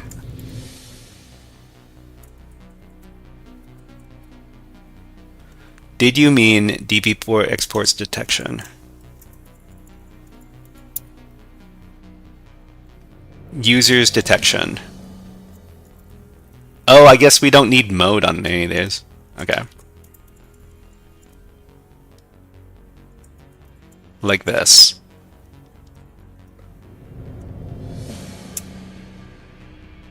Okay, we're so aggressive. We're the most aggressive person you'd ever seen on the entire planet. Thank you very much for pointing that out, Knickknacks. Yeah, I'm infamous for spelling errors. I'm very bad. I'm very bad at spelling things. I'm a very bad typist. Anyways, yeah, welcome to the stream, Knickknacks. Are you a cybersecurity person? Do you work in cybersecurity? Are you interested in security stuff? We're enumerating all plugins via aggressive methods. We are aggressive. BE aggressive.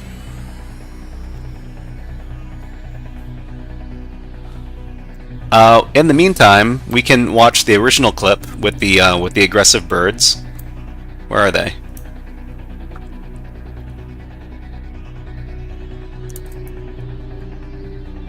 Oh, this isn't it.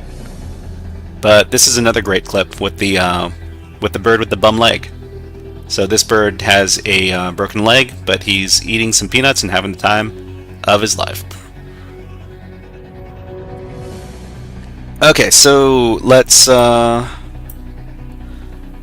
Knickknack says, I work in cybersecurity. Dawned on me just today that people probably stream this sort of thing. Not as many people stream this sort of thing as you might expect. The cybersecurity streaming community is actually not all that big, but there are a few different content creators who do this stuff. And Knickknacks, are you working as some sort of security tester, or do you work in the SOC, or are you doing some other type of role? Anyways, let's see if our aggressive scan is working right now.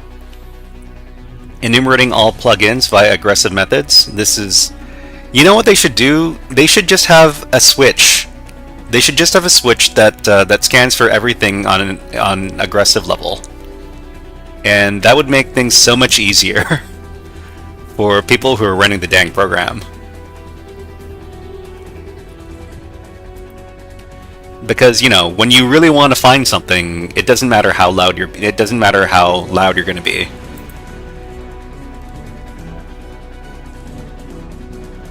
Okay, so let's take a look at what's going on here. So we've got XSS, XSS, reflected XSS, cache poisoning. Okay.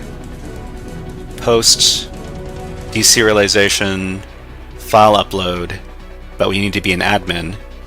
Knickknack says, I used to be a SOC analyst and an incident responder. Oh, I know some people who work in incident response. I know somebody who works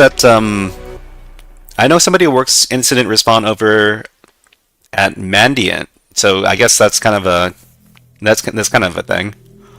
But yeah, that person is very involved in the local cybersecurity scene over in Vancouver, where I live. Not to dox myself or anything.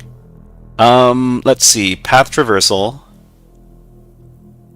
contributor plus. So I don't have access to any of this. So we've got some plugins over here. Akismet, Gwalagibi, 5 vulnerabilities detected. Okay. So remote file inclusion. There we go. There we go. Okay. Cross-site request forgery, unauthenticated stored cross-site scripting. Okay. So all this other stuff is not super important, but we found the remote file inclusion over here for Gwola Guestbook. So it's in... Okay, so let me just copy this. So I was right in assuming that there's some sort of remote file inclusion. Pebble says, gotta head out, learn something new. Thank you very much for all your help, Pebble. You definitely pointed out some important things while I was enumerating these boxes. But yeah, looking forward to seeing you stream on Sunday. Are you going to be streaming this Sunday? But I'll look out for your stream then. Have a great one, and wait, let's send you out with Hack the Planet. Hack the planet! Hack the planet! Shut up again! Okay, so let's look that up. Let's look up this vulnerability.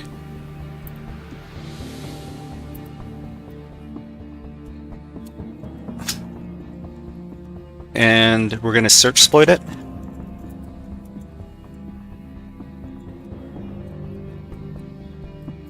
So I think we can just look up the word Gwola and it should come up, because it seems like Gwola Guestbook. Yeah, this is remote file inclusion. So let's read up about this.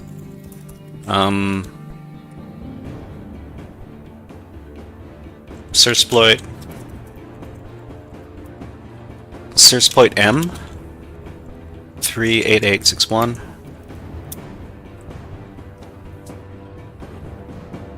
Okay, let's take a look at this exploit.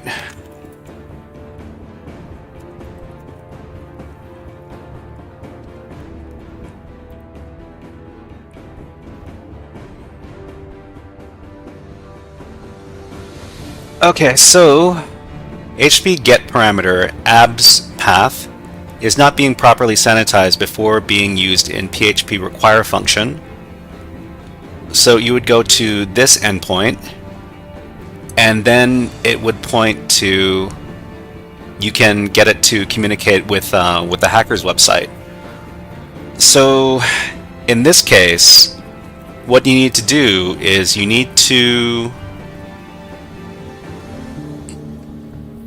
create a reverse shell PHP script on your own attacker machine. So this is the crazy WP scan command that we did to get all that stuff. So I'm just going to copy it, and I'm going to put it in my notes, just so I can marvel at its complexity for later. Anyways, let's get that PHP reverse shell. I already have a PHP reverse shell in here, and it's probably configured for my system. So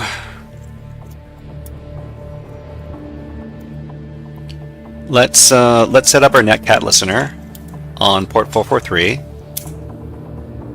and then B Theo is raiding with a party of 23. Hello, B Theo. Nice to see you. Riffraff inbound. Wow. B Theo, thank you very much for the raid. Raiders, hello. My name is the Shy Hat, and I run a little program called HackerFrogs. We help people get into cybersecurity by teaching them beginner skills. But we're not doing HackerFrogs AfterSchool right now. We're just doing some hacking exercises. We're currently doing this challenge right here at the VulNyx website. VulNyx is a website where you can download vulnerable virtual machines and deploy them on your own network, and then do some hacking against them. We've just finished identifying a vulnerability on this particular machine. Love the dramatic music. Yeah, this is from the Mass Effect 2 soundtrack, which is one of my favorite sci-fi games. It makes for some pretty good hacking and programming music. Anyways, so we just found a remote file inclusion vulnerability through a vulnerable plugin on this WordPress site on the server. So what we're going to do is we're going to exploit it by accessing this particular endpoint right here, and I'll just leave it in the chat for everybody to take a look at. So what we need to do is we need to do a curl. I guess we can do a curl request, and then we supply a host. This is remote.nyx, and then we have to provide in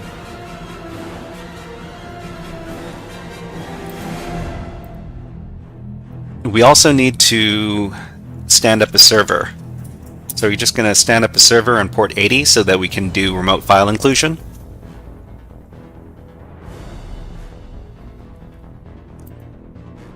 So let's see.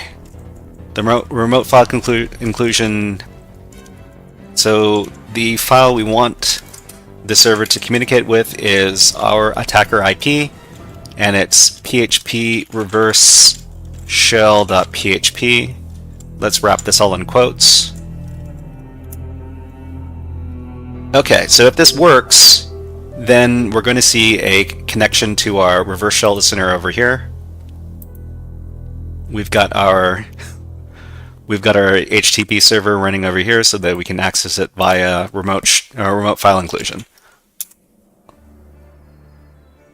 The requested URL was not found on the server. Not found.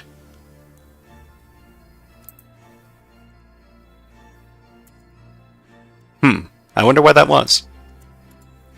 So, yeah, it didn't communicate. WP content plugins, Ajax response, this thing over here. Maybe I should try to access this in the web browser first.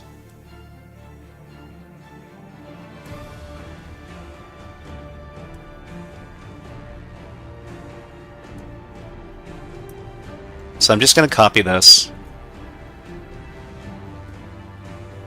Ratchet LG 1977 says you have to link it to the temp directory. Well, I am in the temp directory here. No, I don't need to link it to the temp directory because here the web root is whatever directory that you start up the server in. So I started up the server in the temp directory, so it has to be. So this is going to be the web root. The temp directory will be the web root.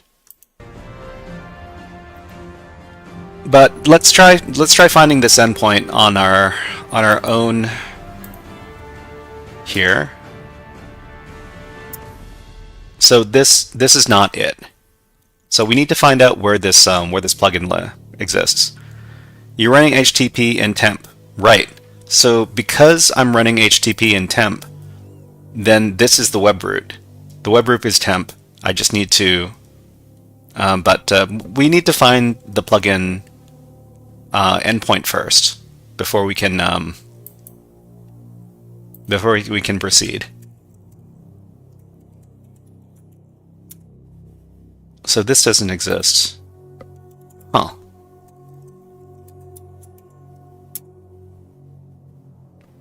Are the plugins in a different directory?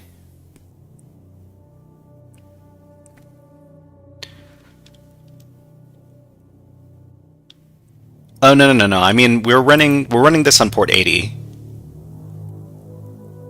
I just need to find the plugins. I had to find the plugin directory. So there might be something.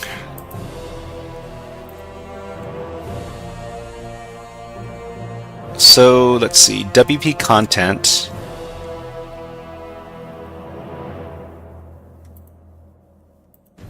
So first of all, does WP content exist? No, wait, I think I know why. Yeah. Okay. So the reason it didn't work was because the path was wrong. So the path is wrong because on this particular target, it's in the WordPress directory. So it's remote.nix and then WordPress and then WP content. So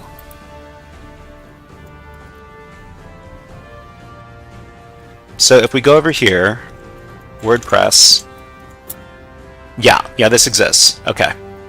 So this should be fine.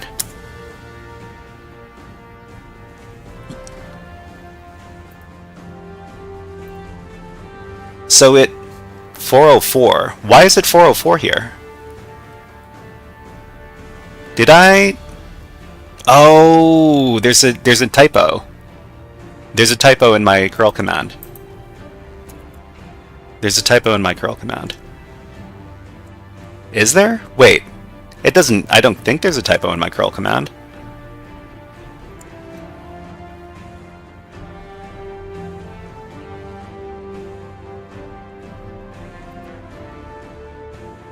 Get php reverse shell.php wp upload.php.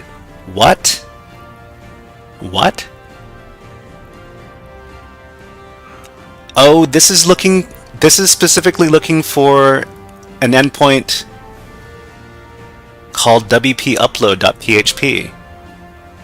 No?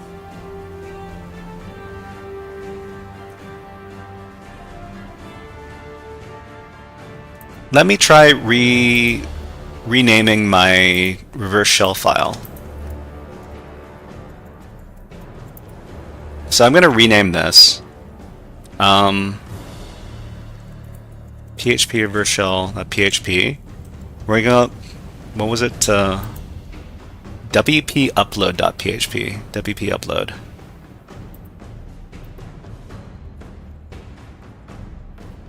Okay, so we're going to rename this. Ratchet 1977 says, back what I miss. So the reason why it wasn't going through was because the whole web app exists inside of this WordPress directory. So I needed to put that into the file path as well, otherwise it wouldn't work. Ratchet LG 1977, welcome to the stream.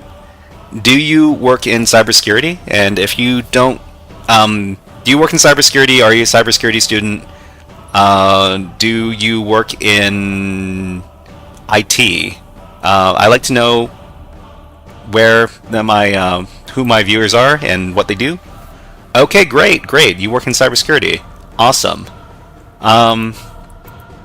I style myself as a cybersecurity educator, so I like to teach people beginner cybersecurity skills. So I think now that I've renamed my file, that should be okay. So we're going to do the curl command again. This time I'm going to just leave this blank and see if this works. So wp upload.php 404. wp upload.php. Didn't I? I thought I renamed it. wp upload. wp load. It's not upload. Okay, it's just load. Okay. So let's rename that file again. So wp upload, it's not wp upload, it's wp load.php. Okay, let's do that again. Let's see. Ratchet LG says security threat hunter. Oh, threat hunting. I've never met somebody who did threat hunting before. Could you tell me what do you do in your day-to-day at your job? Because I don't know very much about different roles in cybersecurity. I only know about people who do security testing, and maybe a little bit. Yeah, I only know about people who do the security testing role. So people who do network pen testing and web app pen testing. Maybe a little bit about bug bounty people, but okay. So I think it's hung. This is hung. Our request is hung. So I think we've got our reverse shell connection. Awesome. Okay.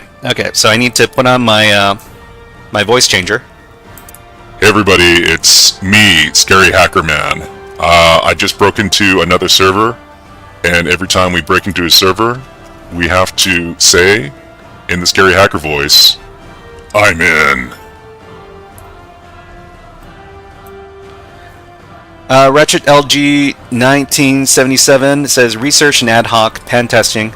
Sorry, watching on my iPhone. Let me switch to laptop. Oh, no worries. Dante, we're in. Knickknacks also. Thank you very much. What is that emote? Is that a fish? I'm not sure. Anyways, let's redeem another little video redeem. This is drink all the booze and hack all the things.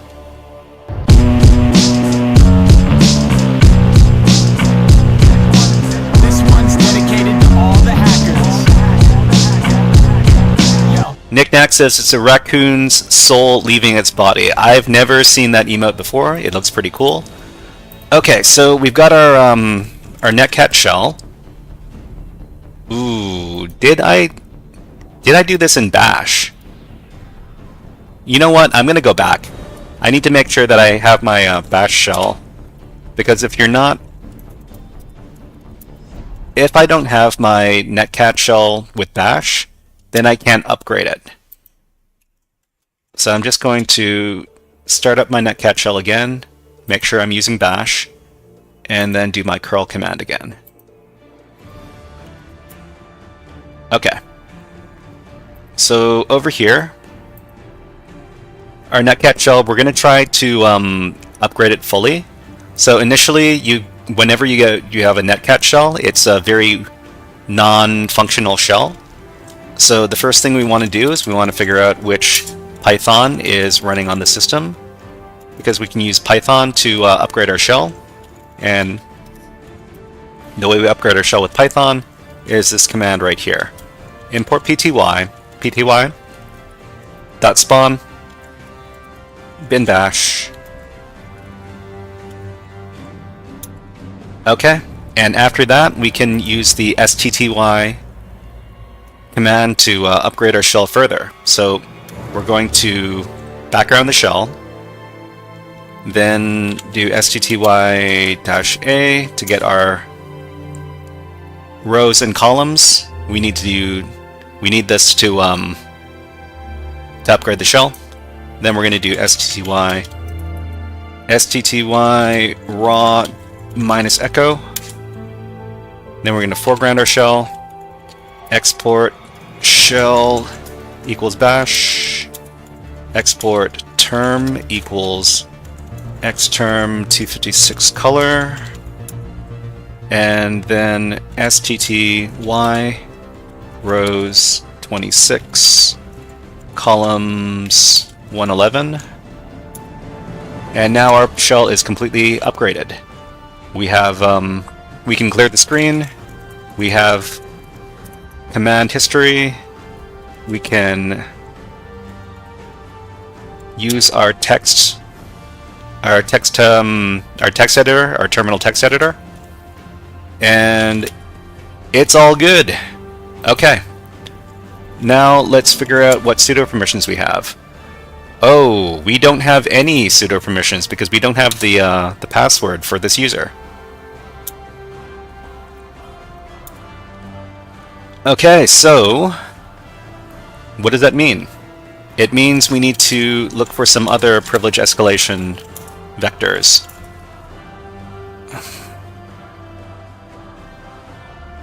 So let's find some SUID binaries.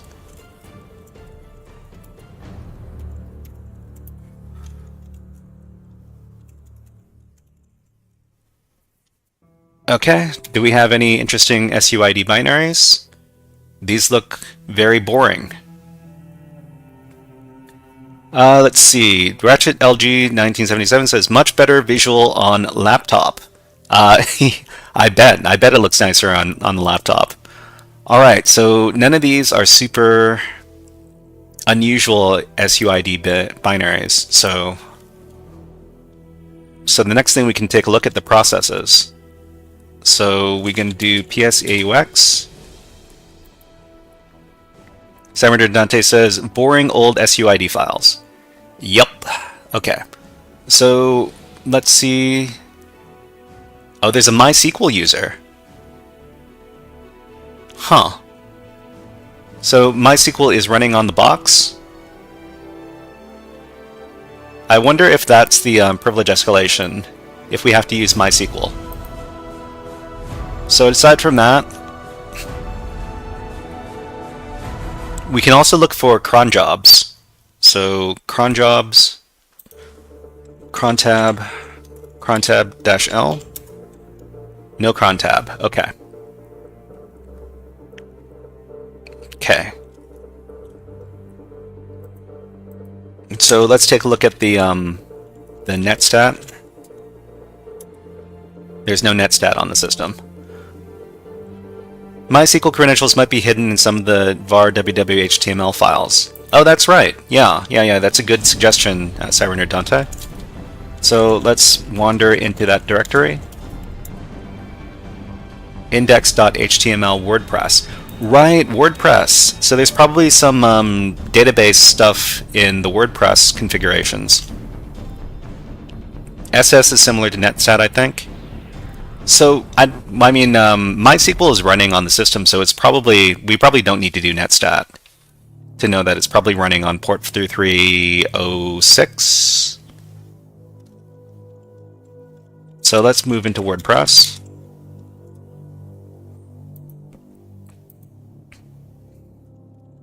So let's do grep. Grep for password in actually wconfig.php maybe. Yeah. Let's look for the password in this directory. Oh wow, okay.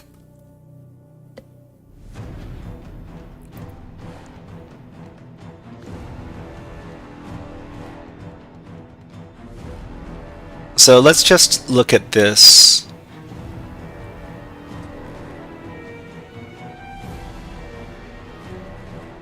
Oh, my eyes! My eyes! Oh my god! Okay, well, let's try looking in the WP config file.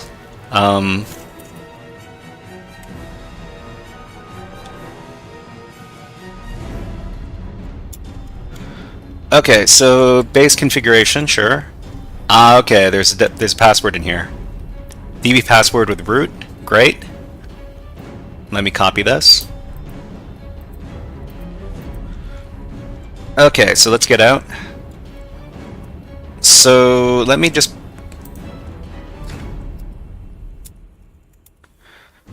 Okay, so let's see. This would be...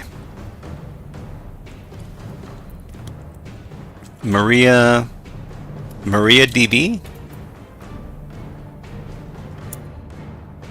Okay.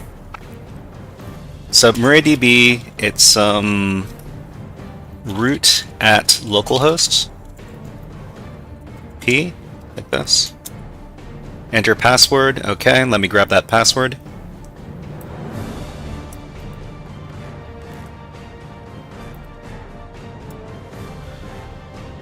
Access denied? Wait, why is it saying access denied for user www data? Hold on. Maybe we do it like this?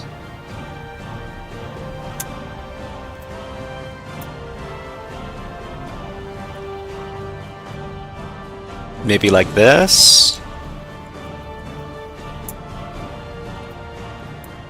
Okay, we're in. We're in. Awesome, awesome. Simon Dante says grep also an option. You can use Control F to look for DB user or something like that. I think in that case I would do grep twice, grep into grep. But well, let's see. We have access to the database now. Show databases. Use WordPress.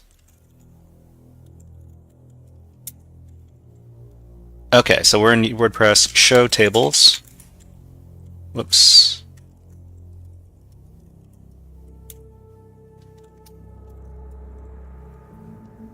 Use WordPress. Show tables. Okay, so we've got WP users.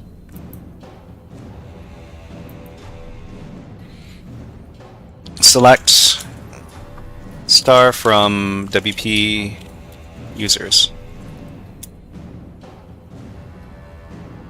Okay, so we've got, oh man, Tiago.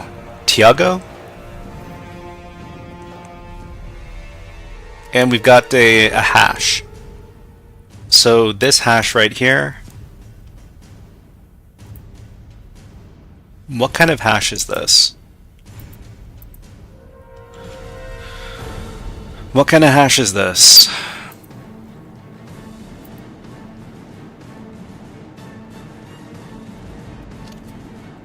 What kind of hash is this?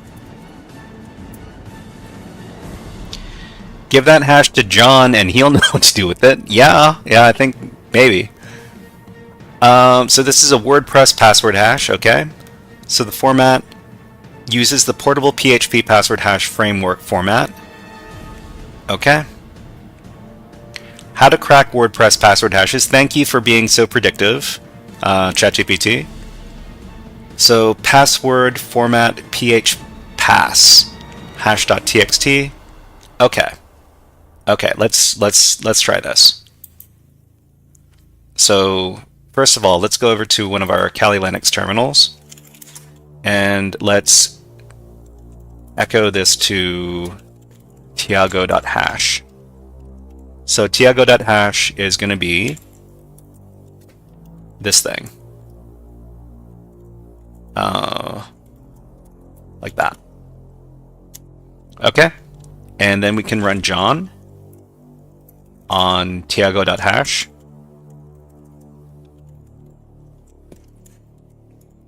And the format is going to be phpass.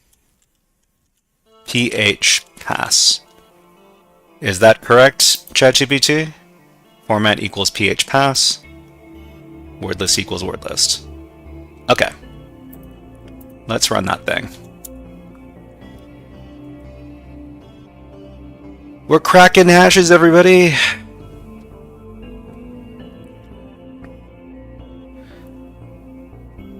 So this might not be the way. If this is not the way, then we might be able to do some other... We might be able to do something else to what was it? Elevate our privileges. So I'm pretty sure that you can create... What is it called? WordPress. So hack tricks. What we can do is we can search up MySQL or just SQL. Maybe I should just search for SQL privilege escalation.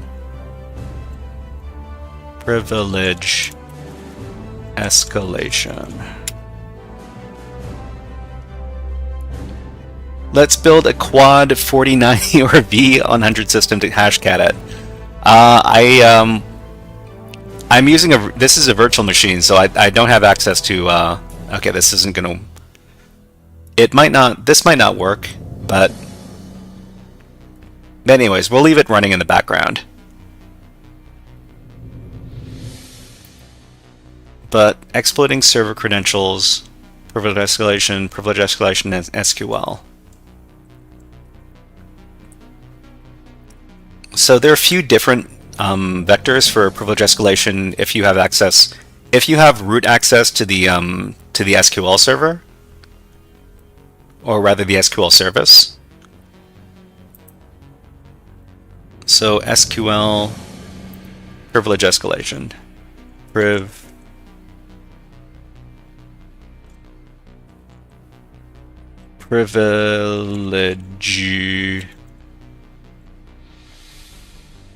Docker breakout.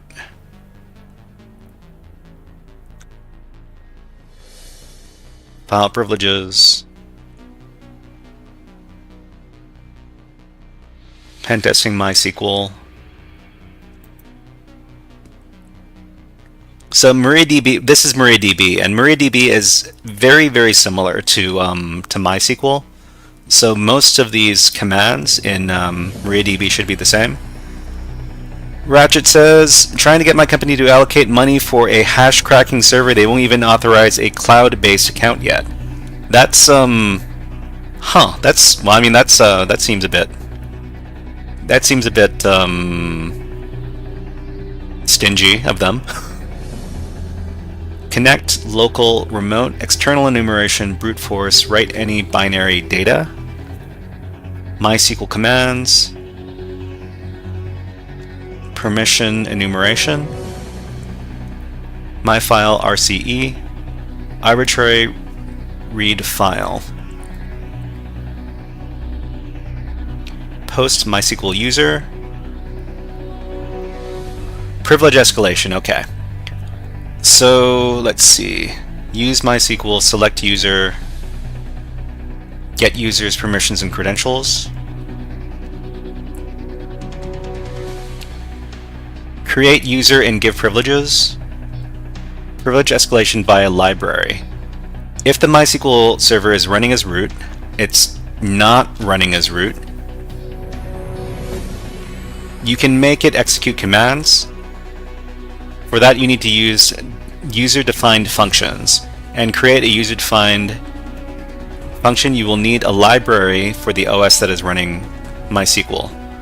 The malicious library you can use can be found inside SQL map and inside Metasploit by doing locate this thing. Okay, if you don't have those libraries, you can look for them or download them. Okay, so this seems a bit involved, so maybe I might not be doing this.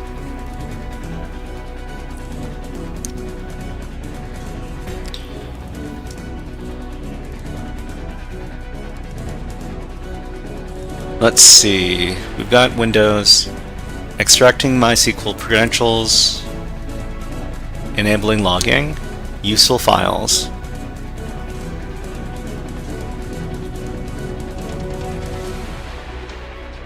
Automatic commands.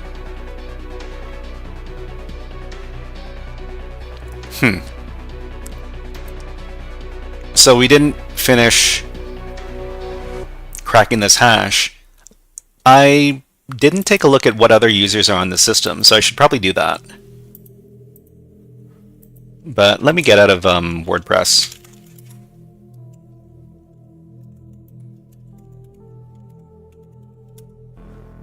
Okay, so it's Tiago. We might have to do privilege escalation to become the Tiago user first. MySQL, MariaDB should also have an account on here as well. No?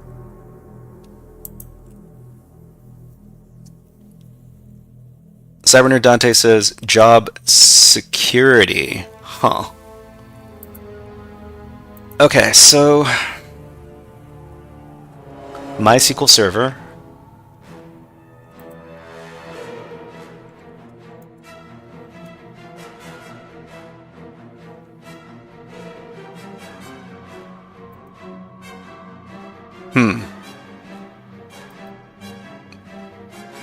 But you know what? You know what? I haven't tried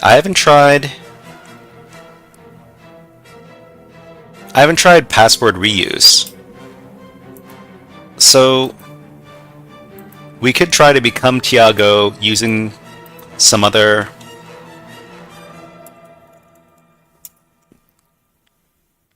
What? Oh, no.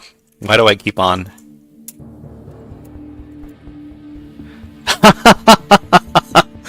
Tiago reused his password from the credentials. So I just became. Of course he did. Yeah, of course he did. Yep. Anyways, all right. So Tiago may run the following commands in remote as root with no password. They can run rename. I don't know what this rename bin is, so I need to find out. Let's see if it exists on GTFO bins. This is a record for me. We've solved 2 boxes already, and this is the 3rd box. So rename. No. What is the rename binary? Turkey. Yeah, that'd be a turkey.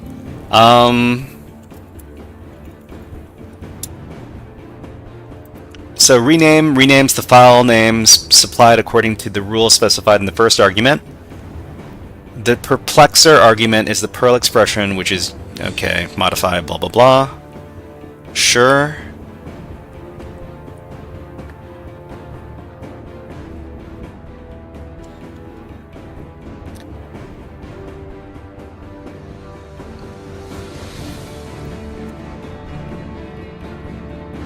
The original rename did not check for the existence of target file name, so it had to be used with care.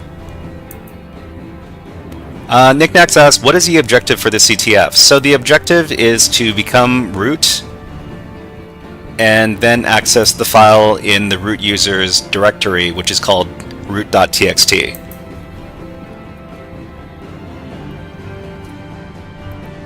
But, let's see.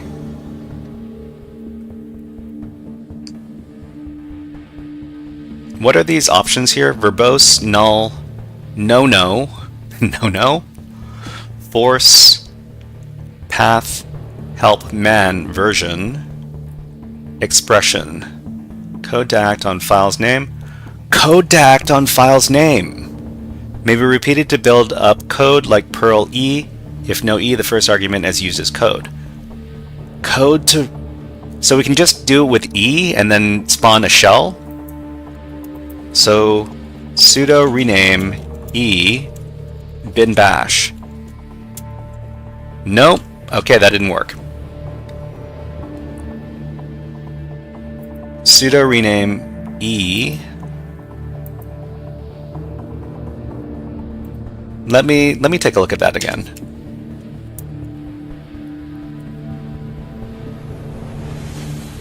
So E's expression code to act on file's name. Code to act on file's name. May be repeated to build up code. Statement, code to act on file's name as E, but terminated by a semicolon. Okay, well, let's ask for ChatGPT's help. How can we use the Linux rename binary to open in interactive shell?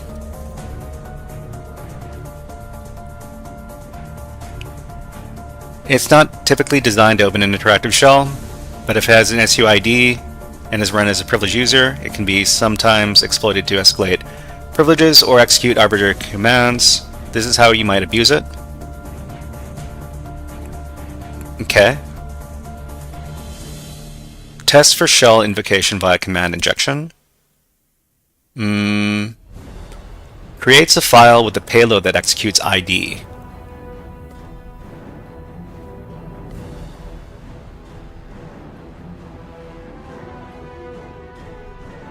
Abuse Perl dependency. Many implementations of rename are written in Perl.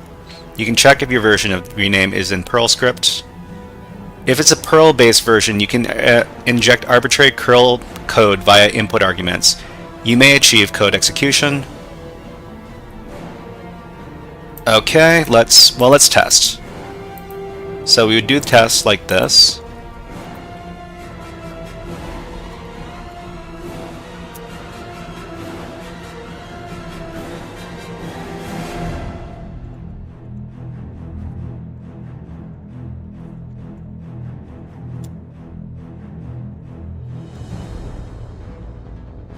We did it, guys!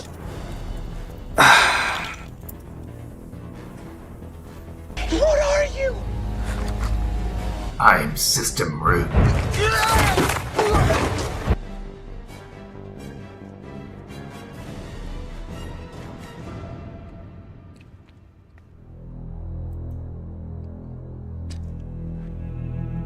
Okay, so everybody's watching ads right now. Are they still watching ads right now? I'm not sure. Anyways,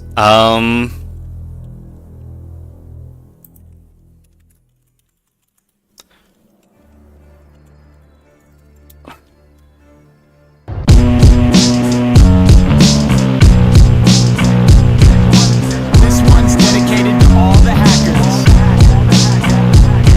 Yo. so while the ads were running, I figured out how to do privilege escalation using this rename binary over here. So because the rename binary uses Perl, you can also execute Perl code on the command line over here, and we did that to get shell access. So we are now root.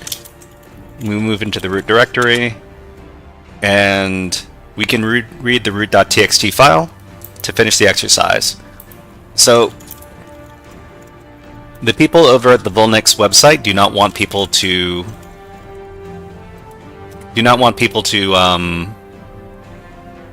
read their flags on stream or on videos or on write-ups.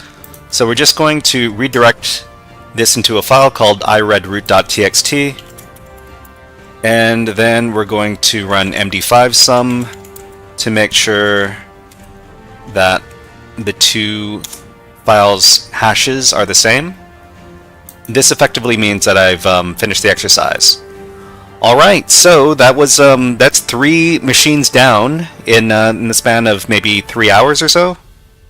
It's a record for me, so I guess Rooted and Rooted. Cyberner Dante says, nice going. Thank you very much. I am super hungry right now, and it's past my dinner time. So what we're gonna do is we're gonna find some. Knickknack says, Knickknack asks, when do you usually stream? So I usually stream from Knickknacks. Which time zone are you in? Are you East Coast or are you West Coast? Ratchet says, yay, yay! Thank you very much. Let's find somebody who is in... Knickknack says CST. So CST, is it 9 p.m. for you right now? 9:15?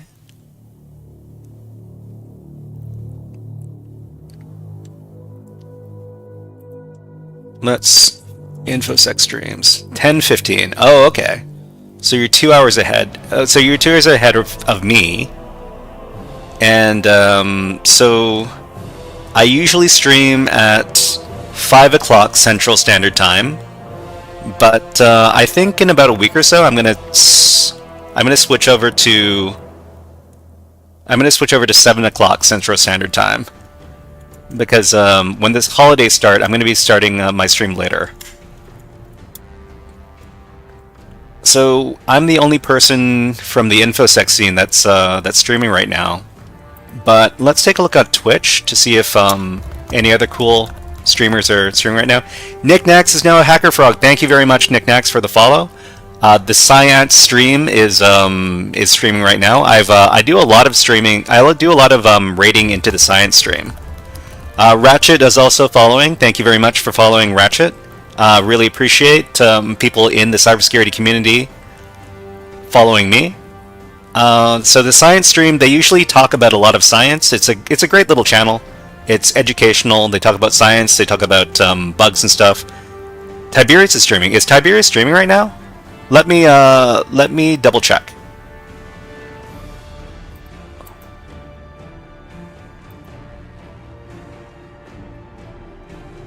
Where is Tiberius in here, anyways? 0x Tiberius. Let me check it to see if he's streaming. If Tiberius is streaming.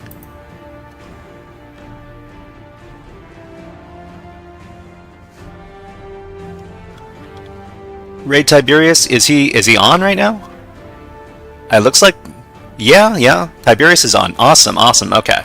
So we're going to be raiding into Tiberius's stream.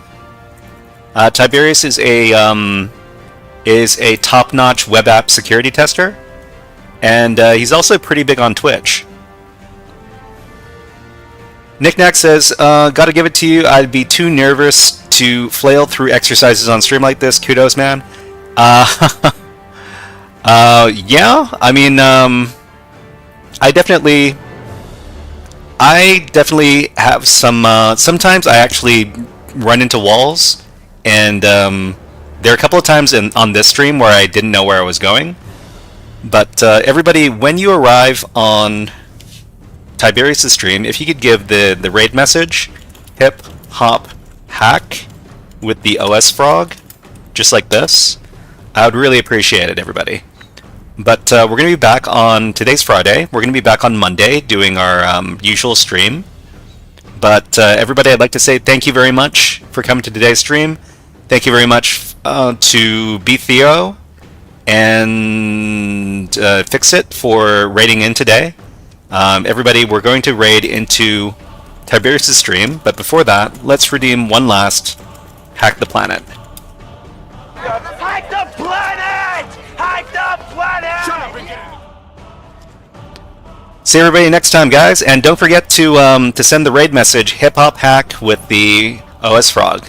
Thank you, and we'll see you next time.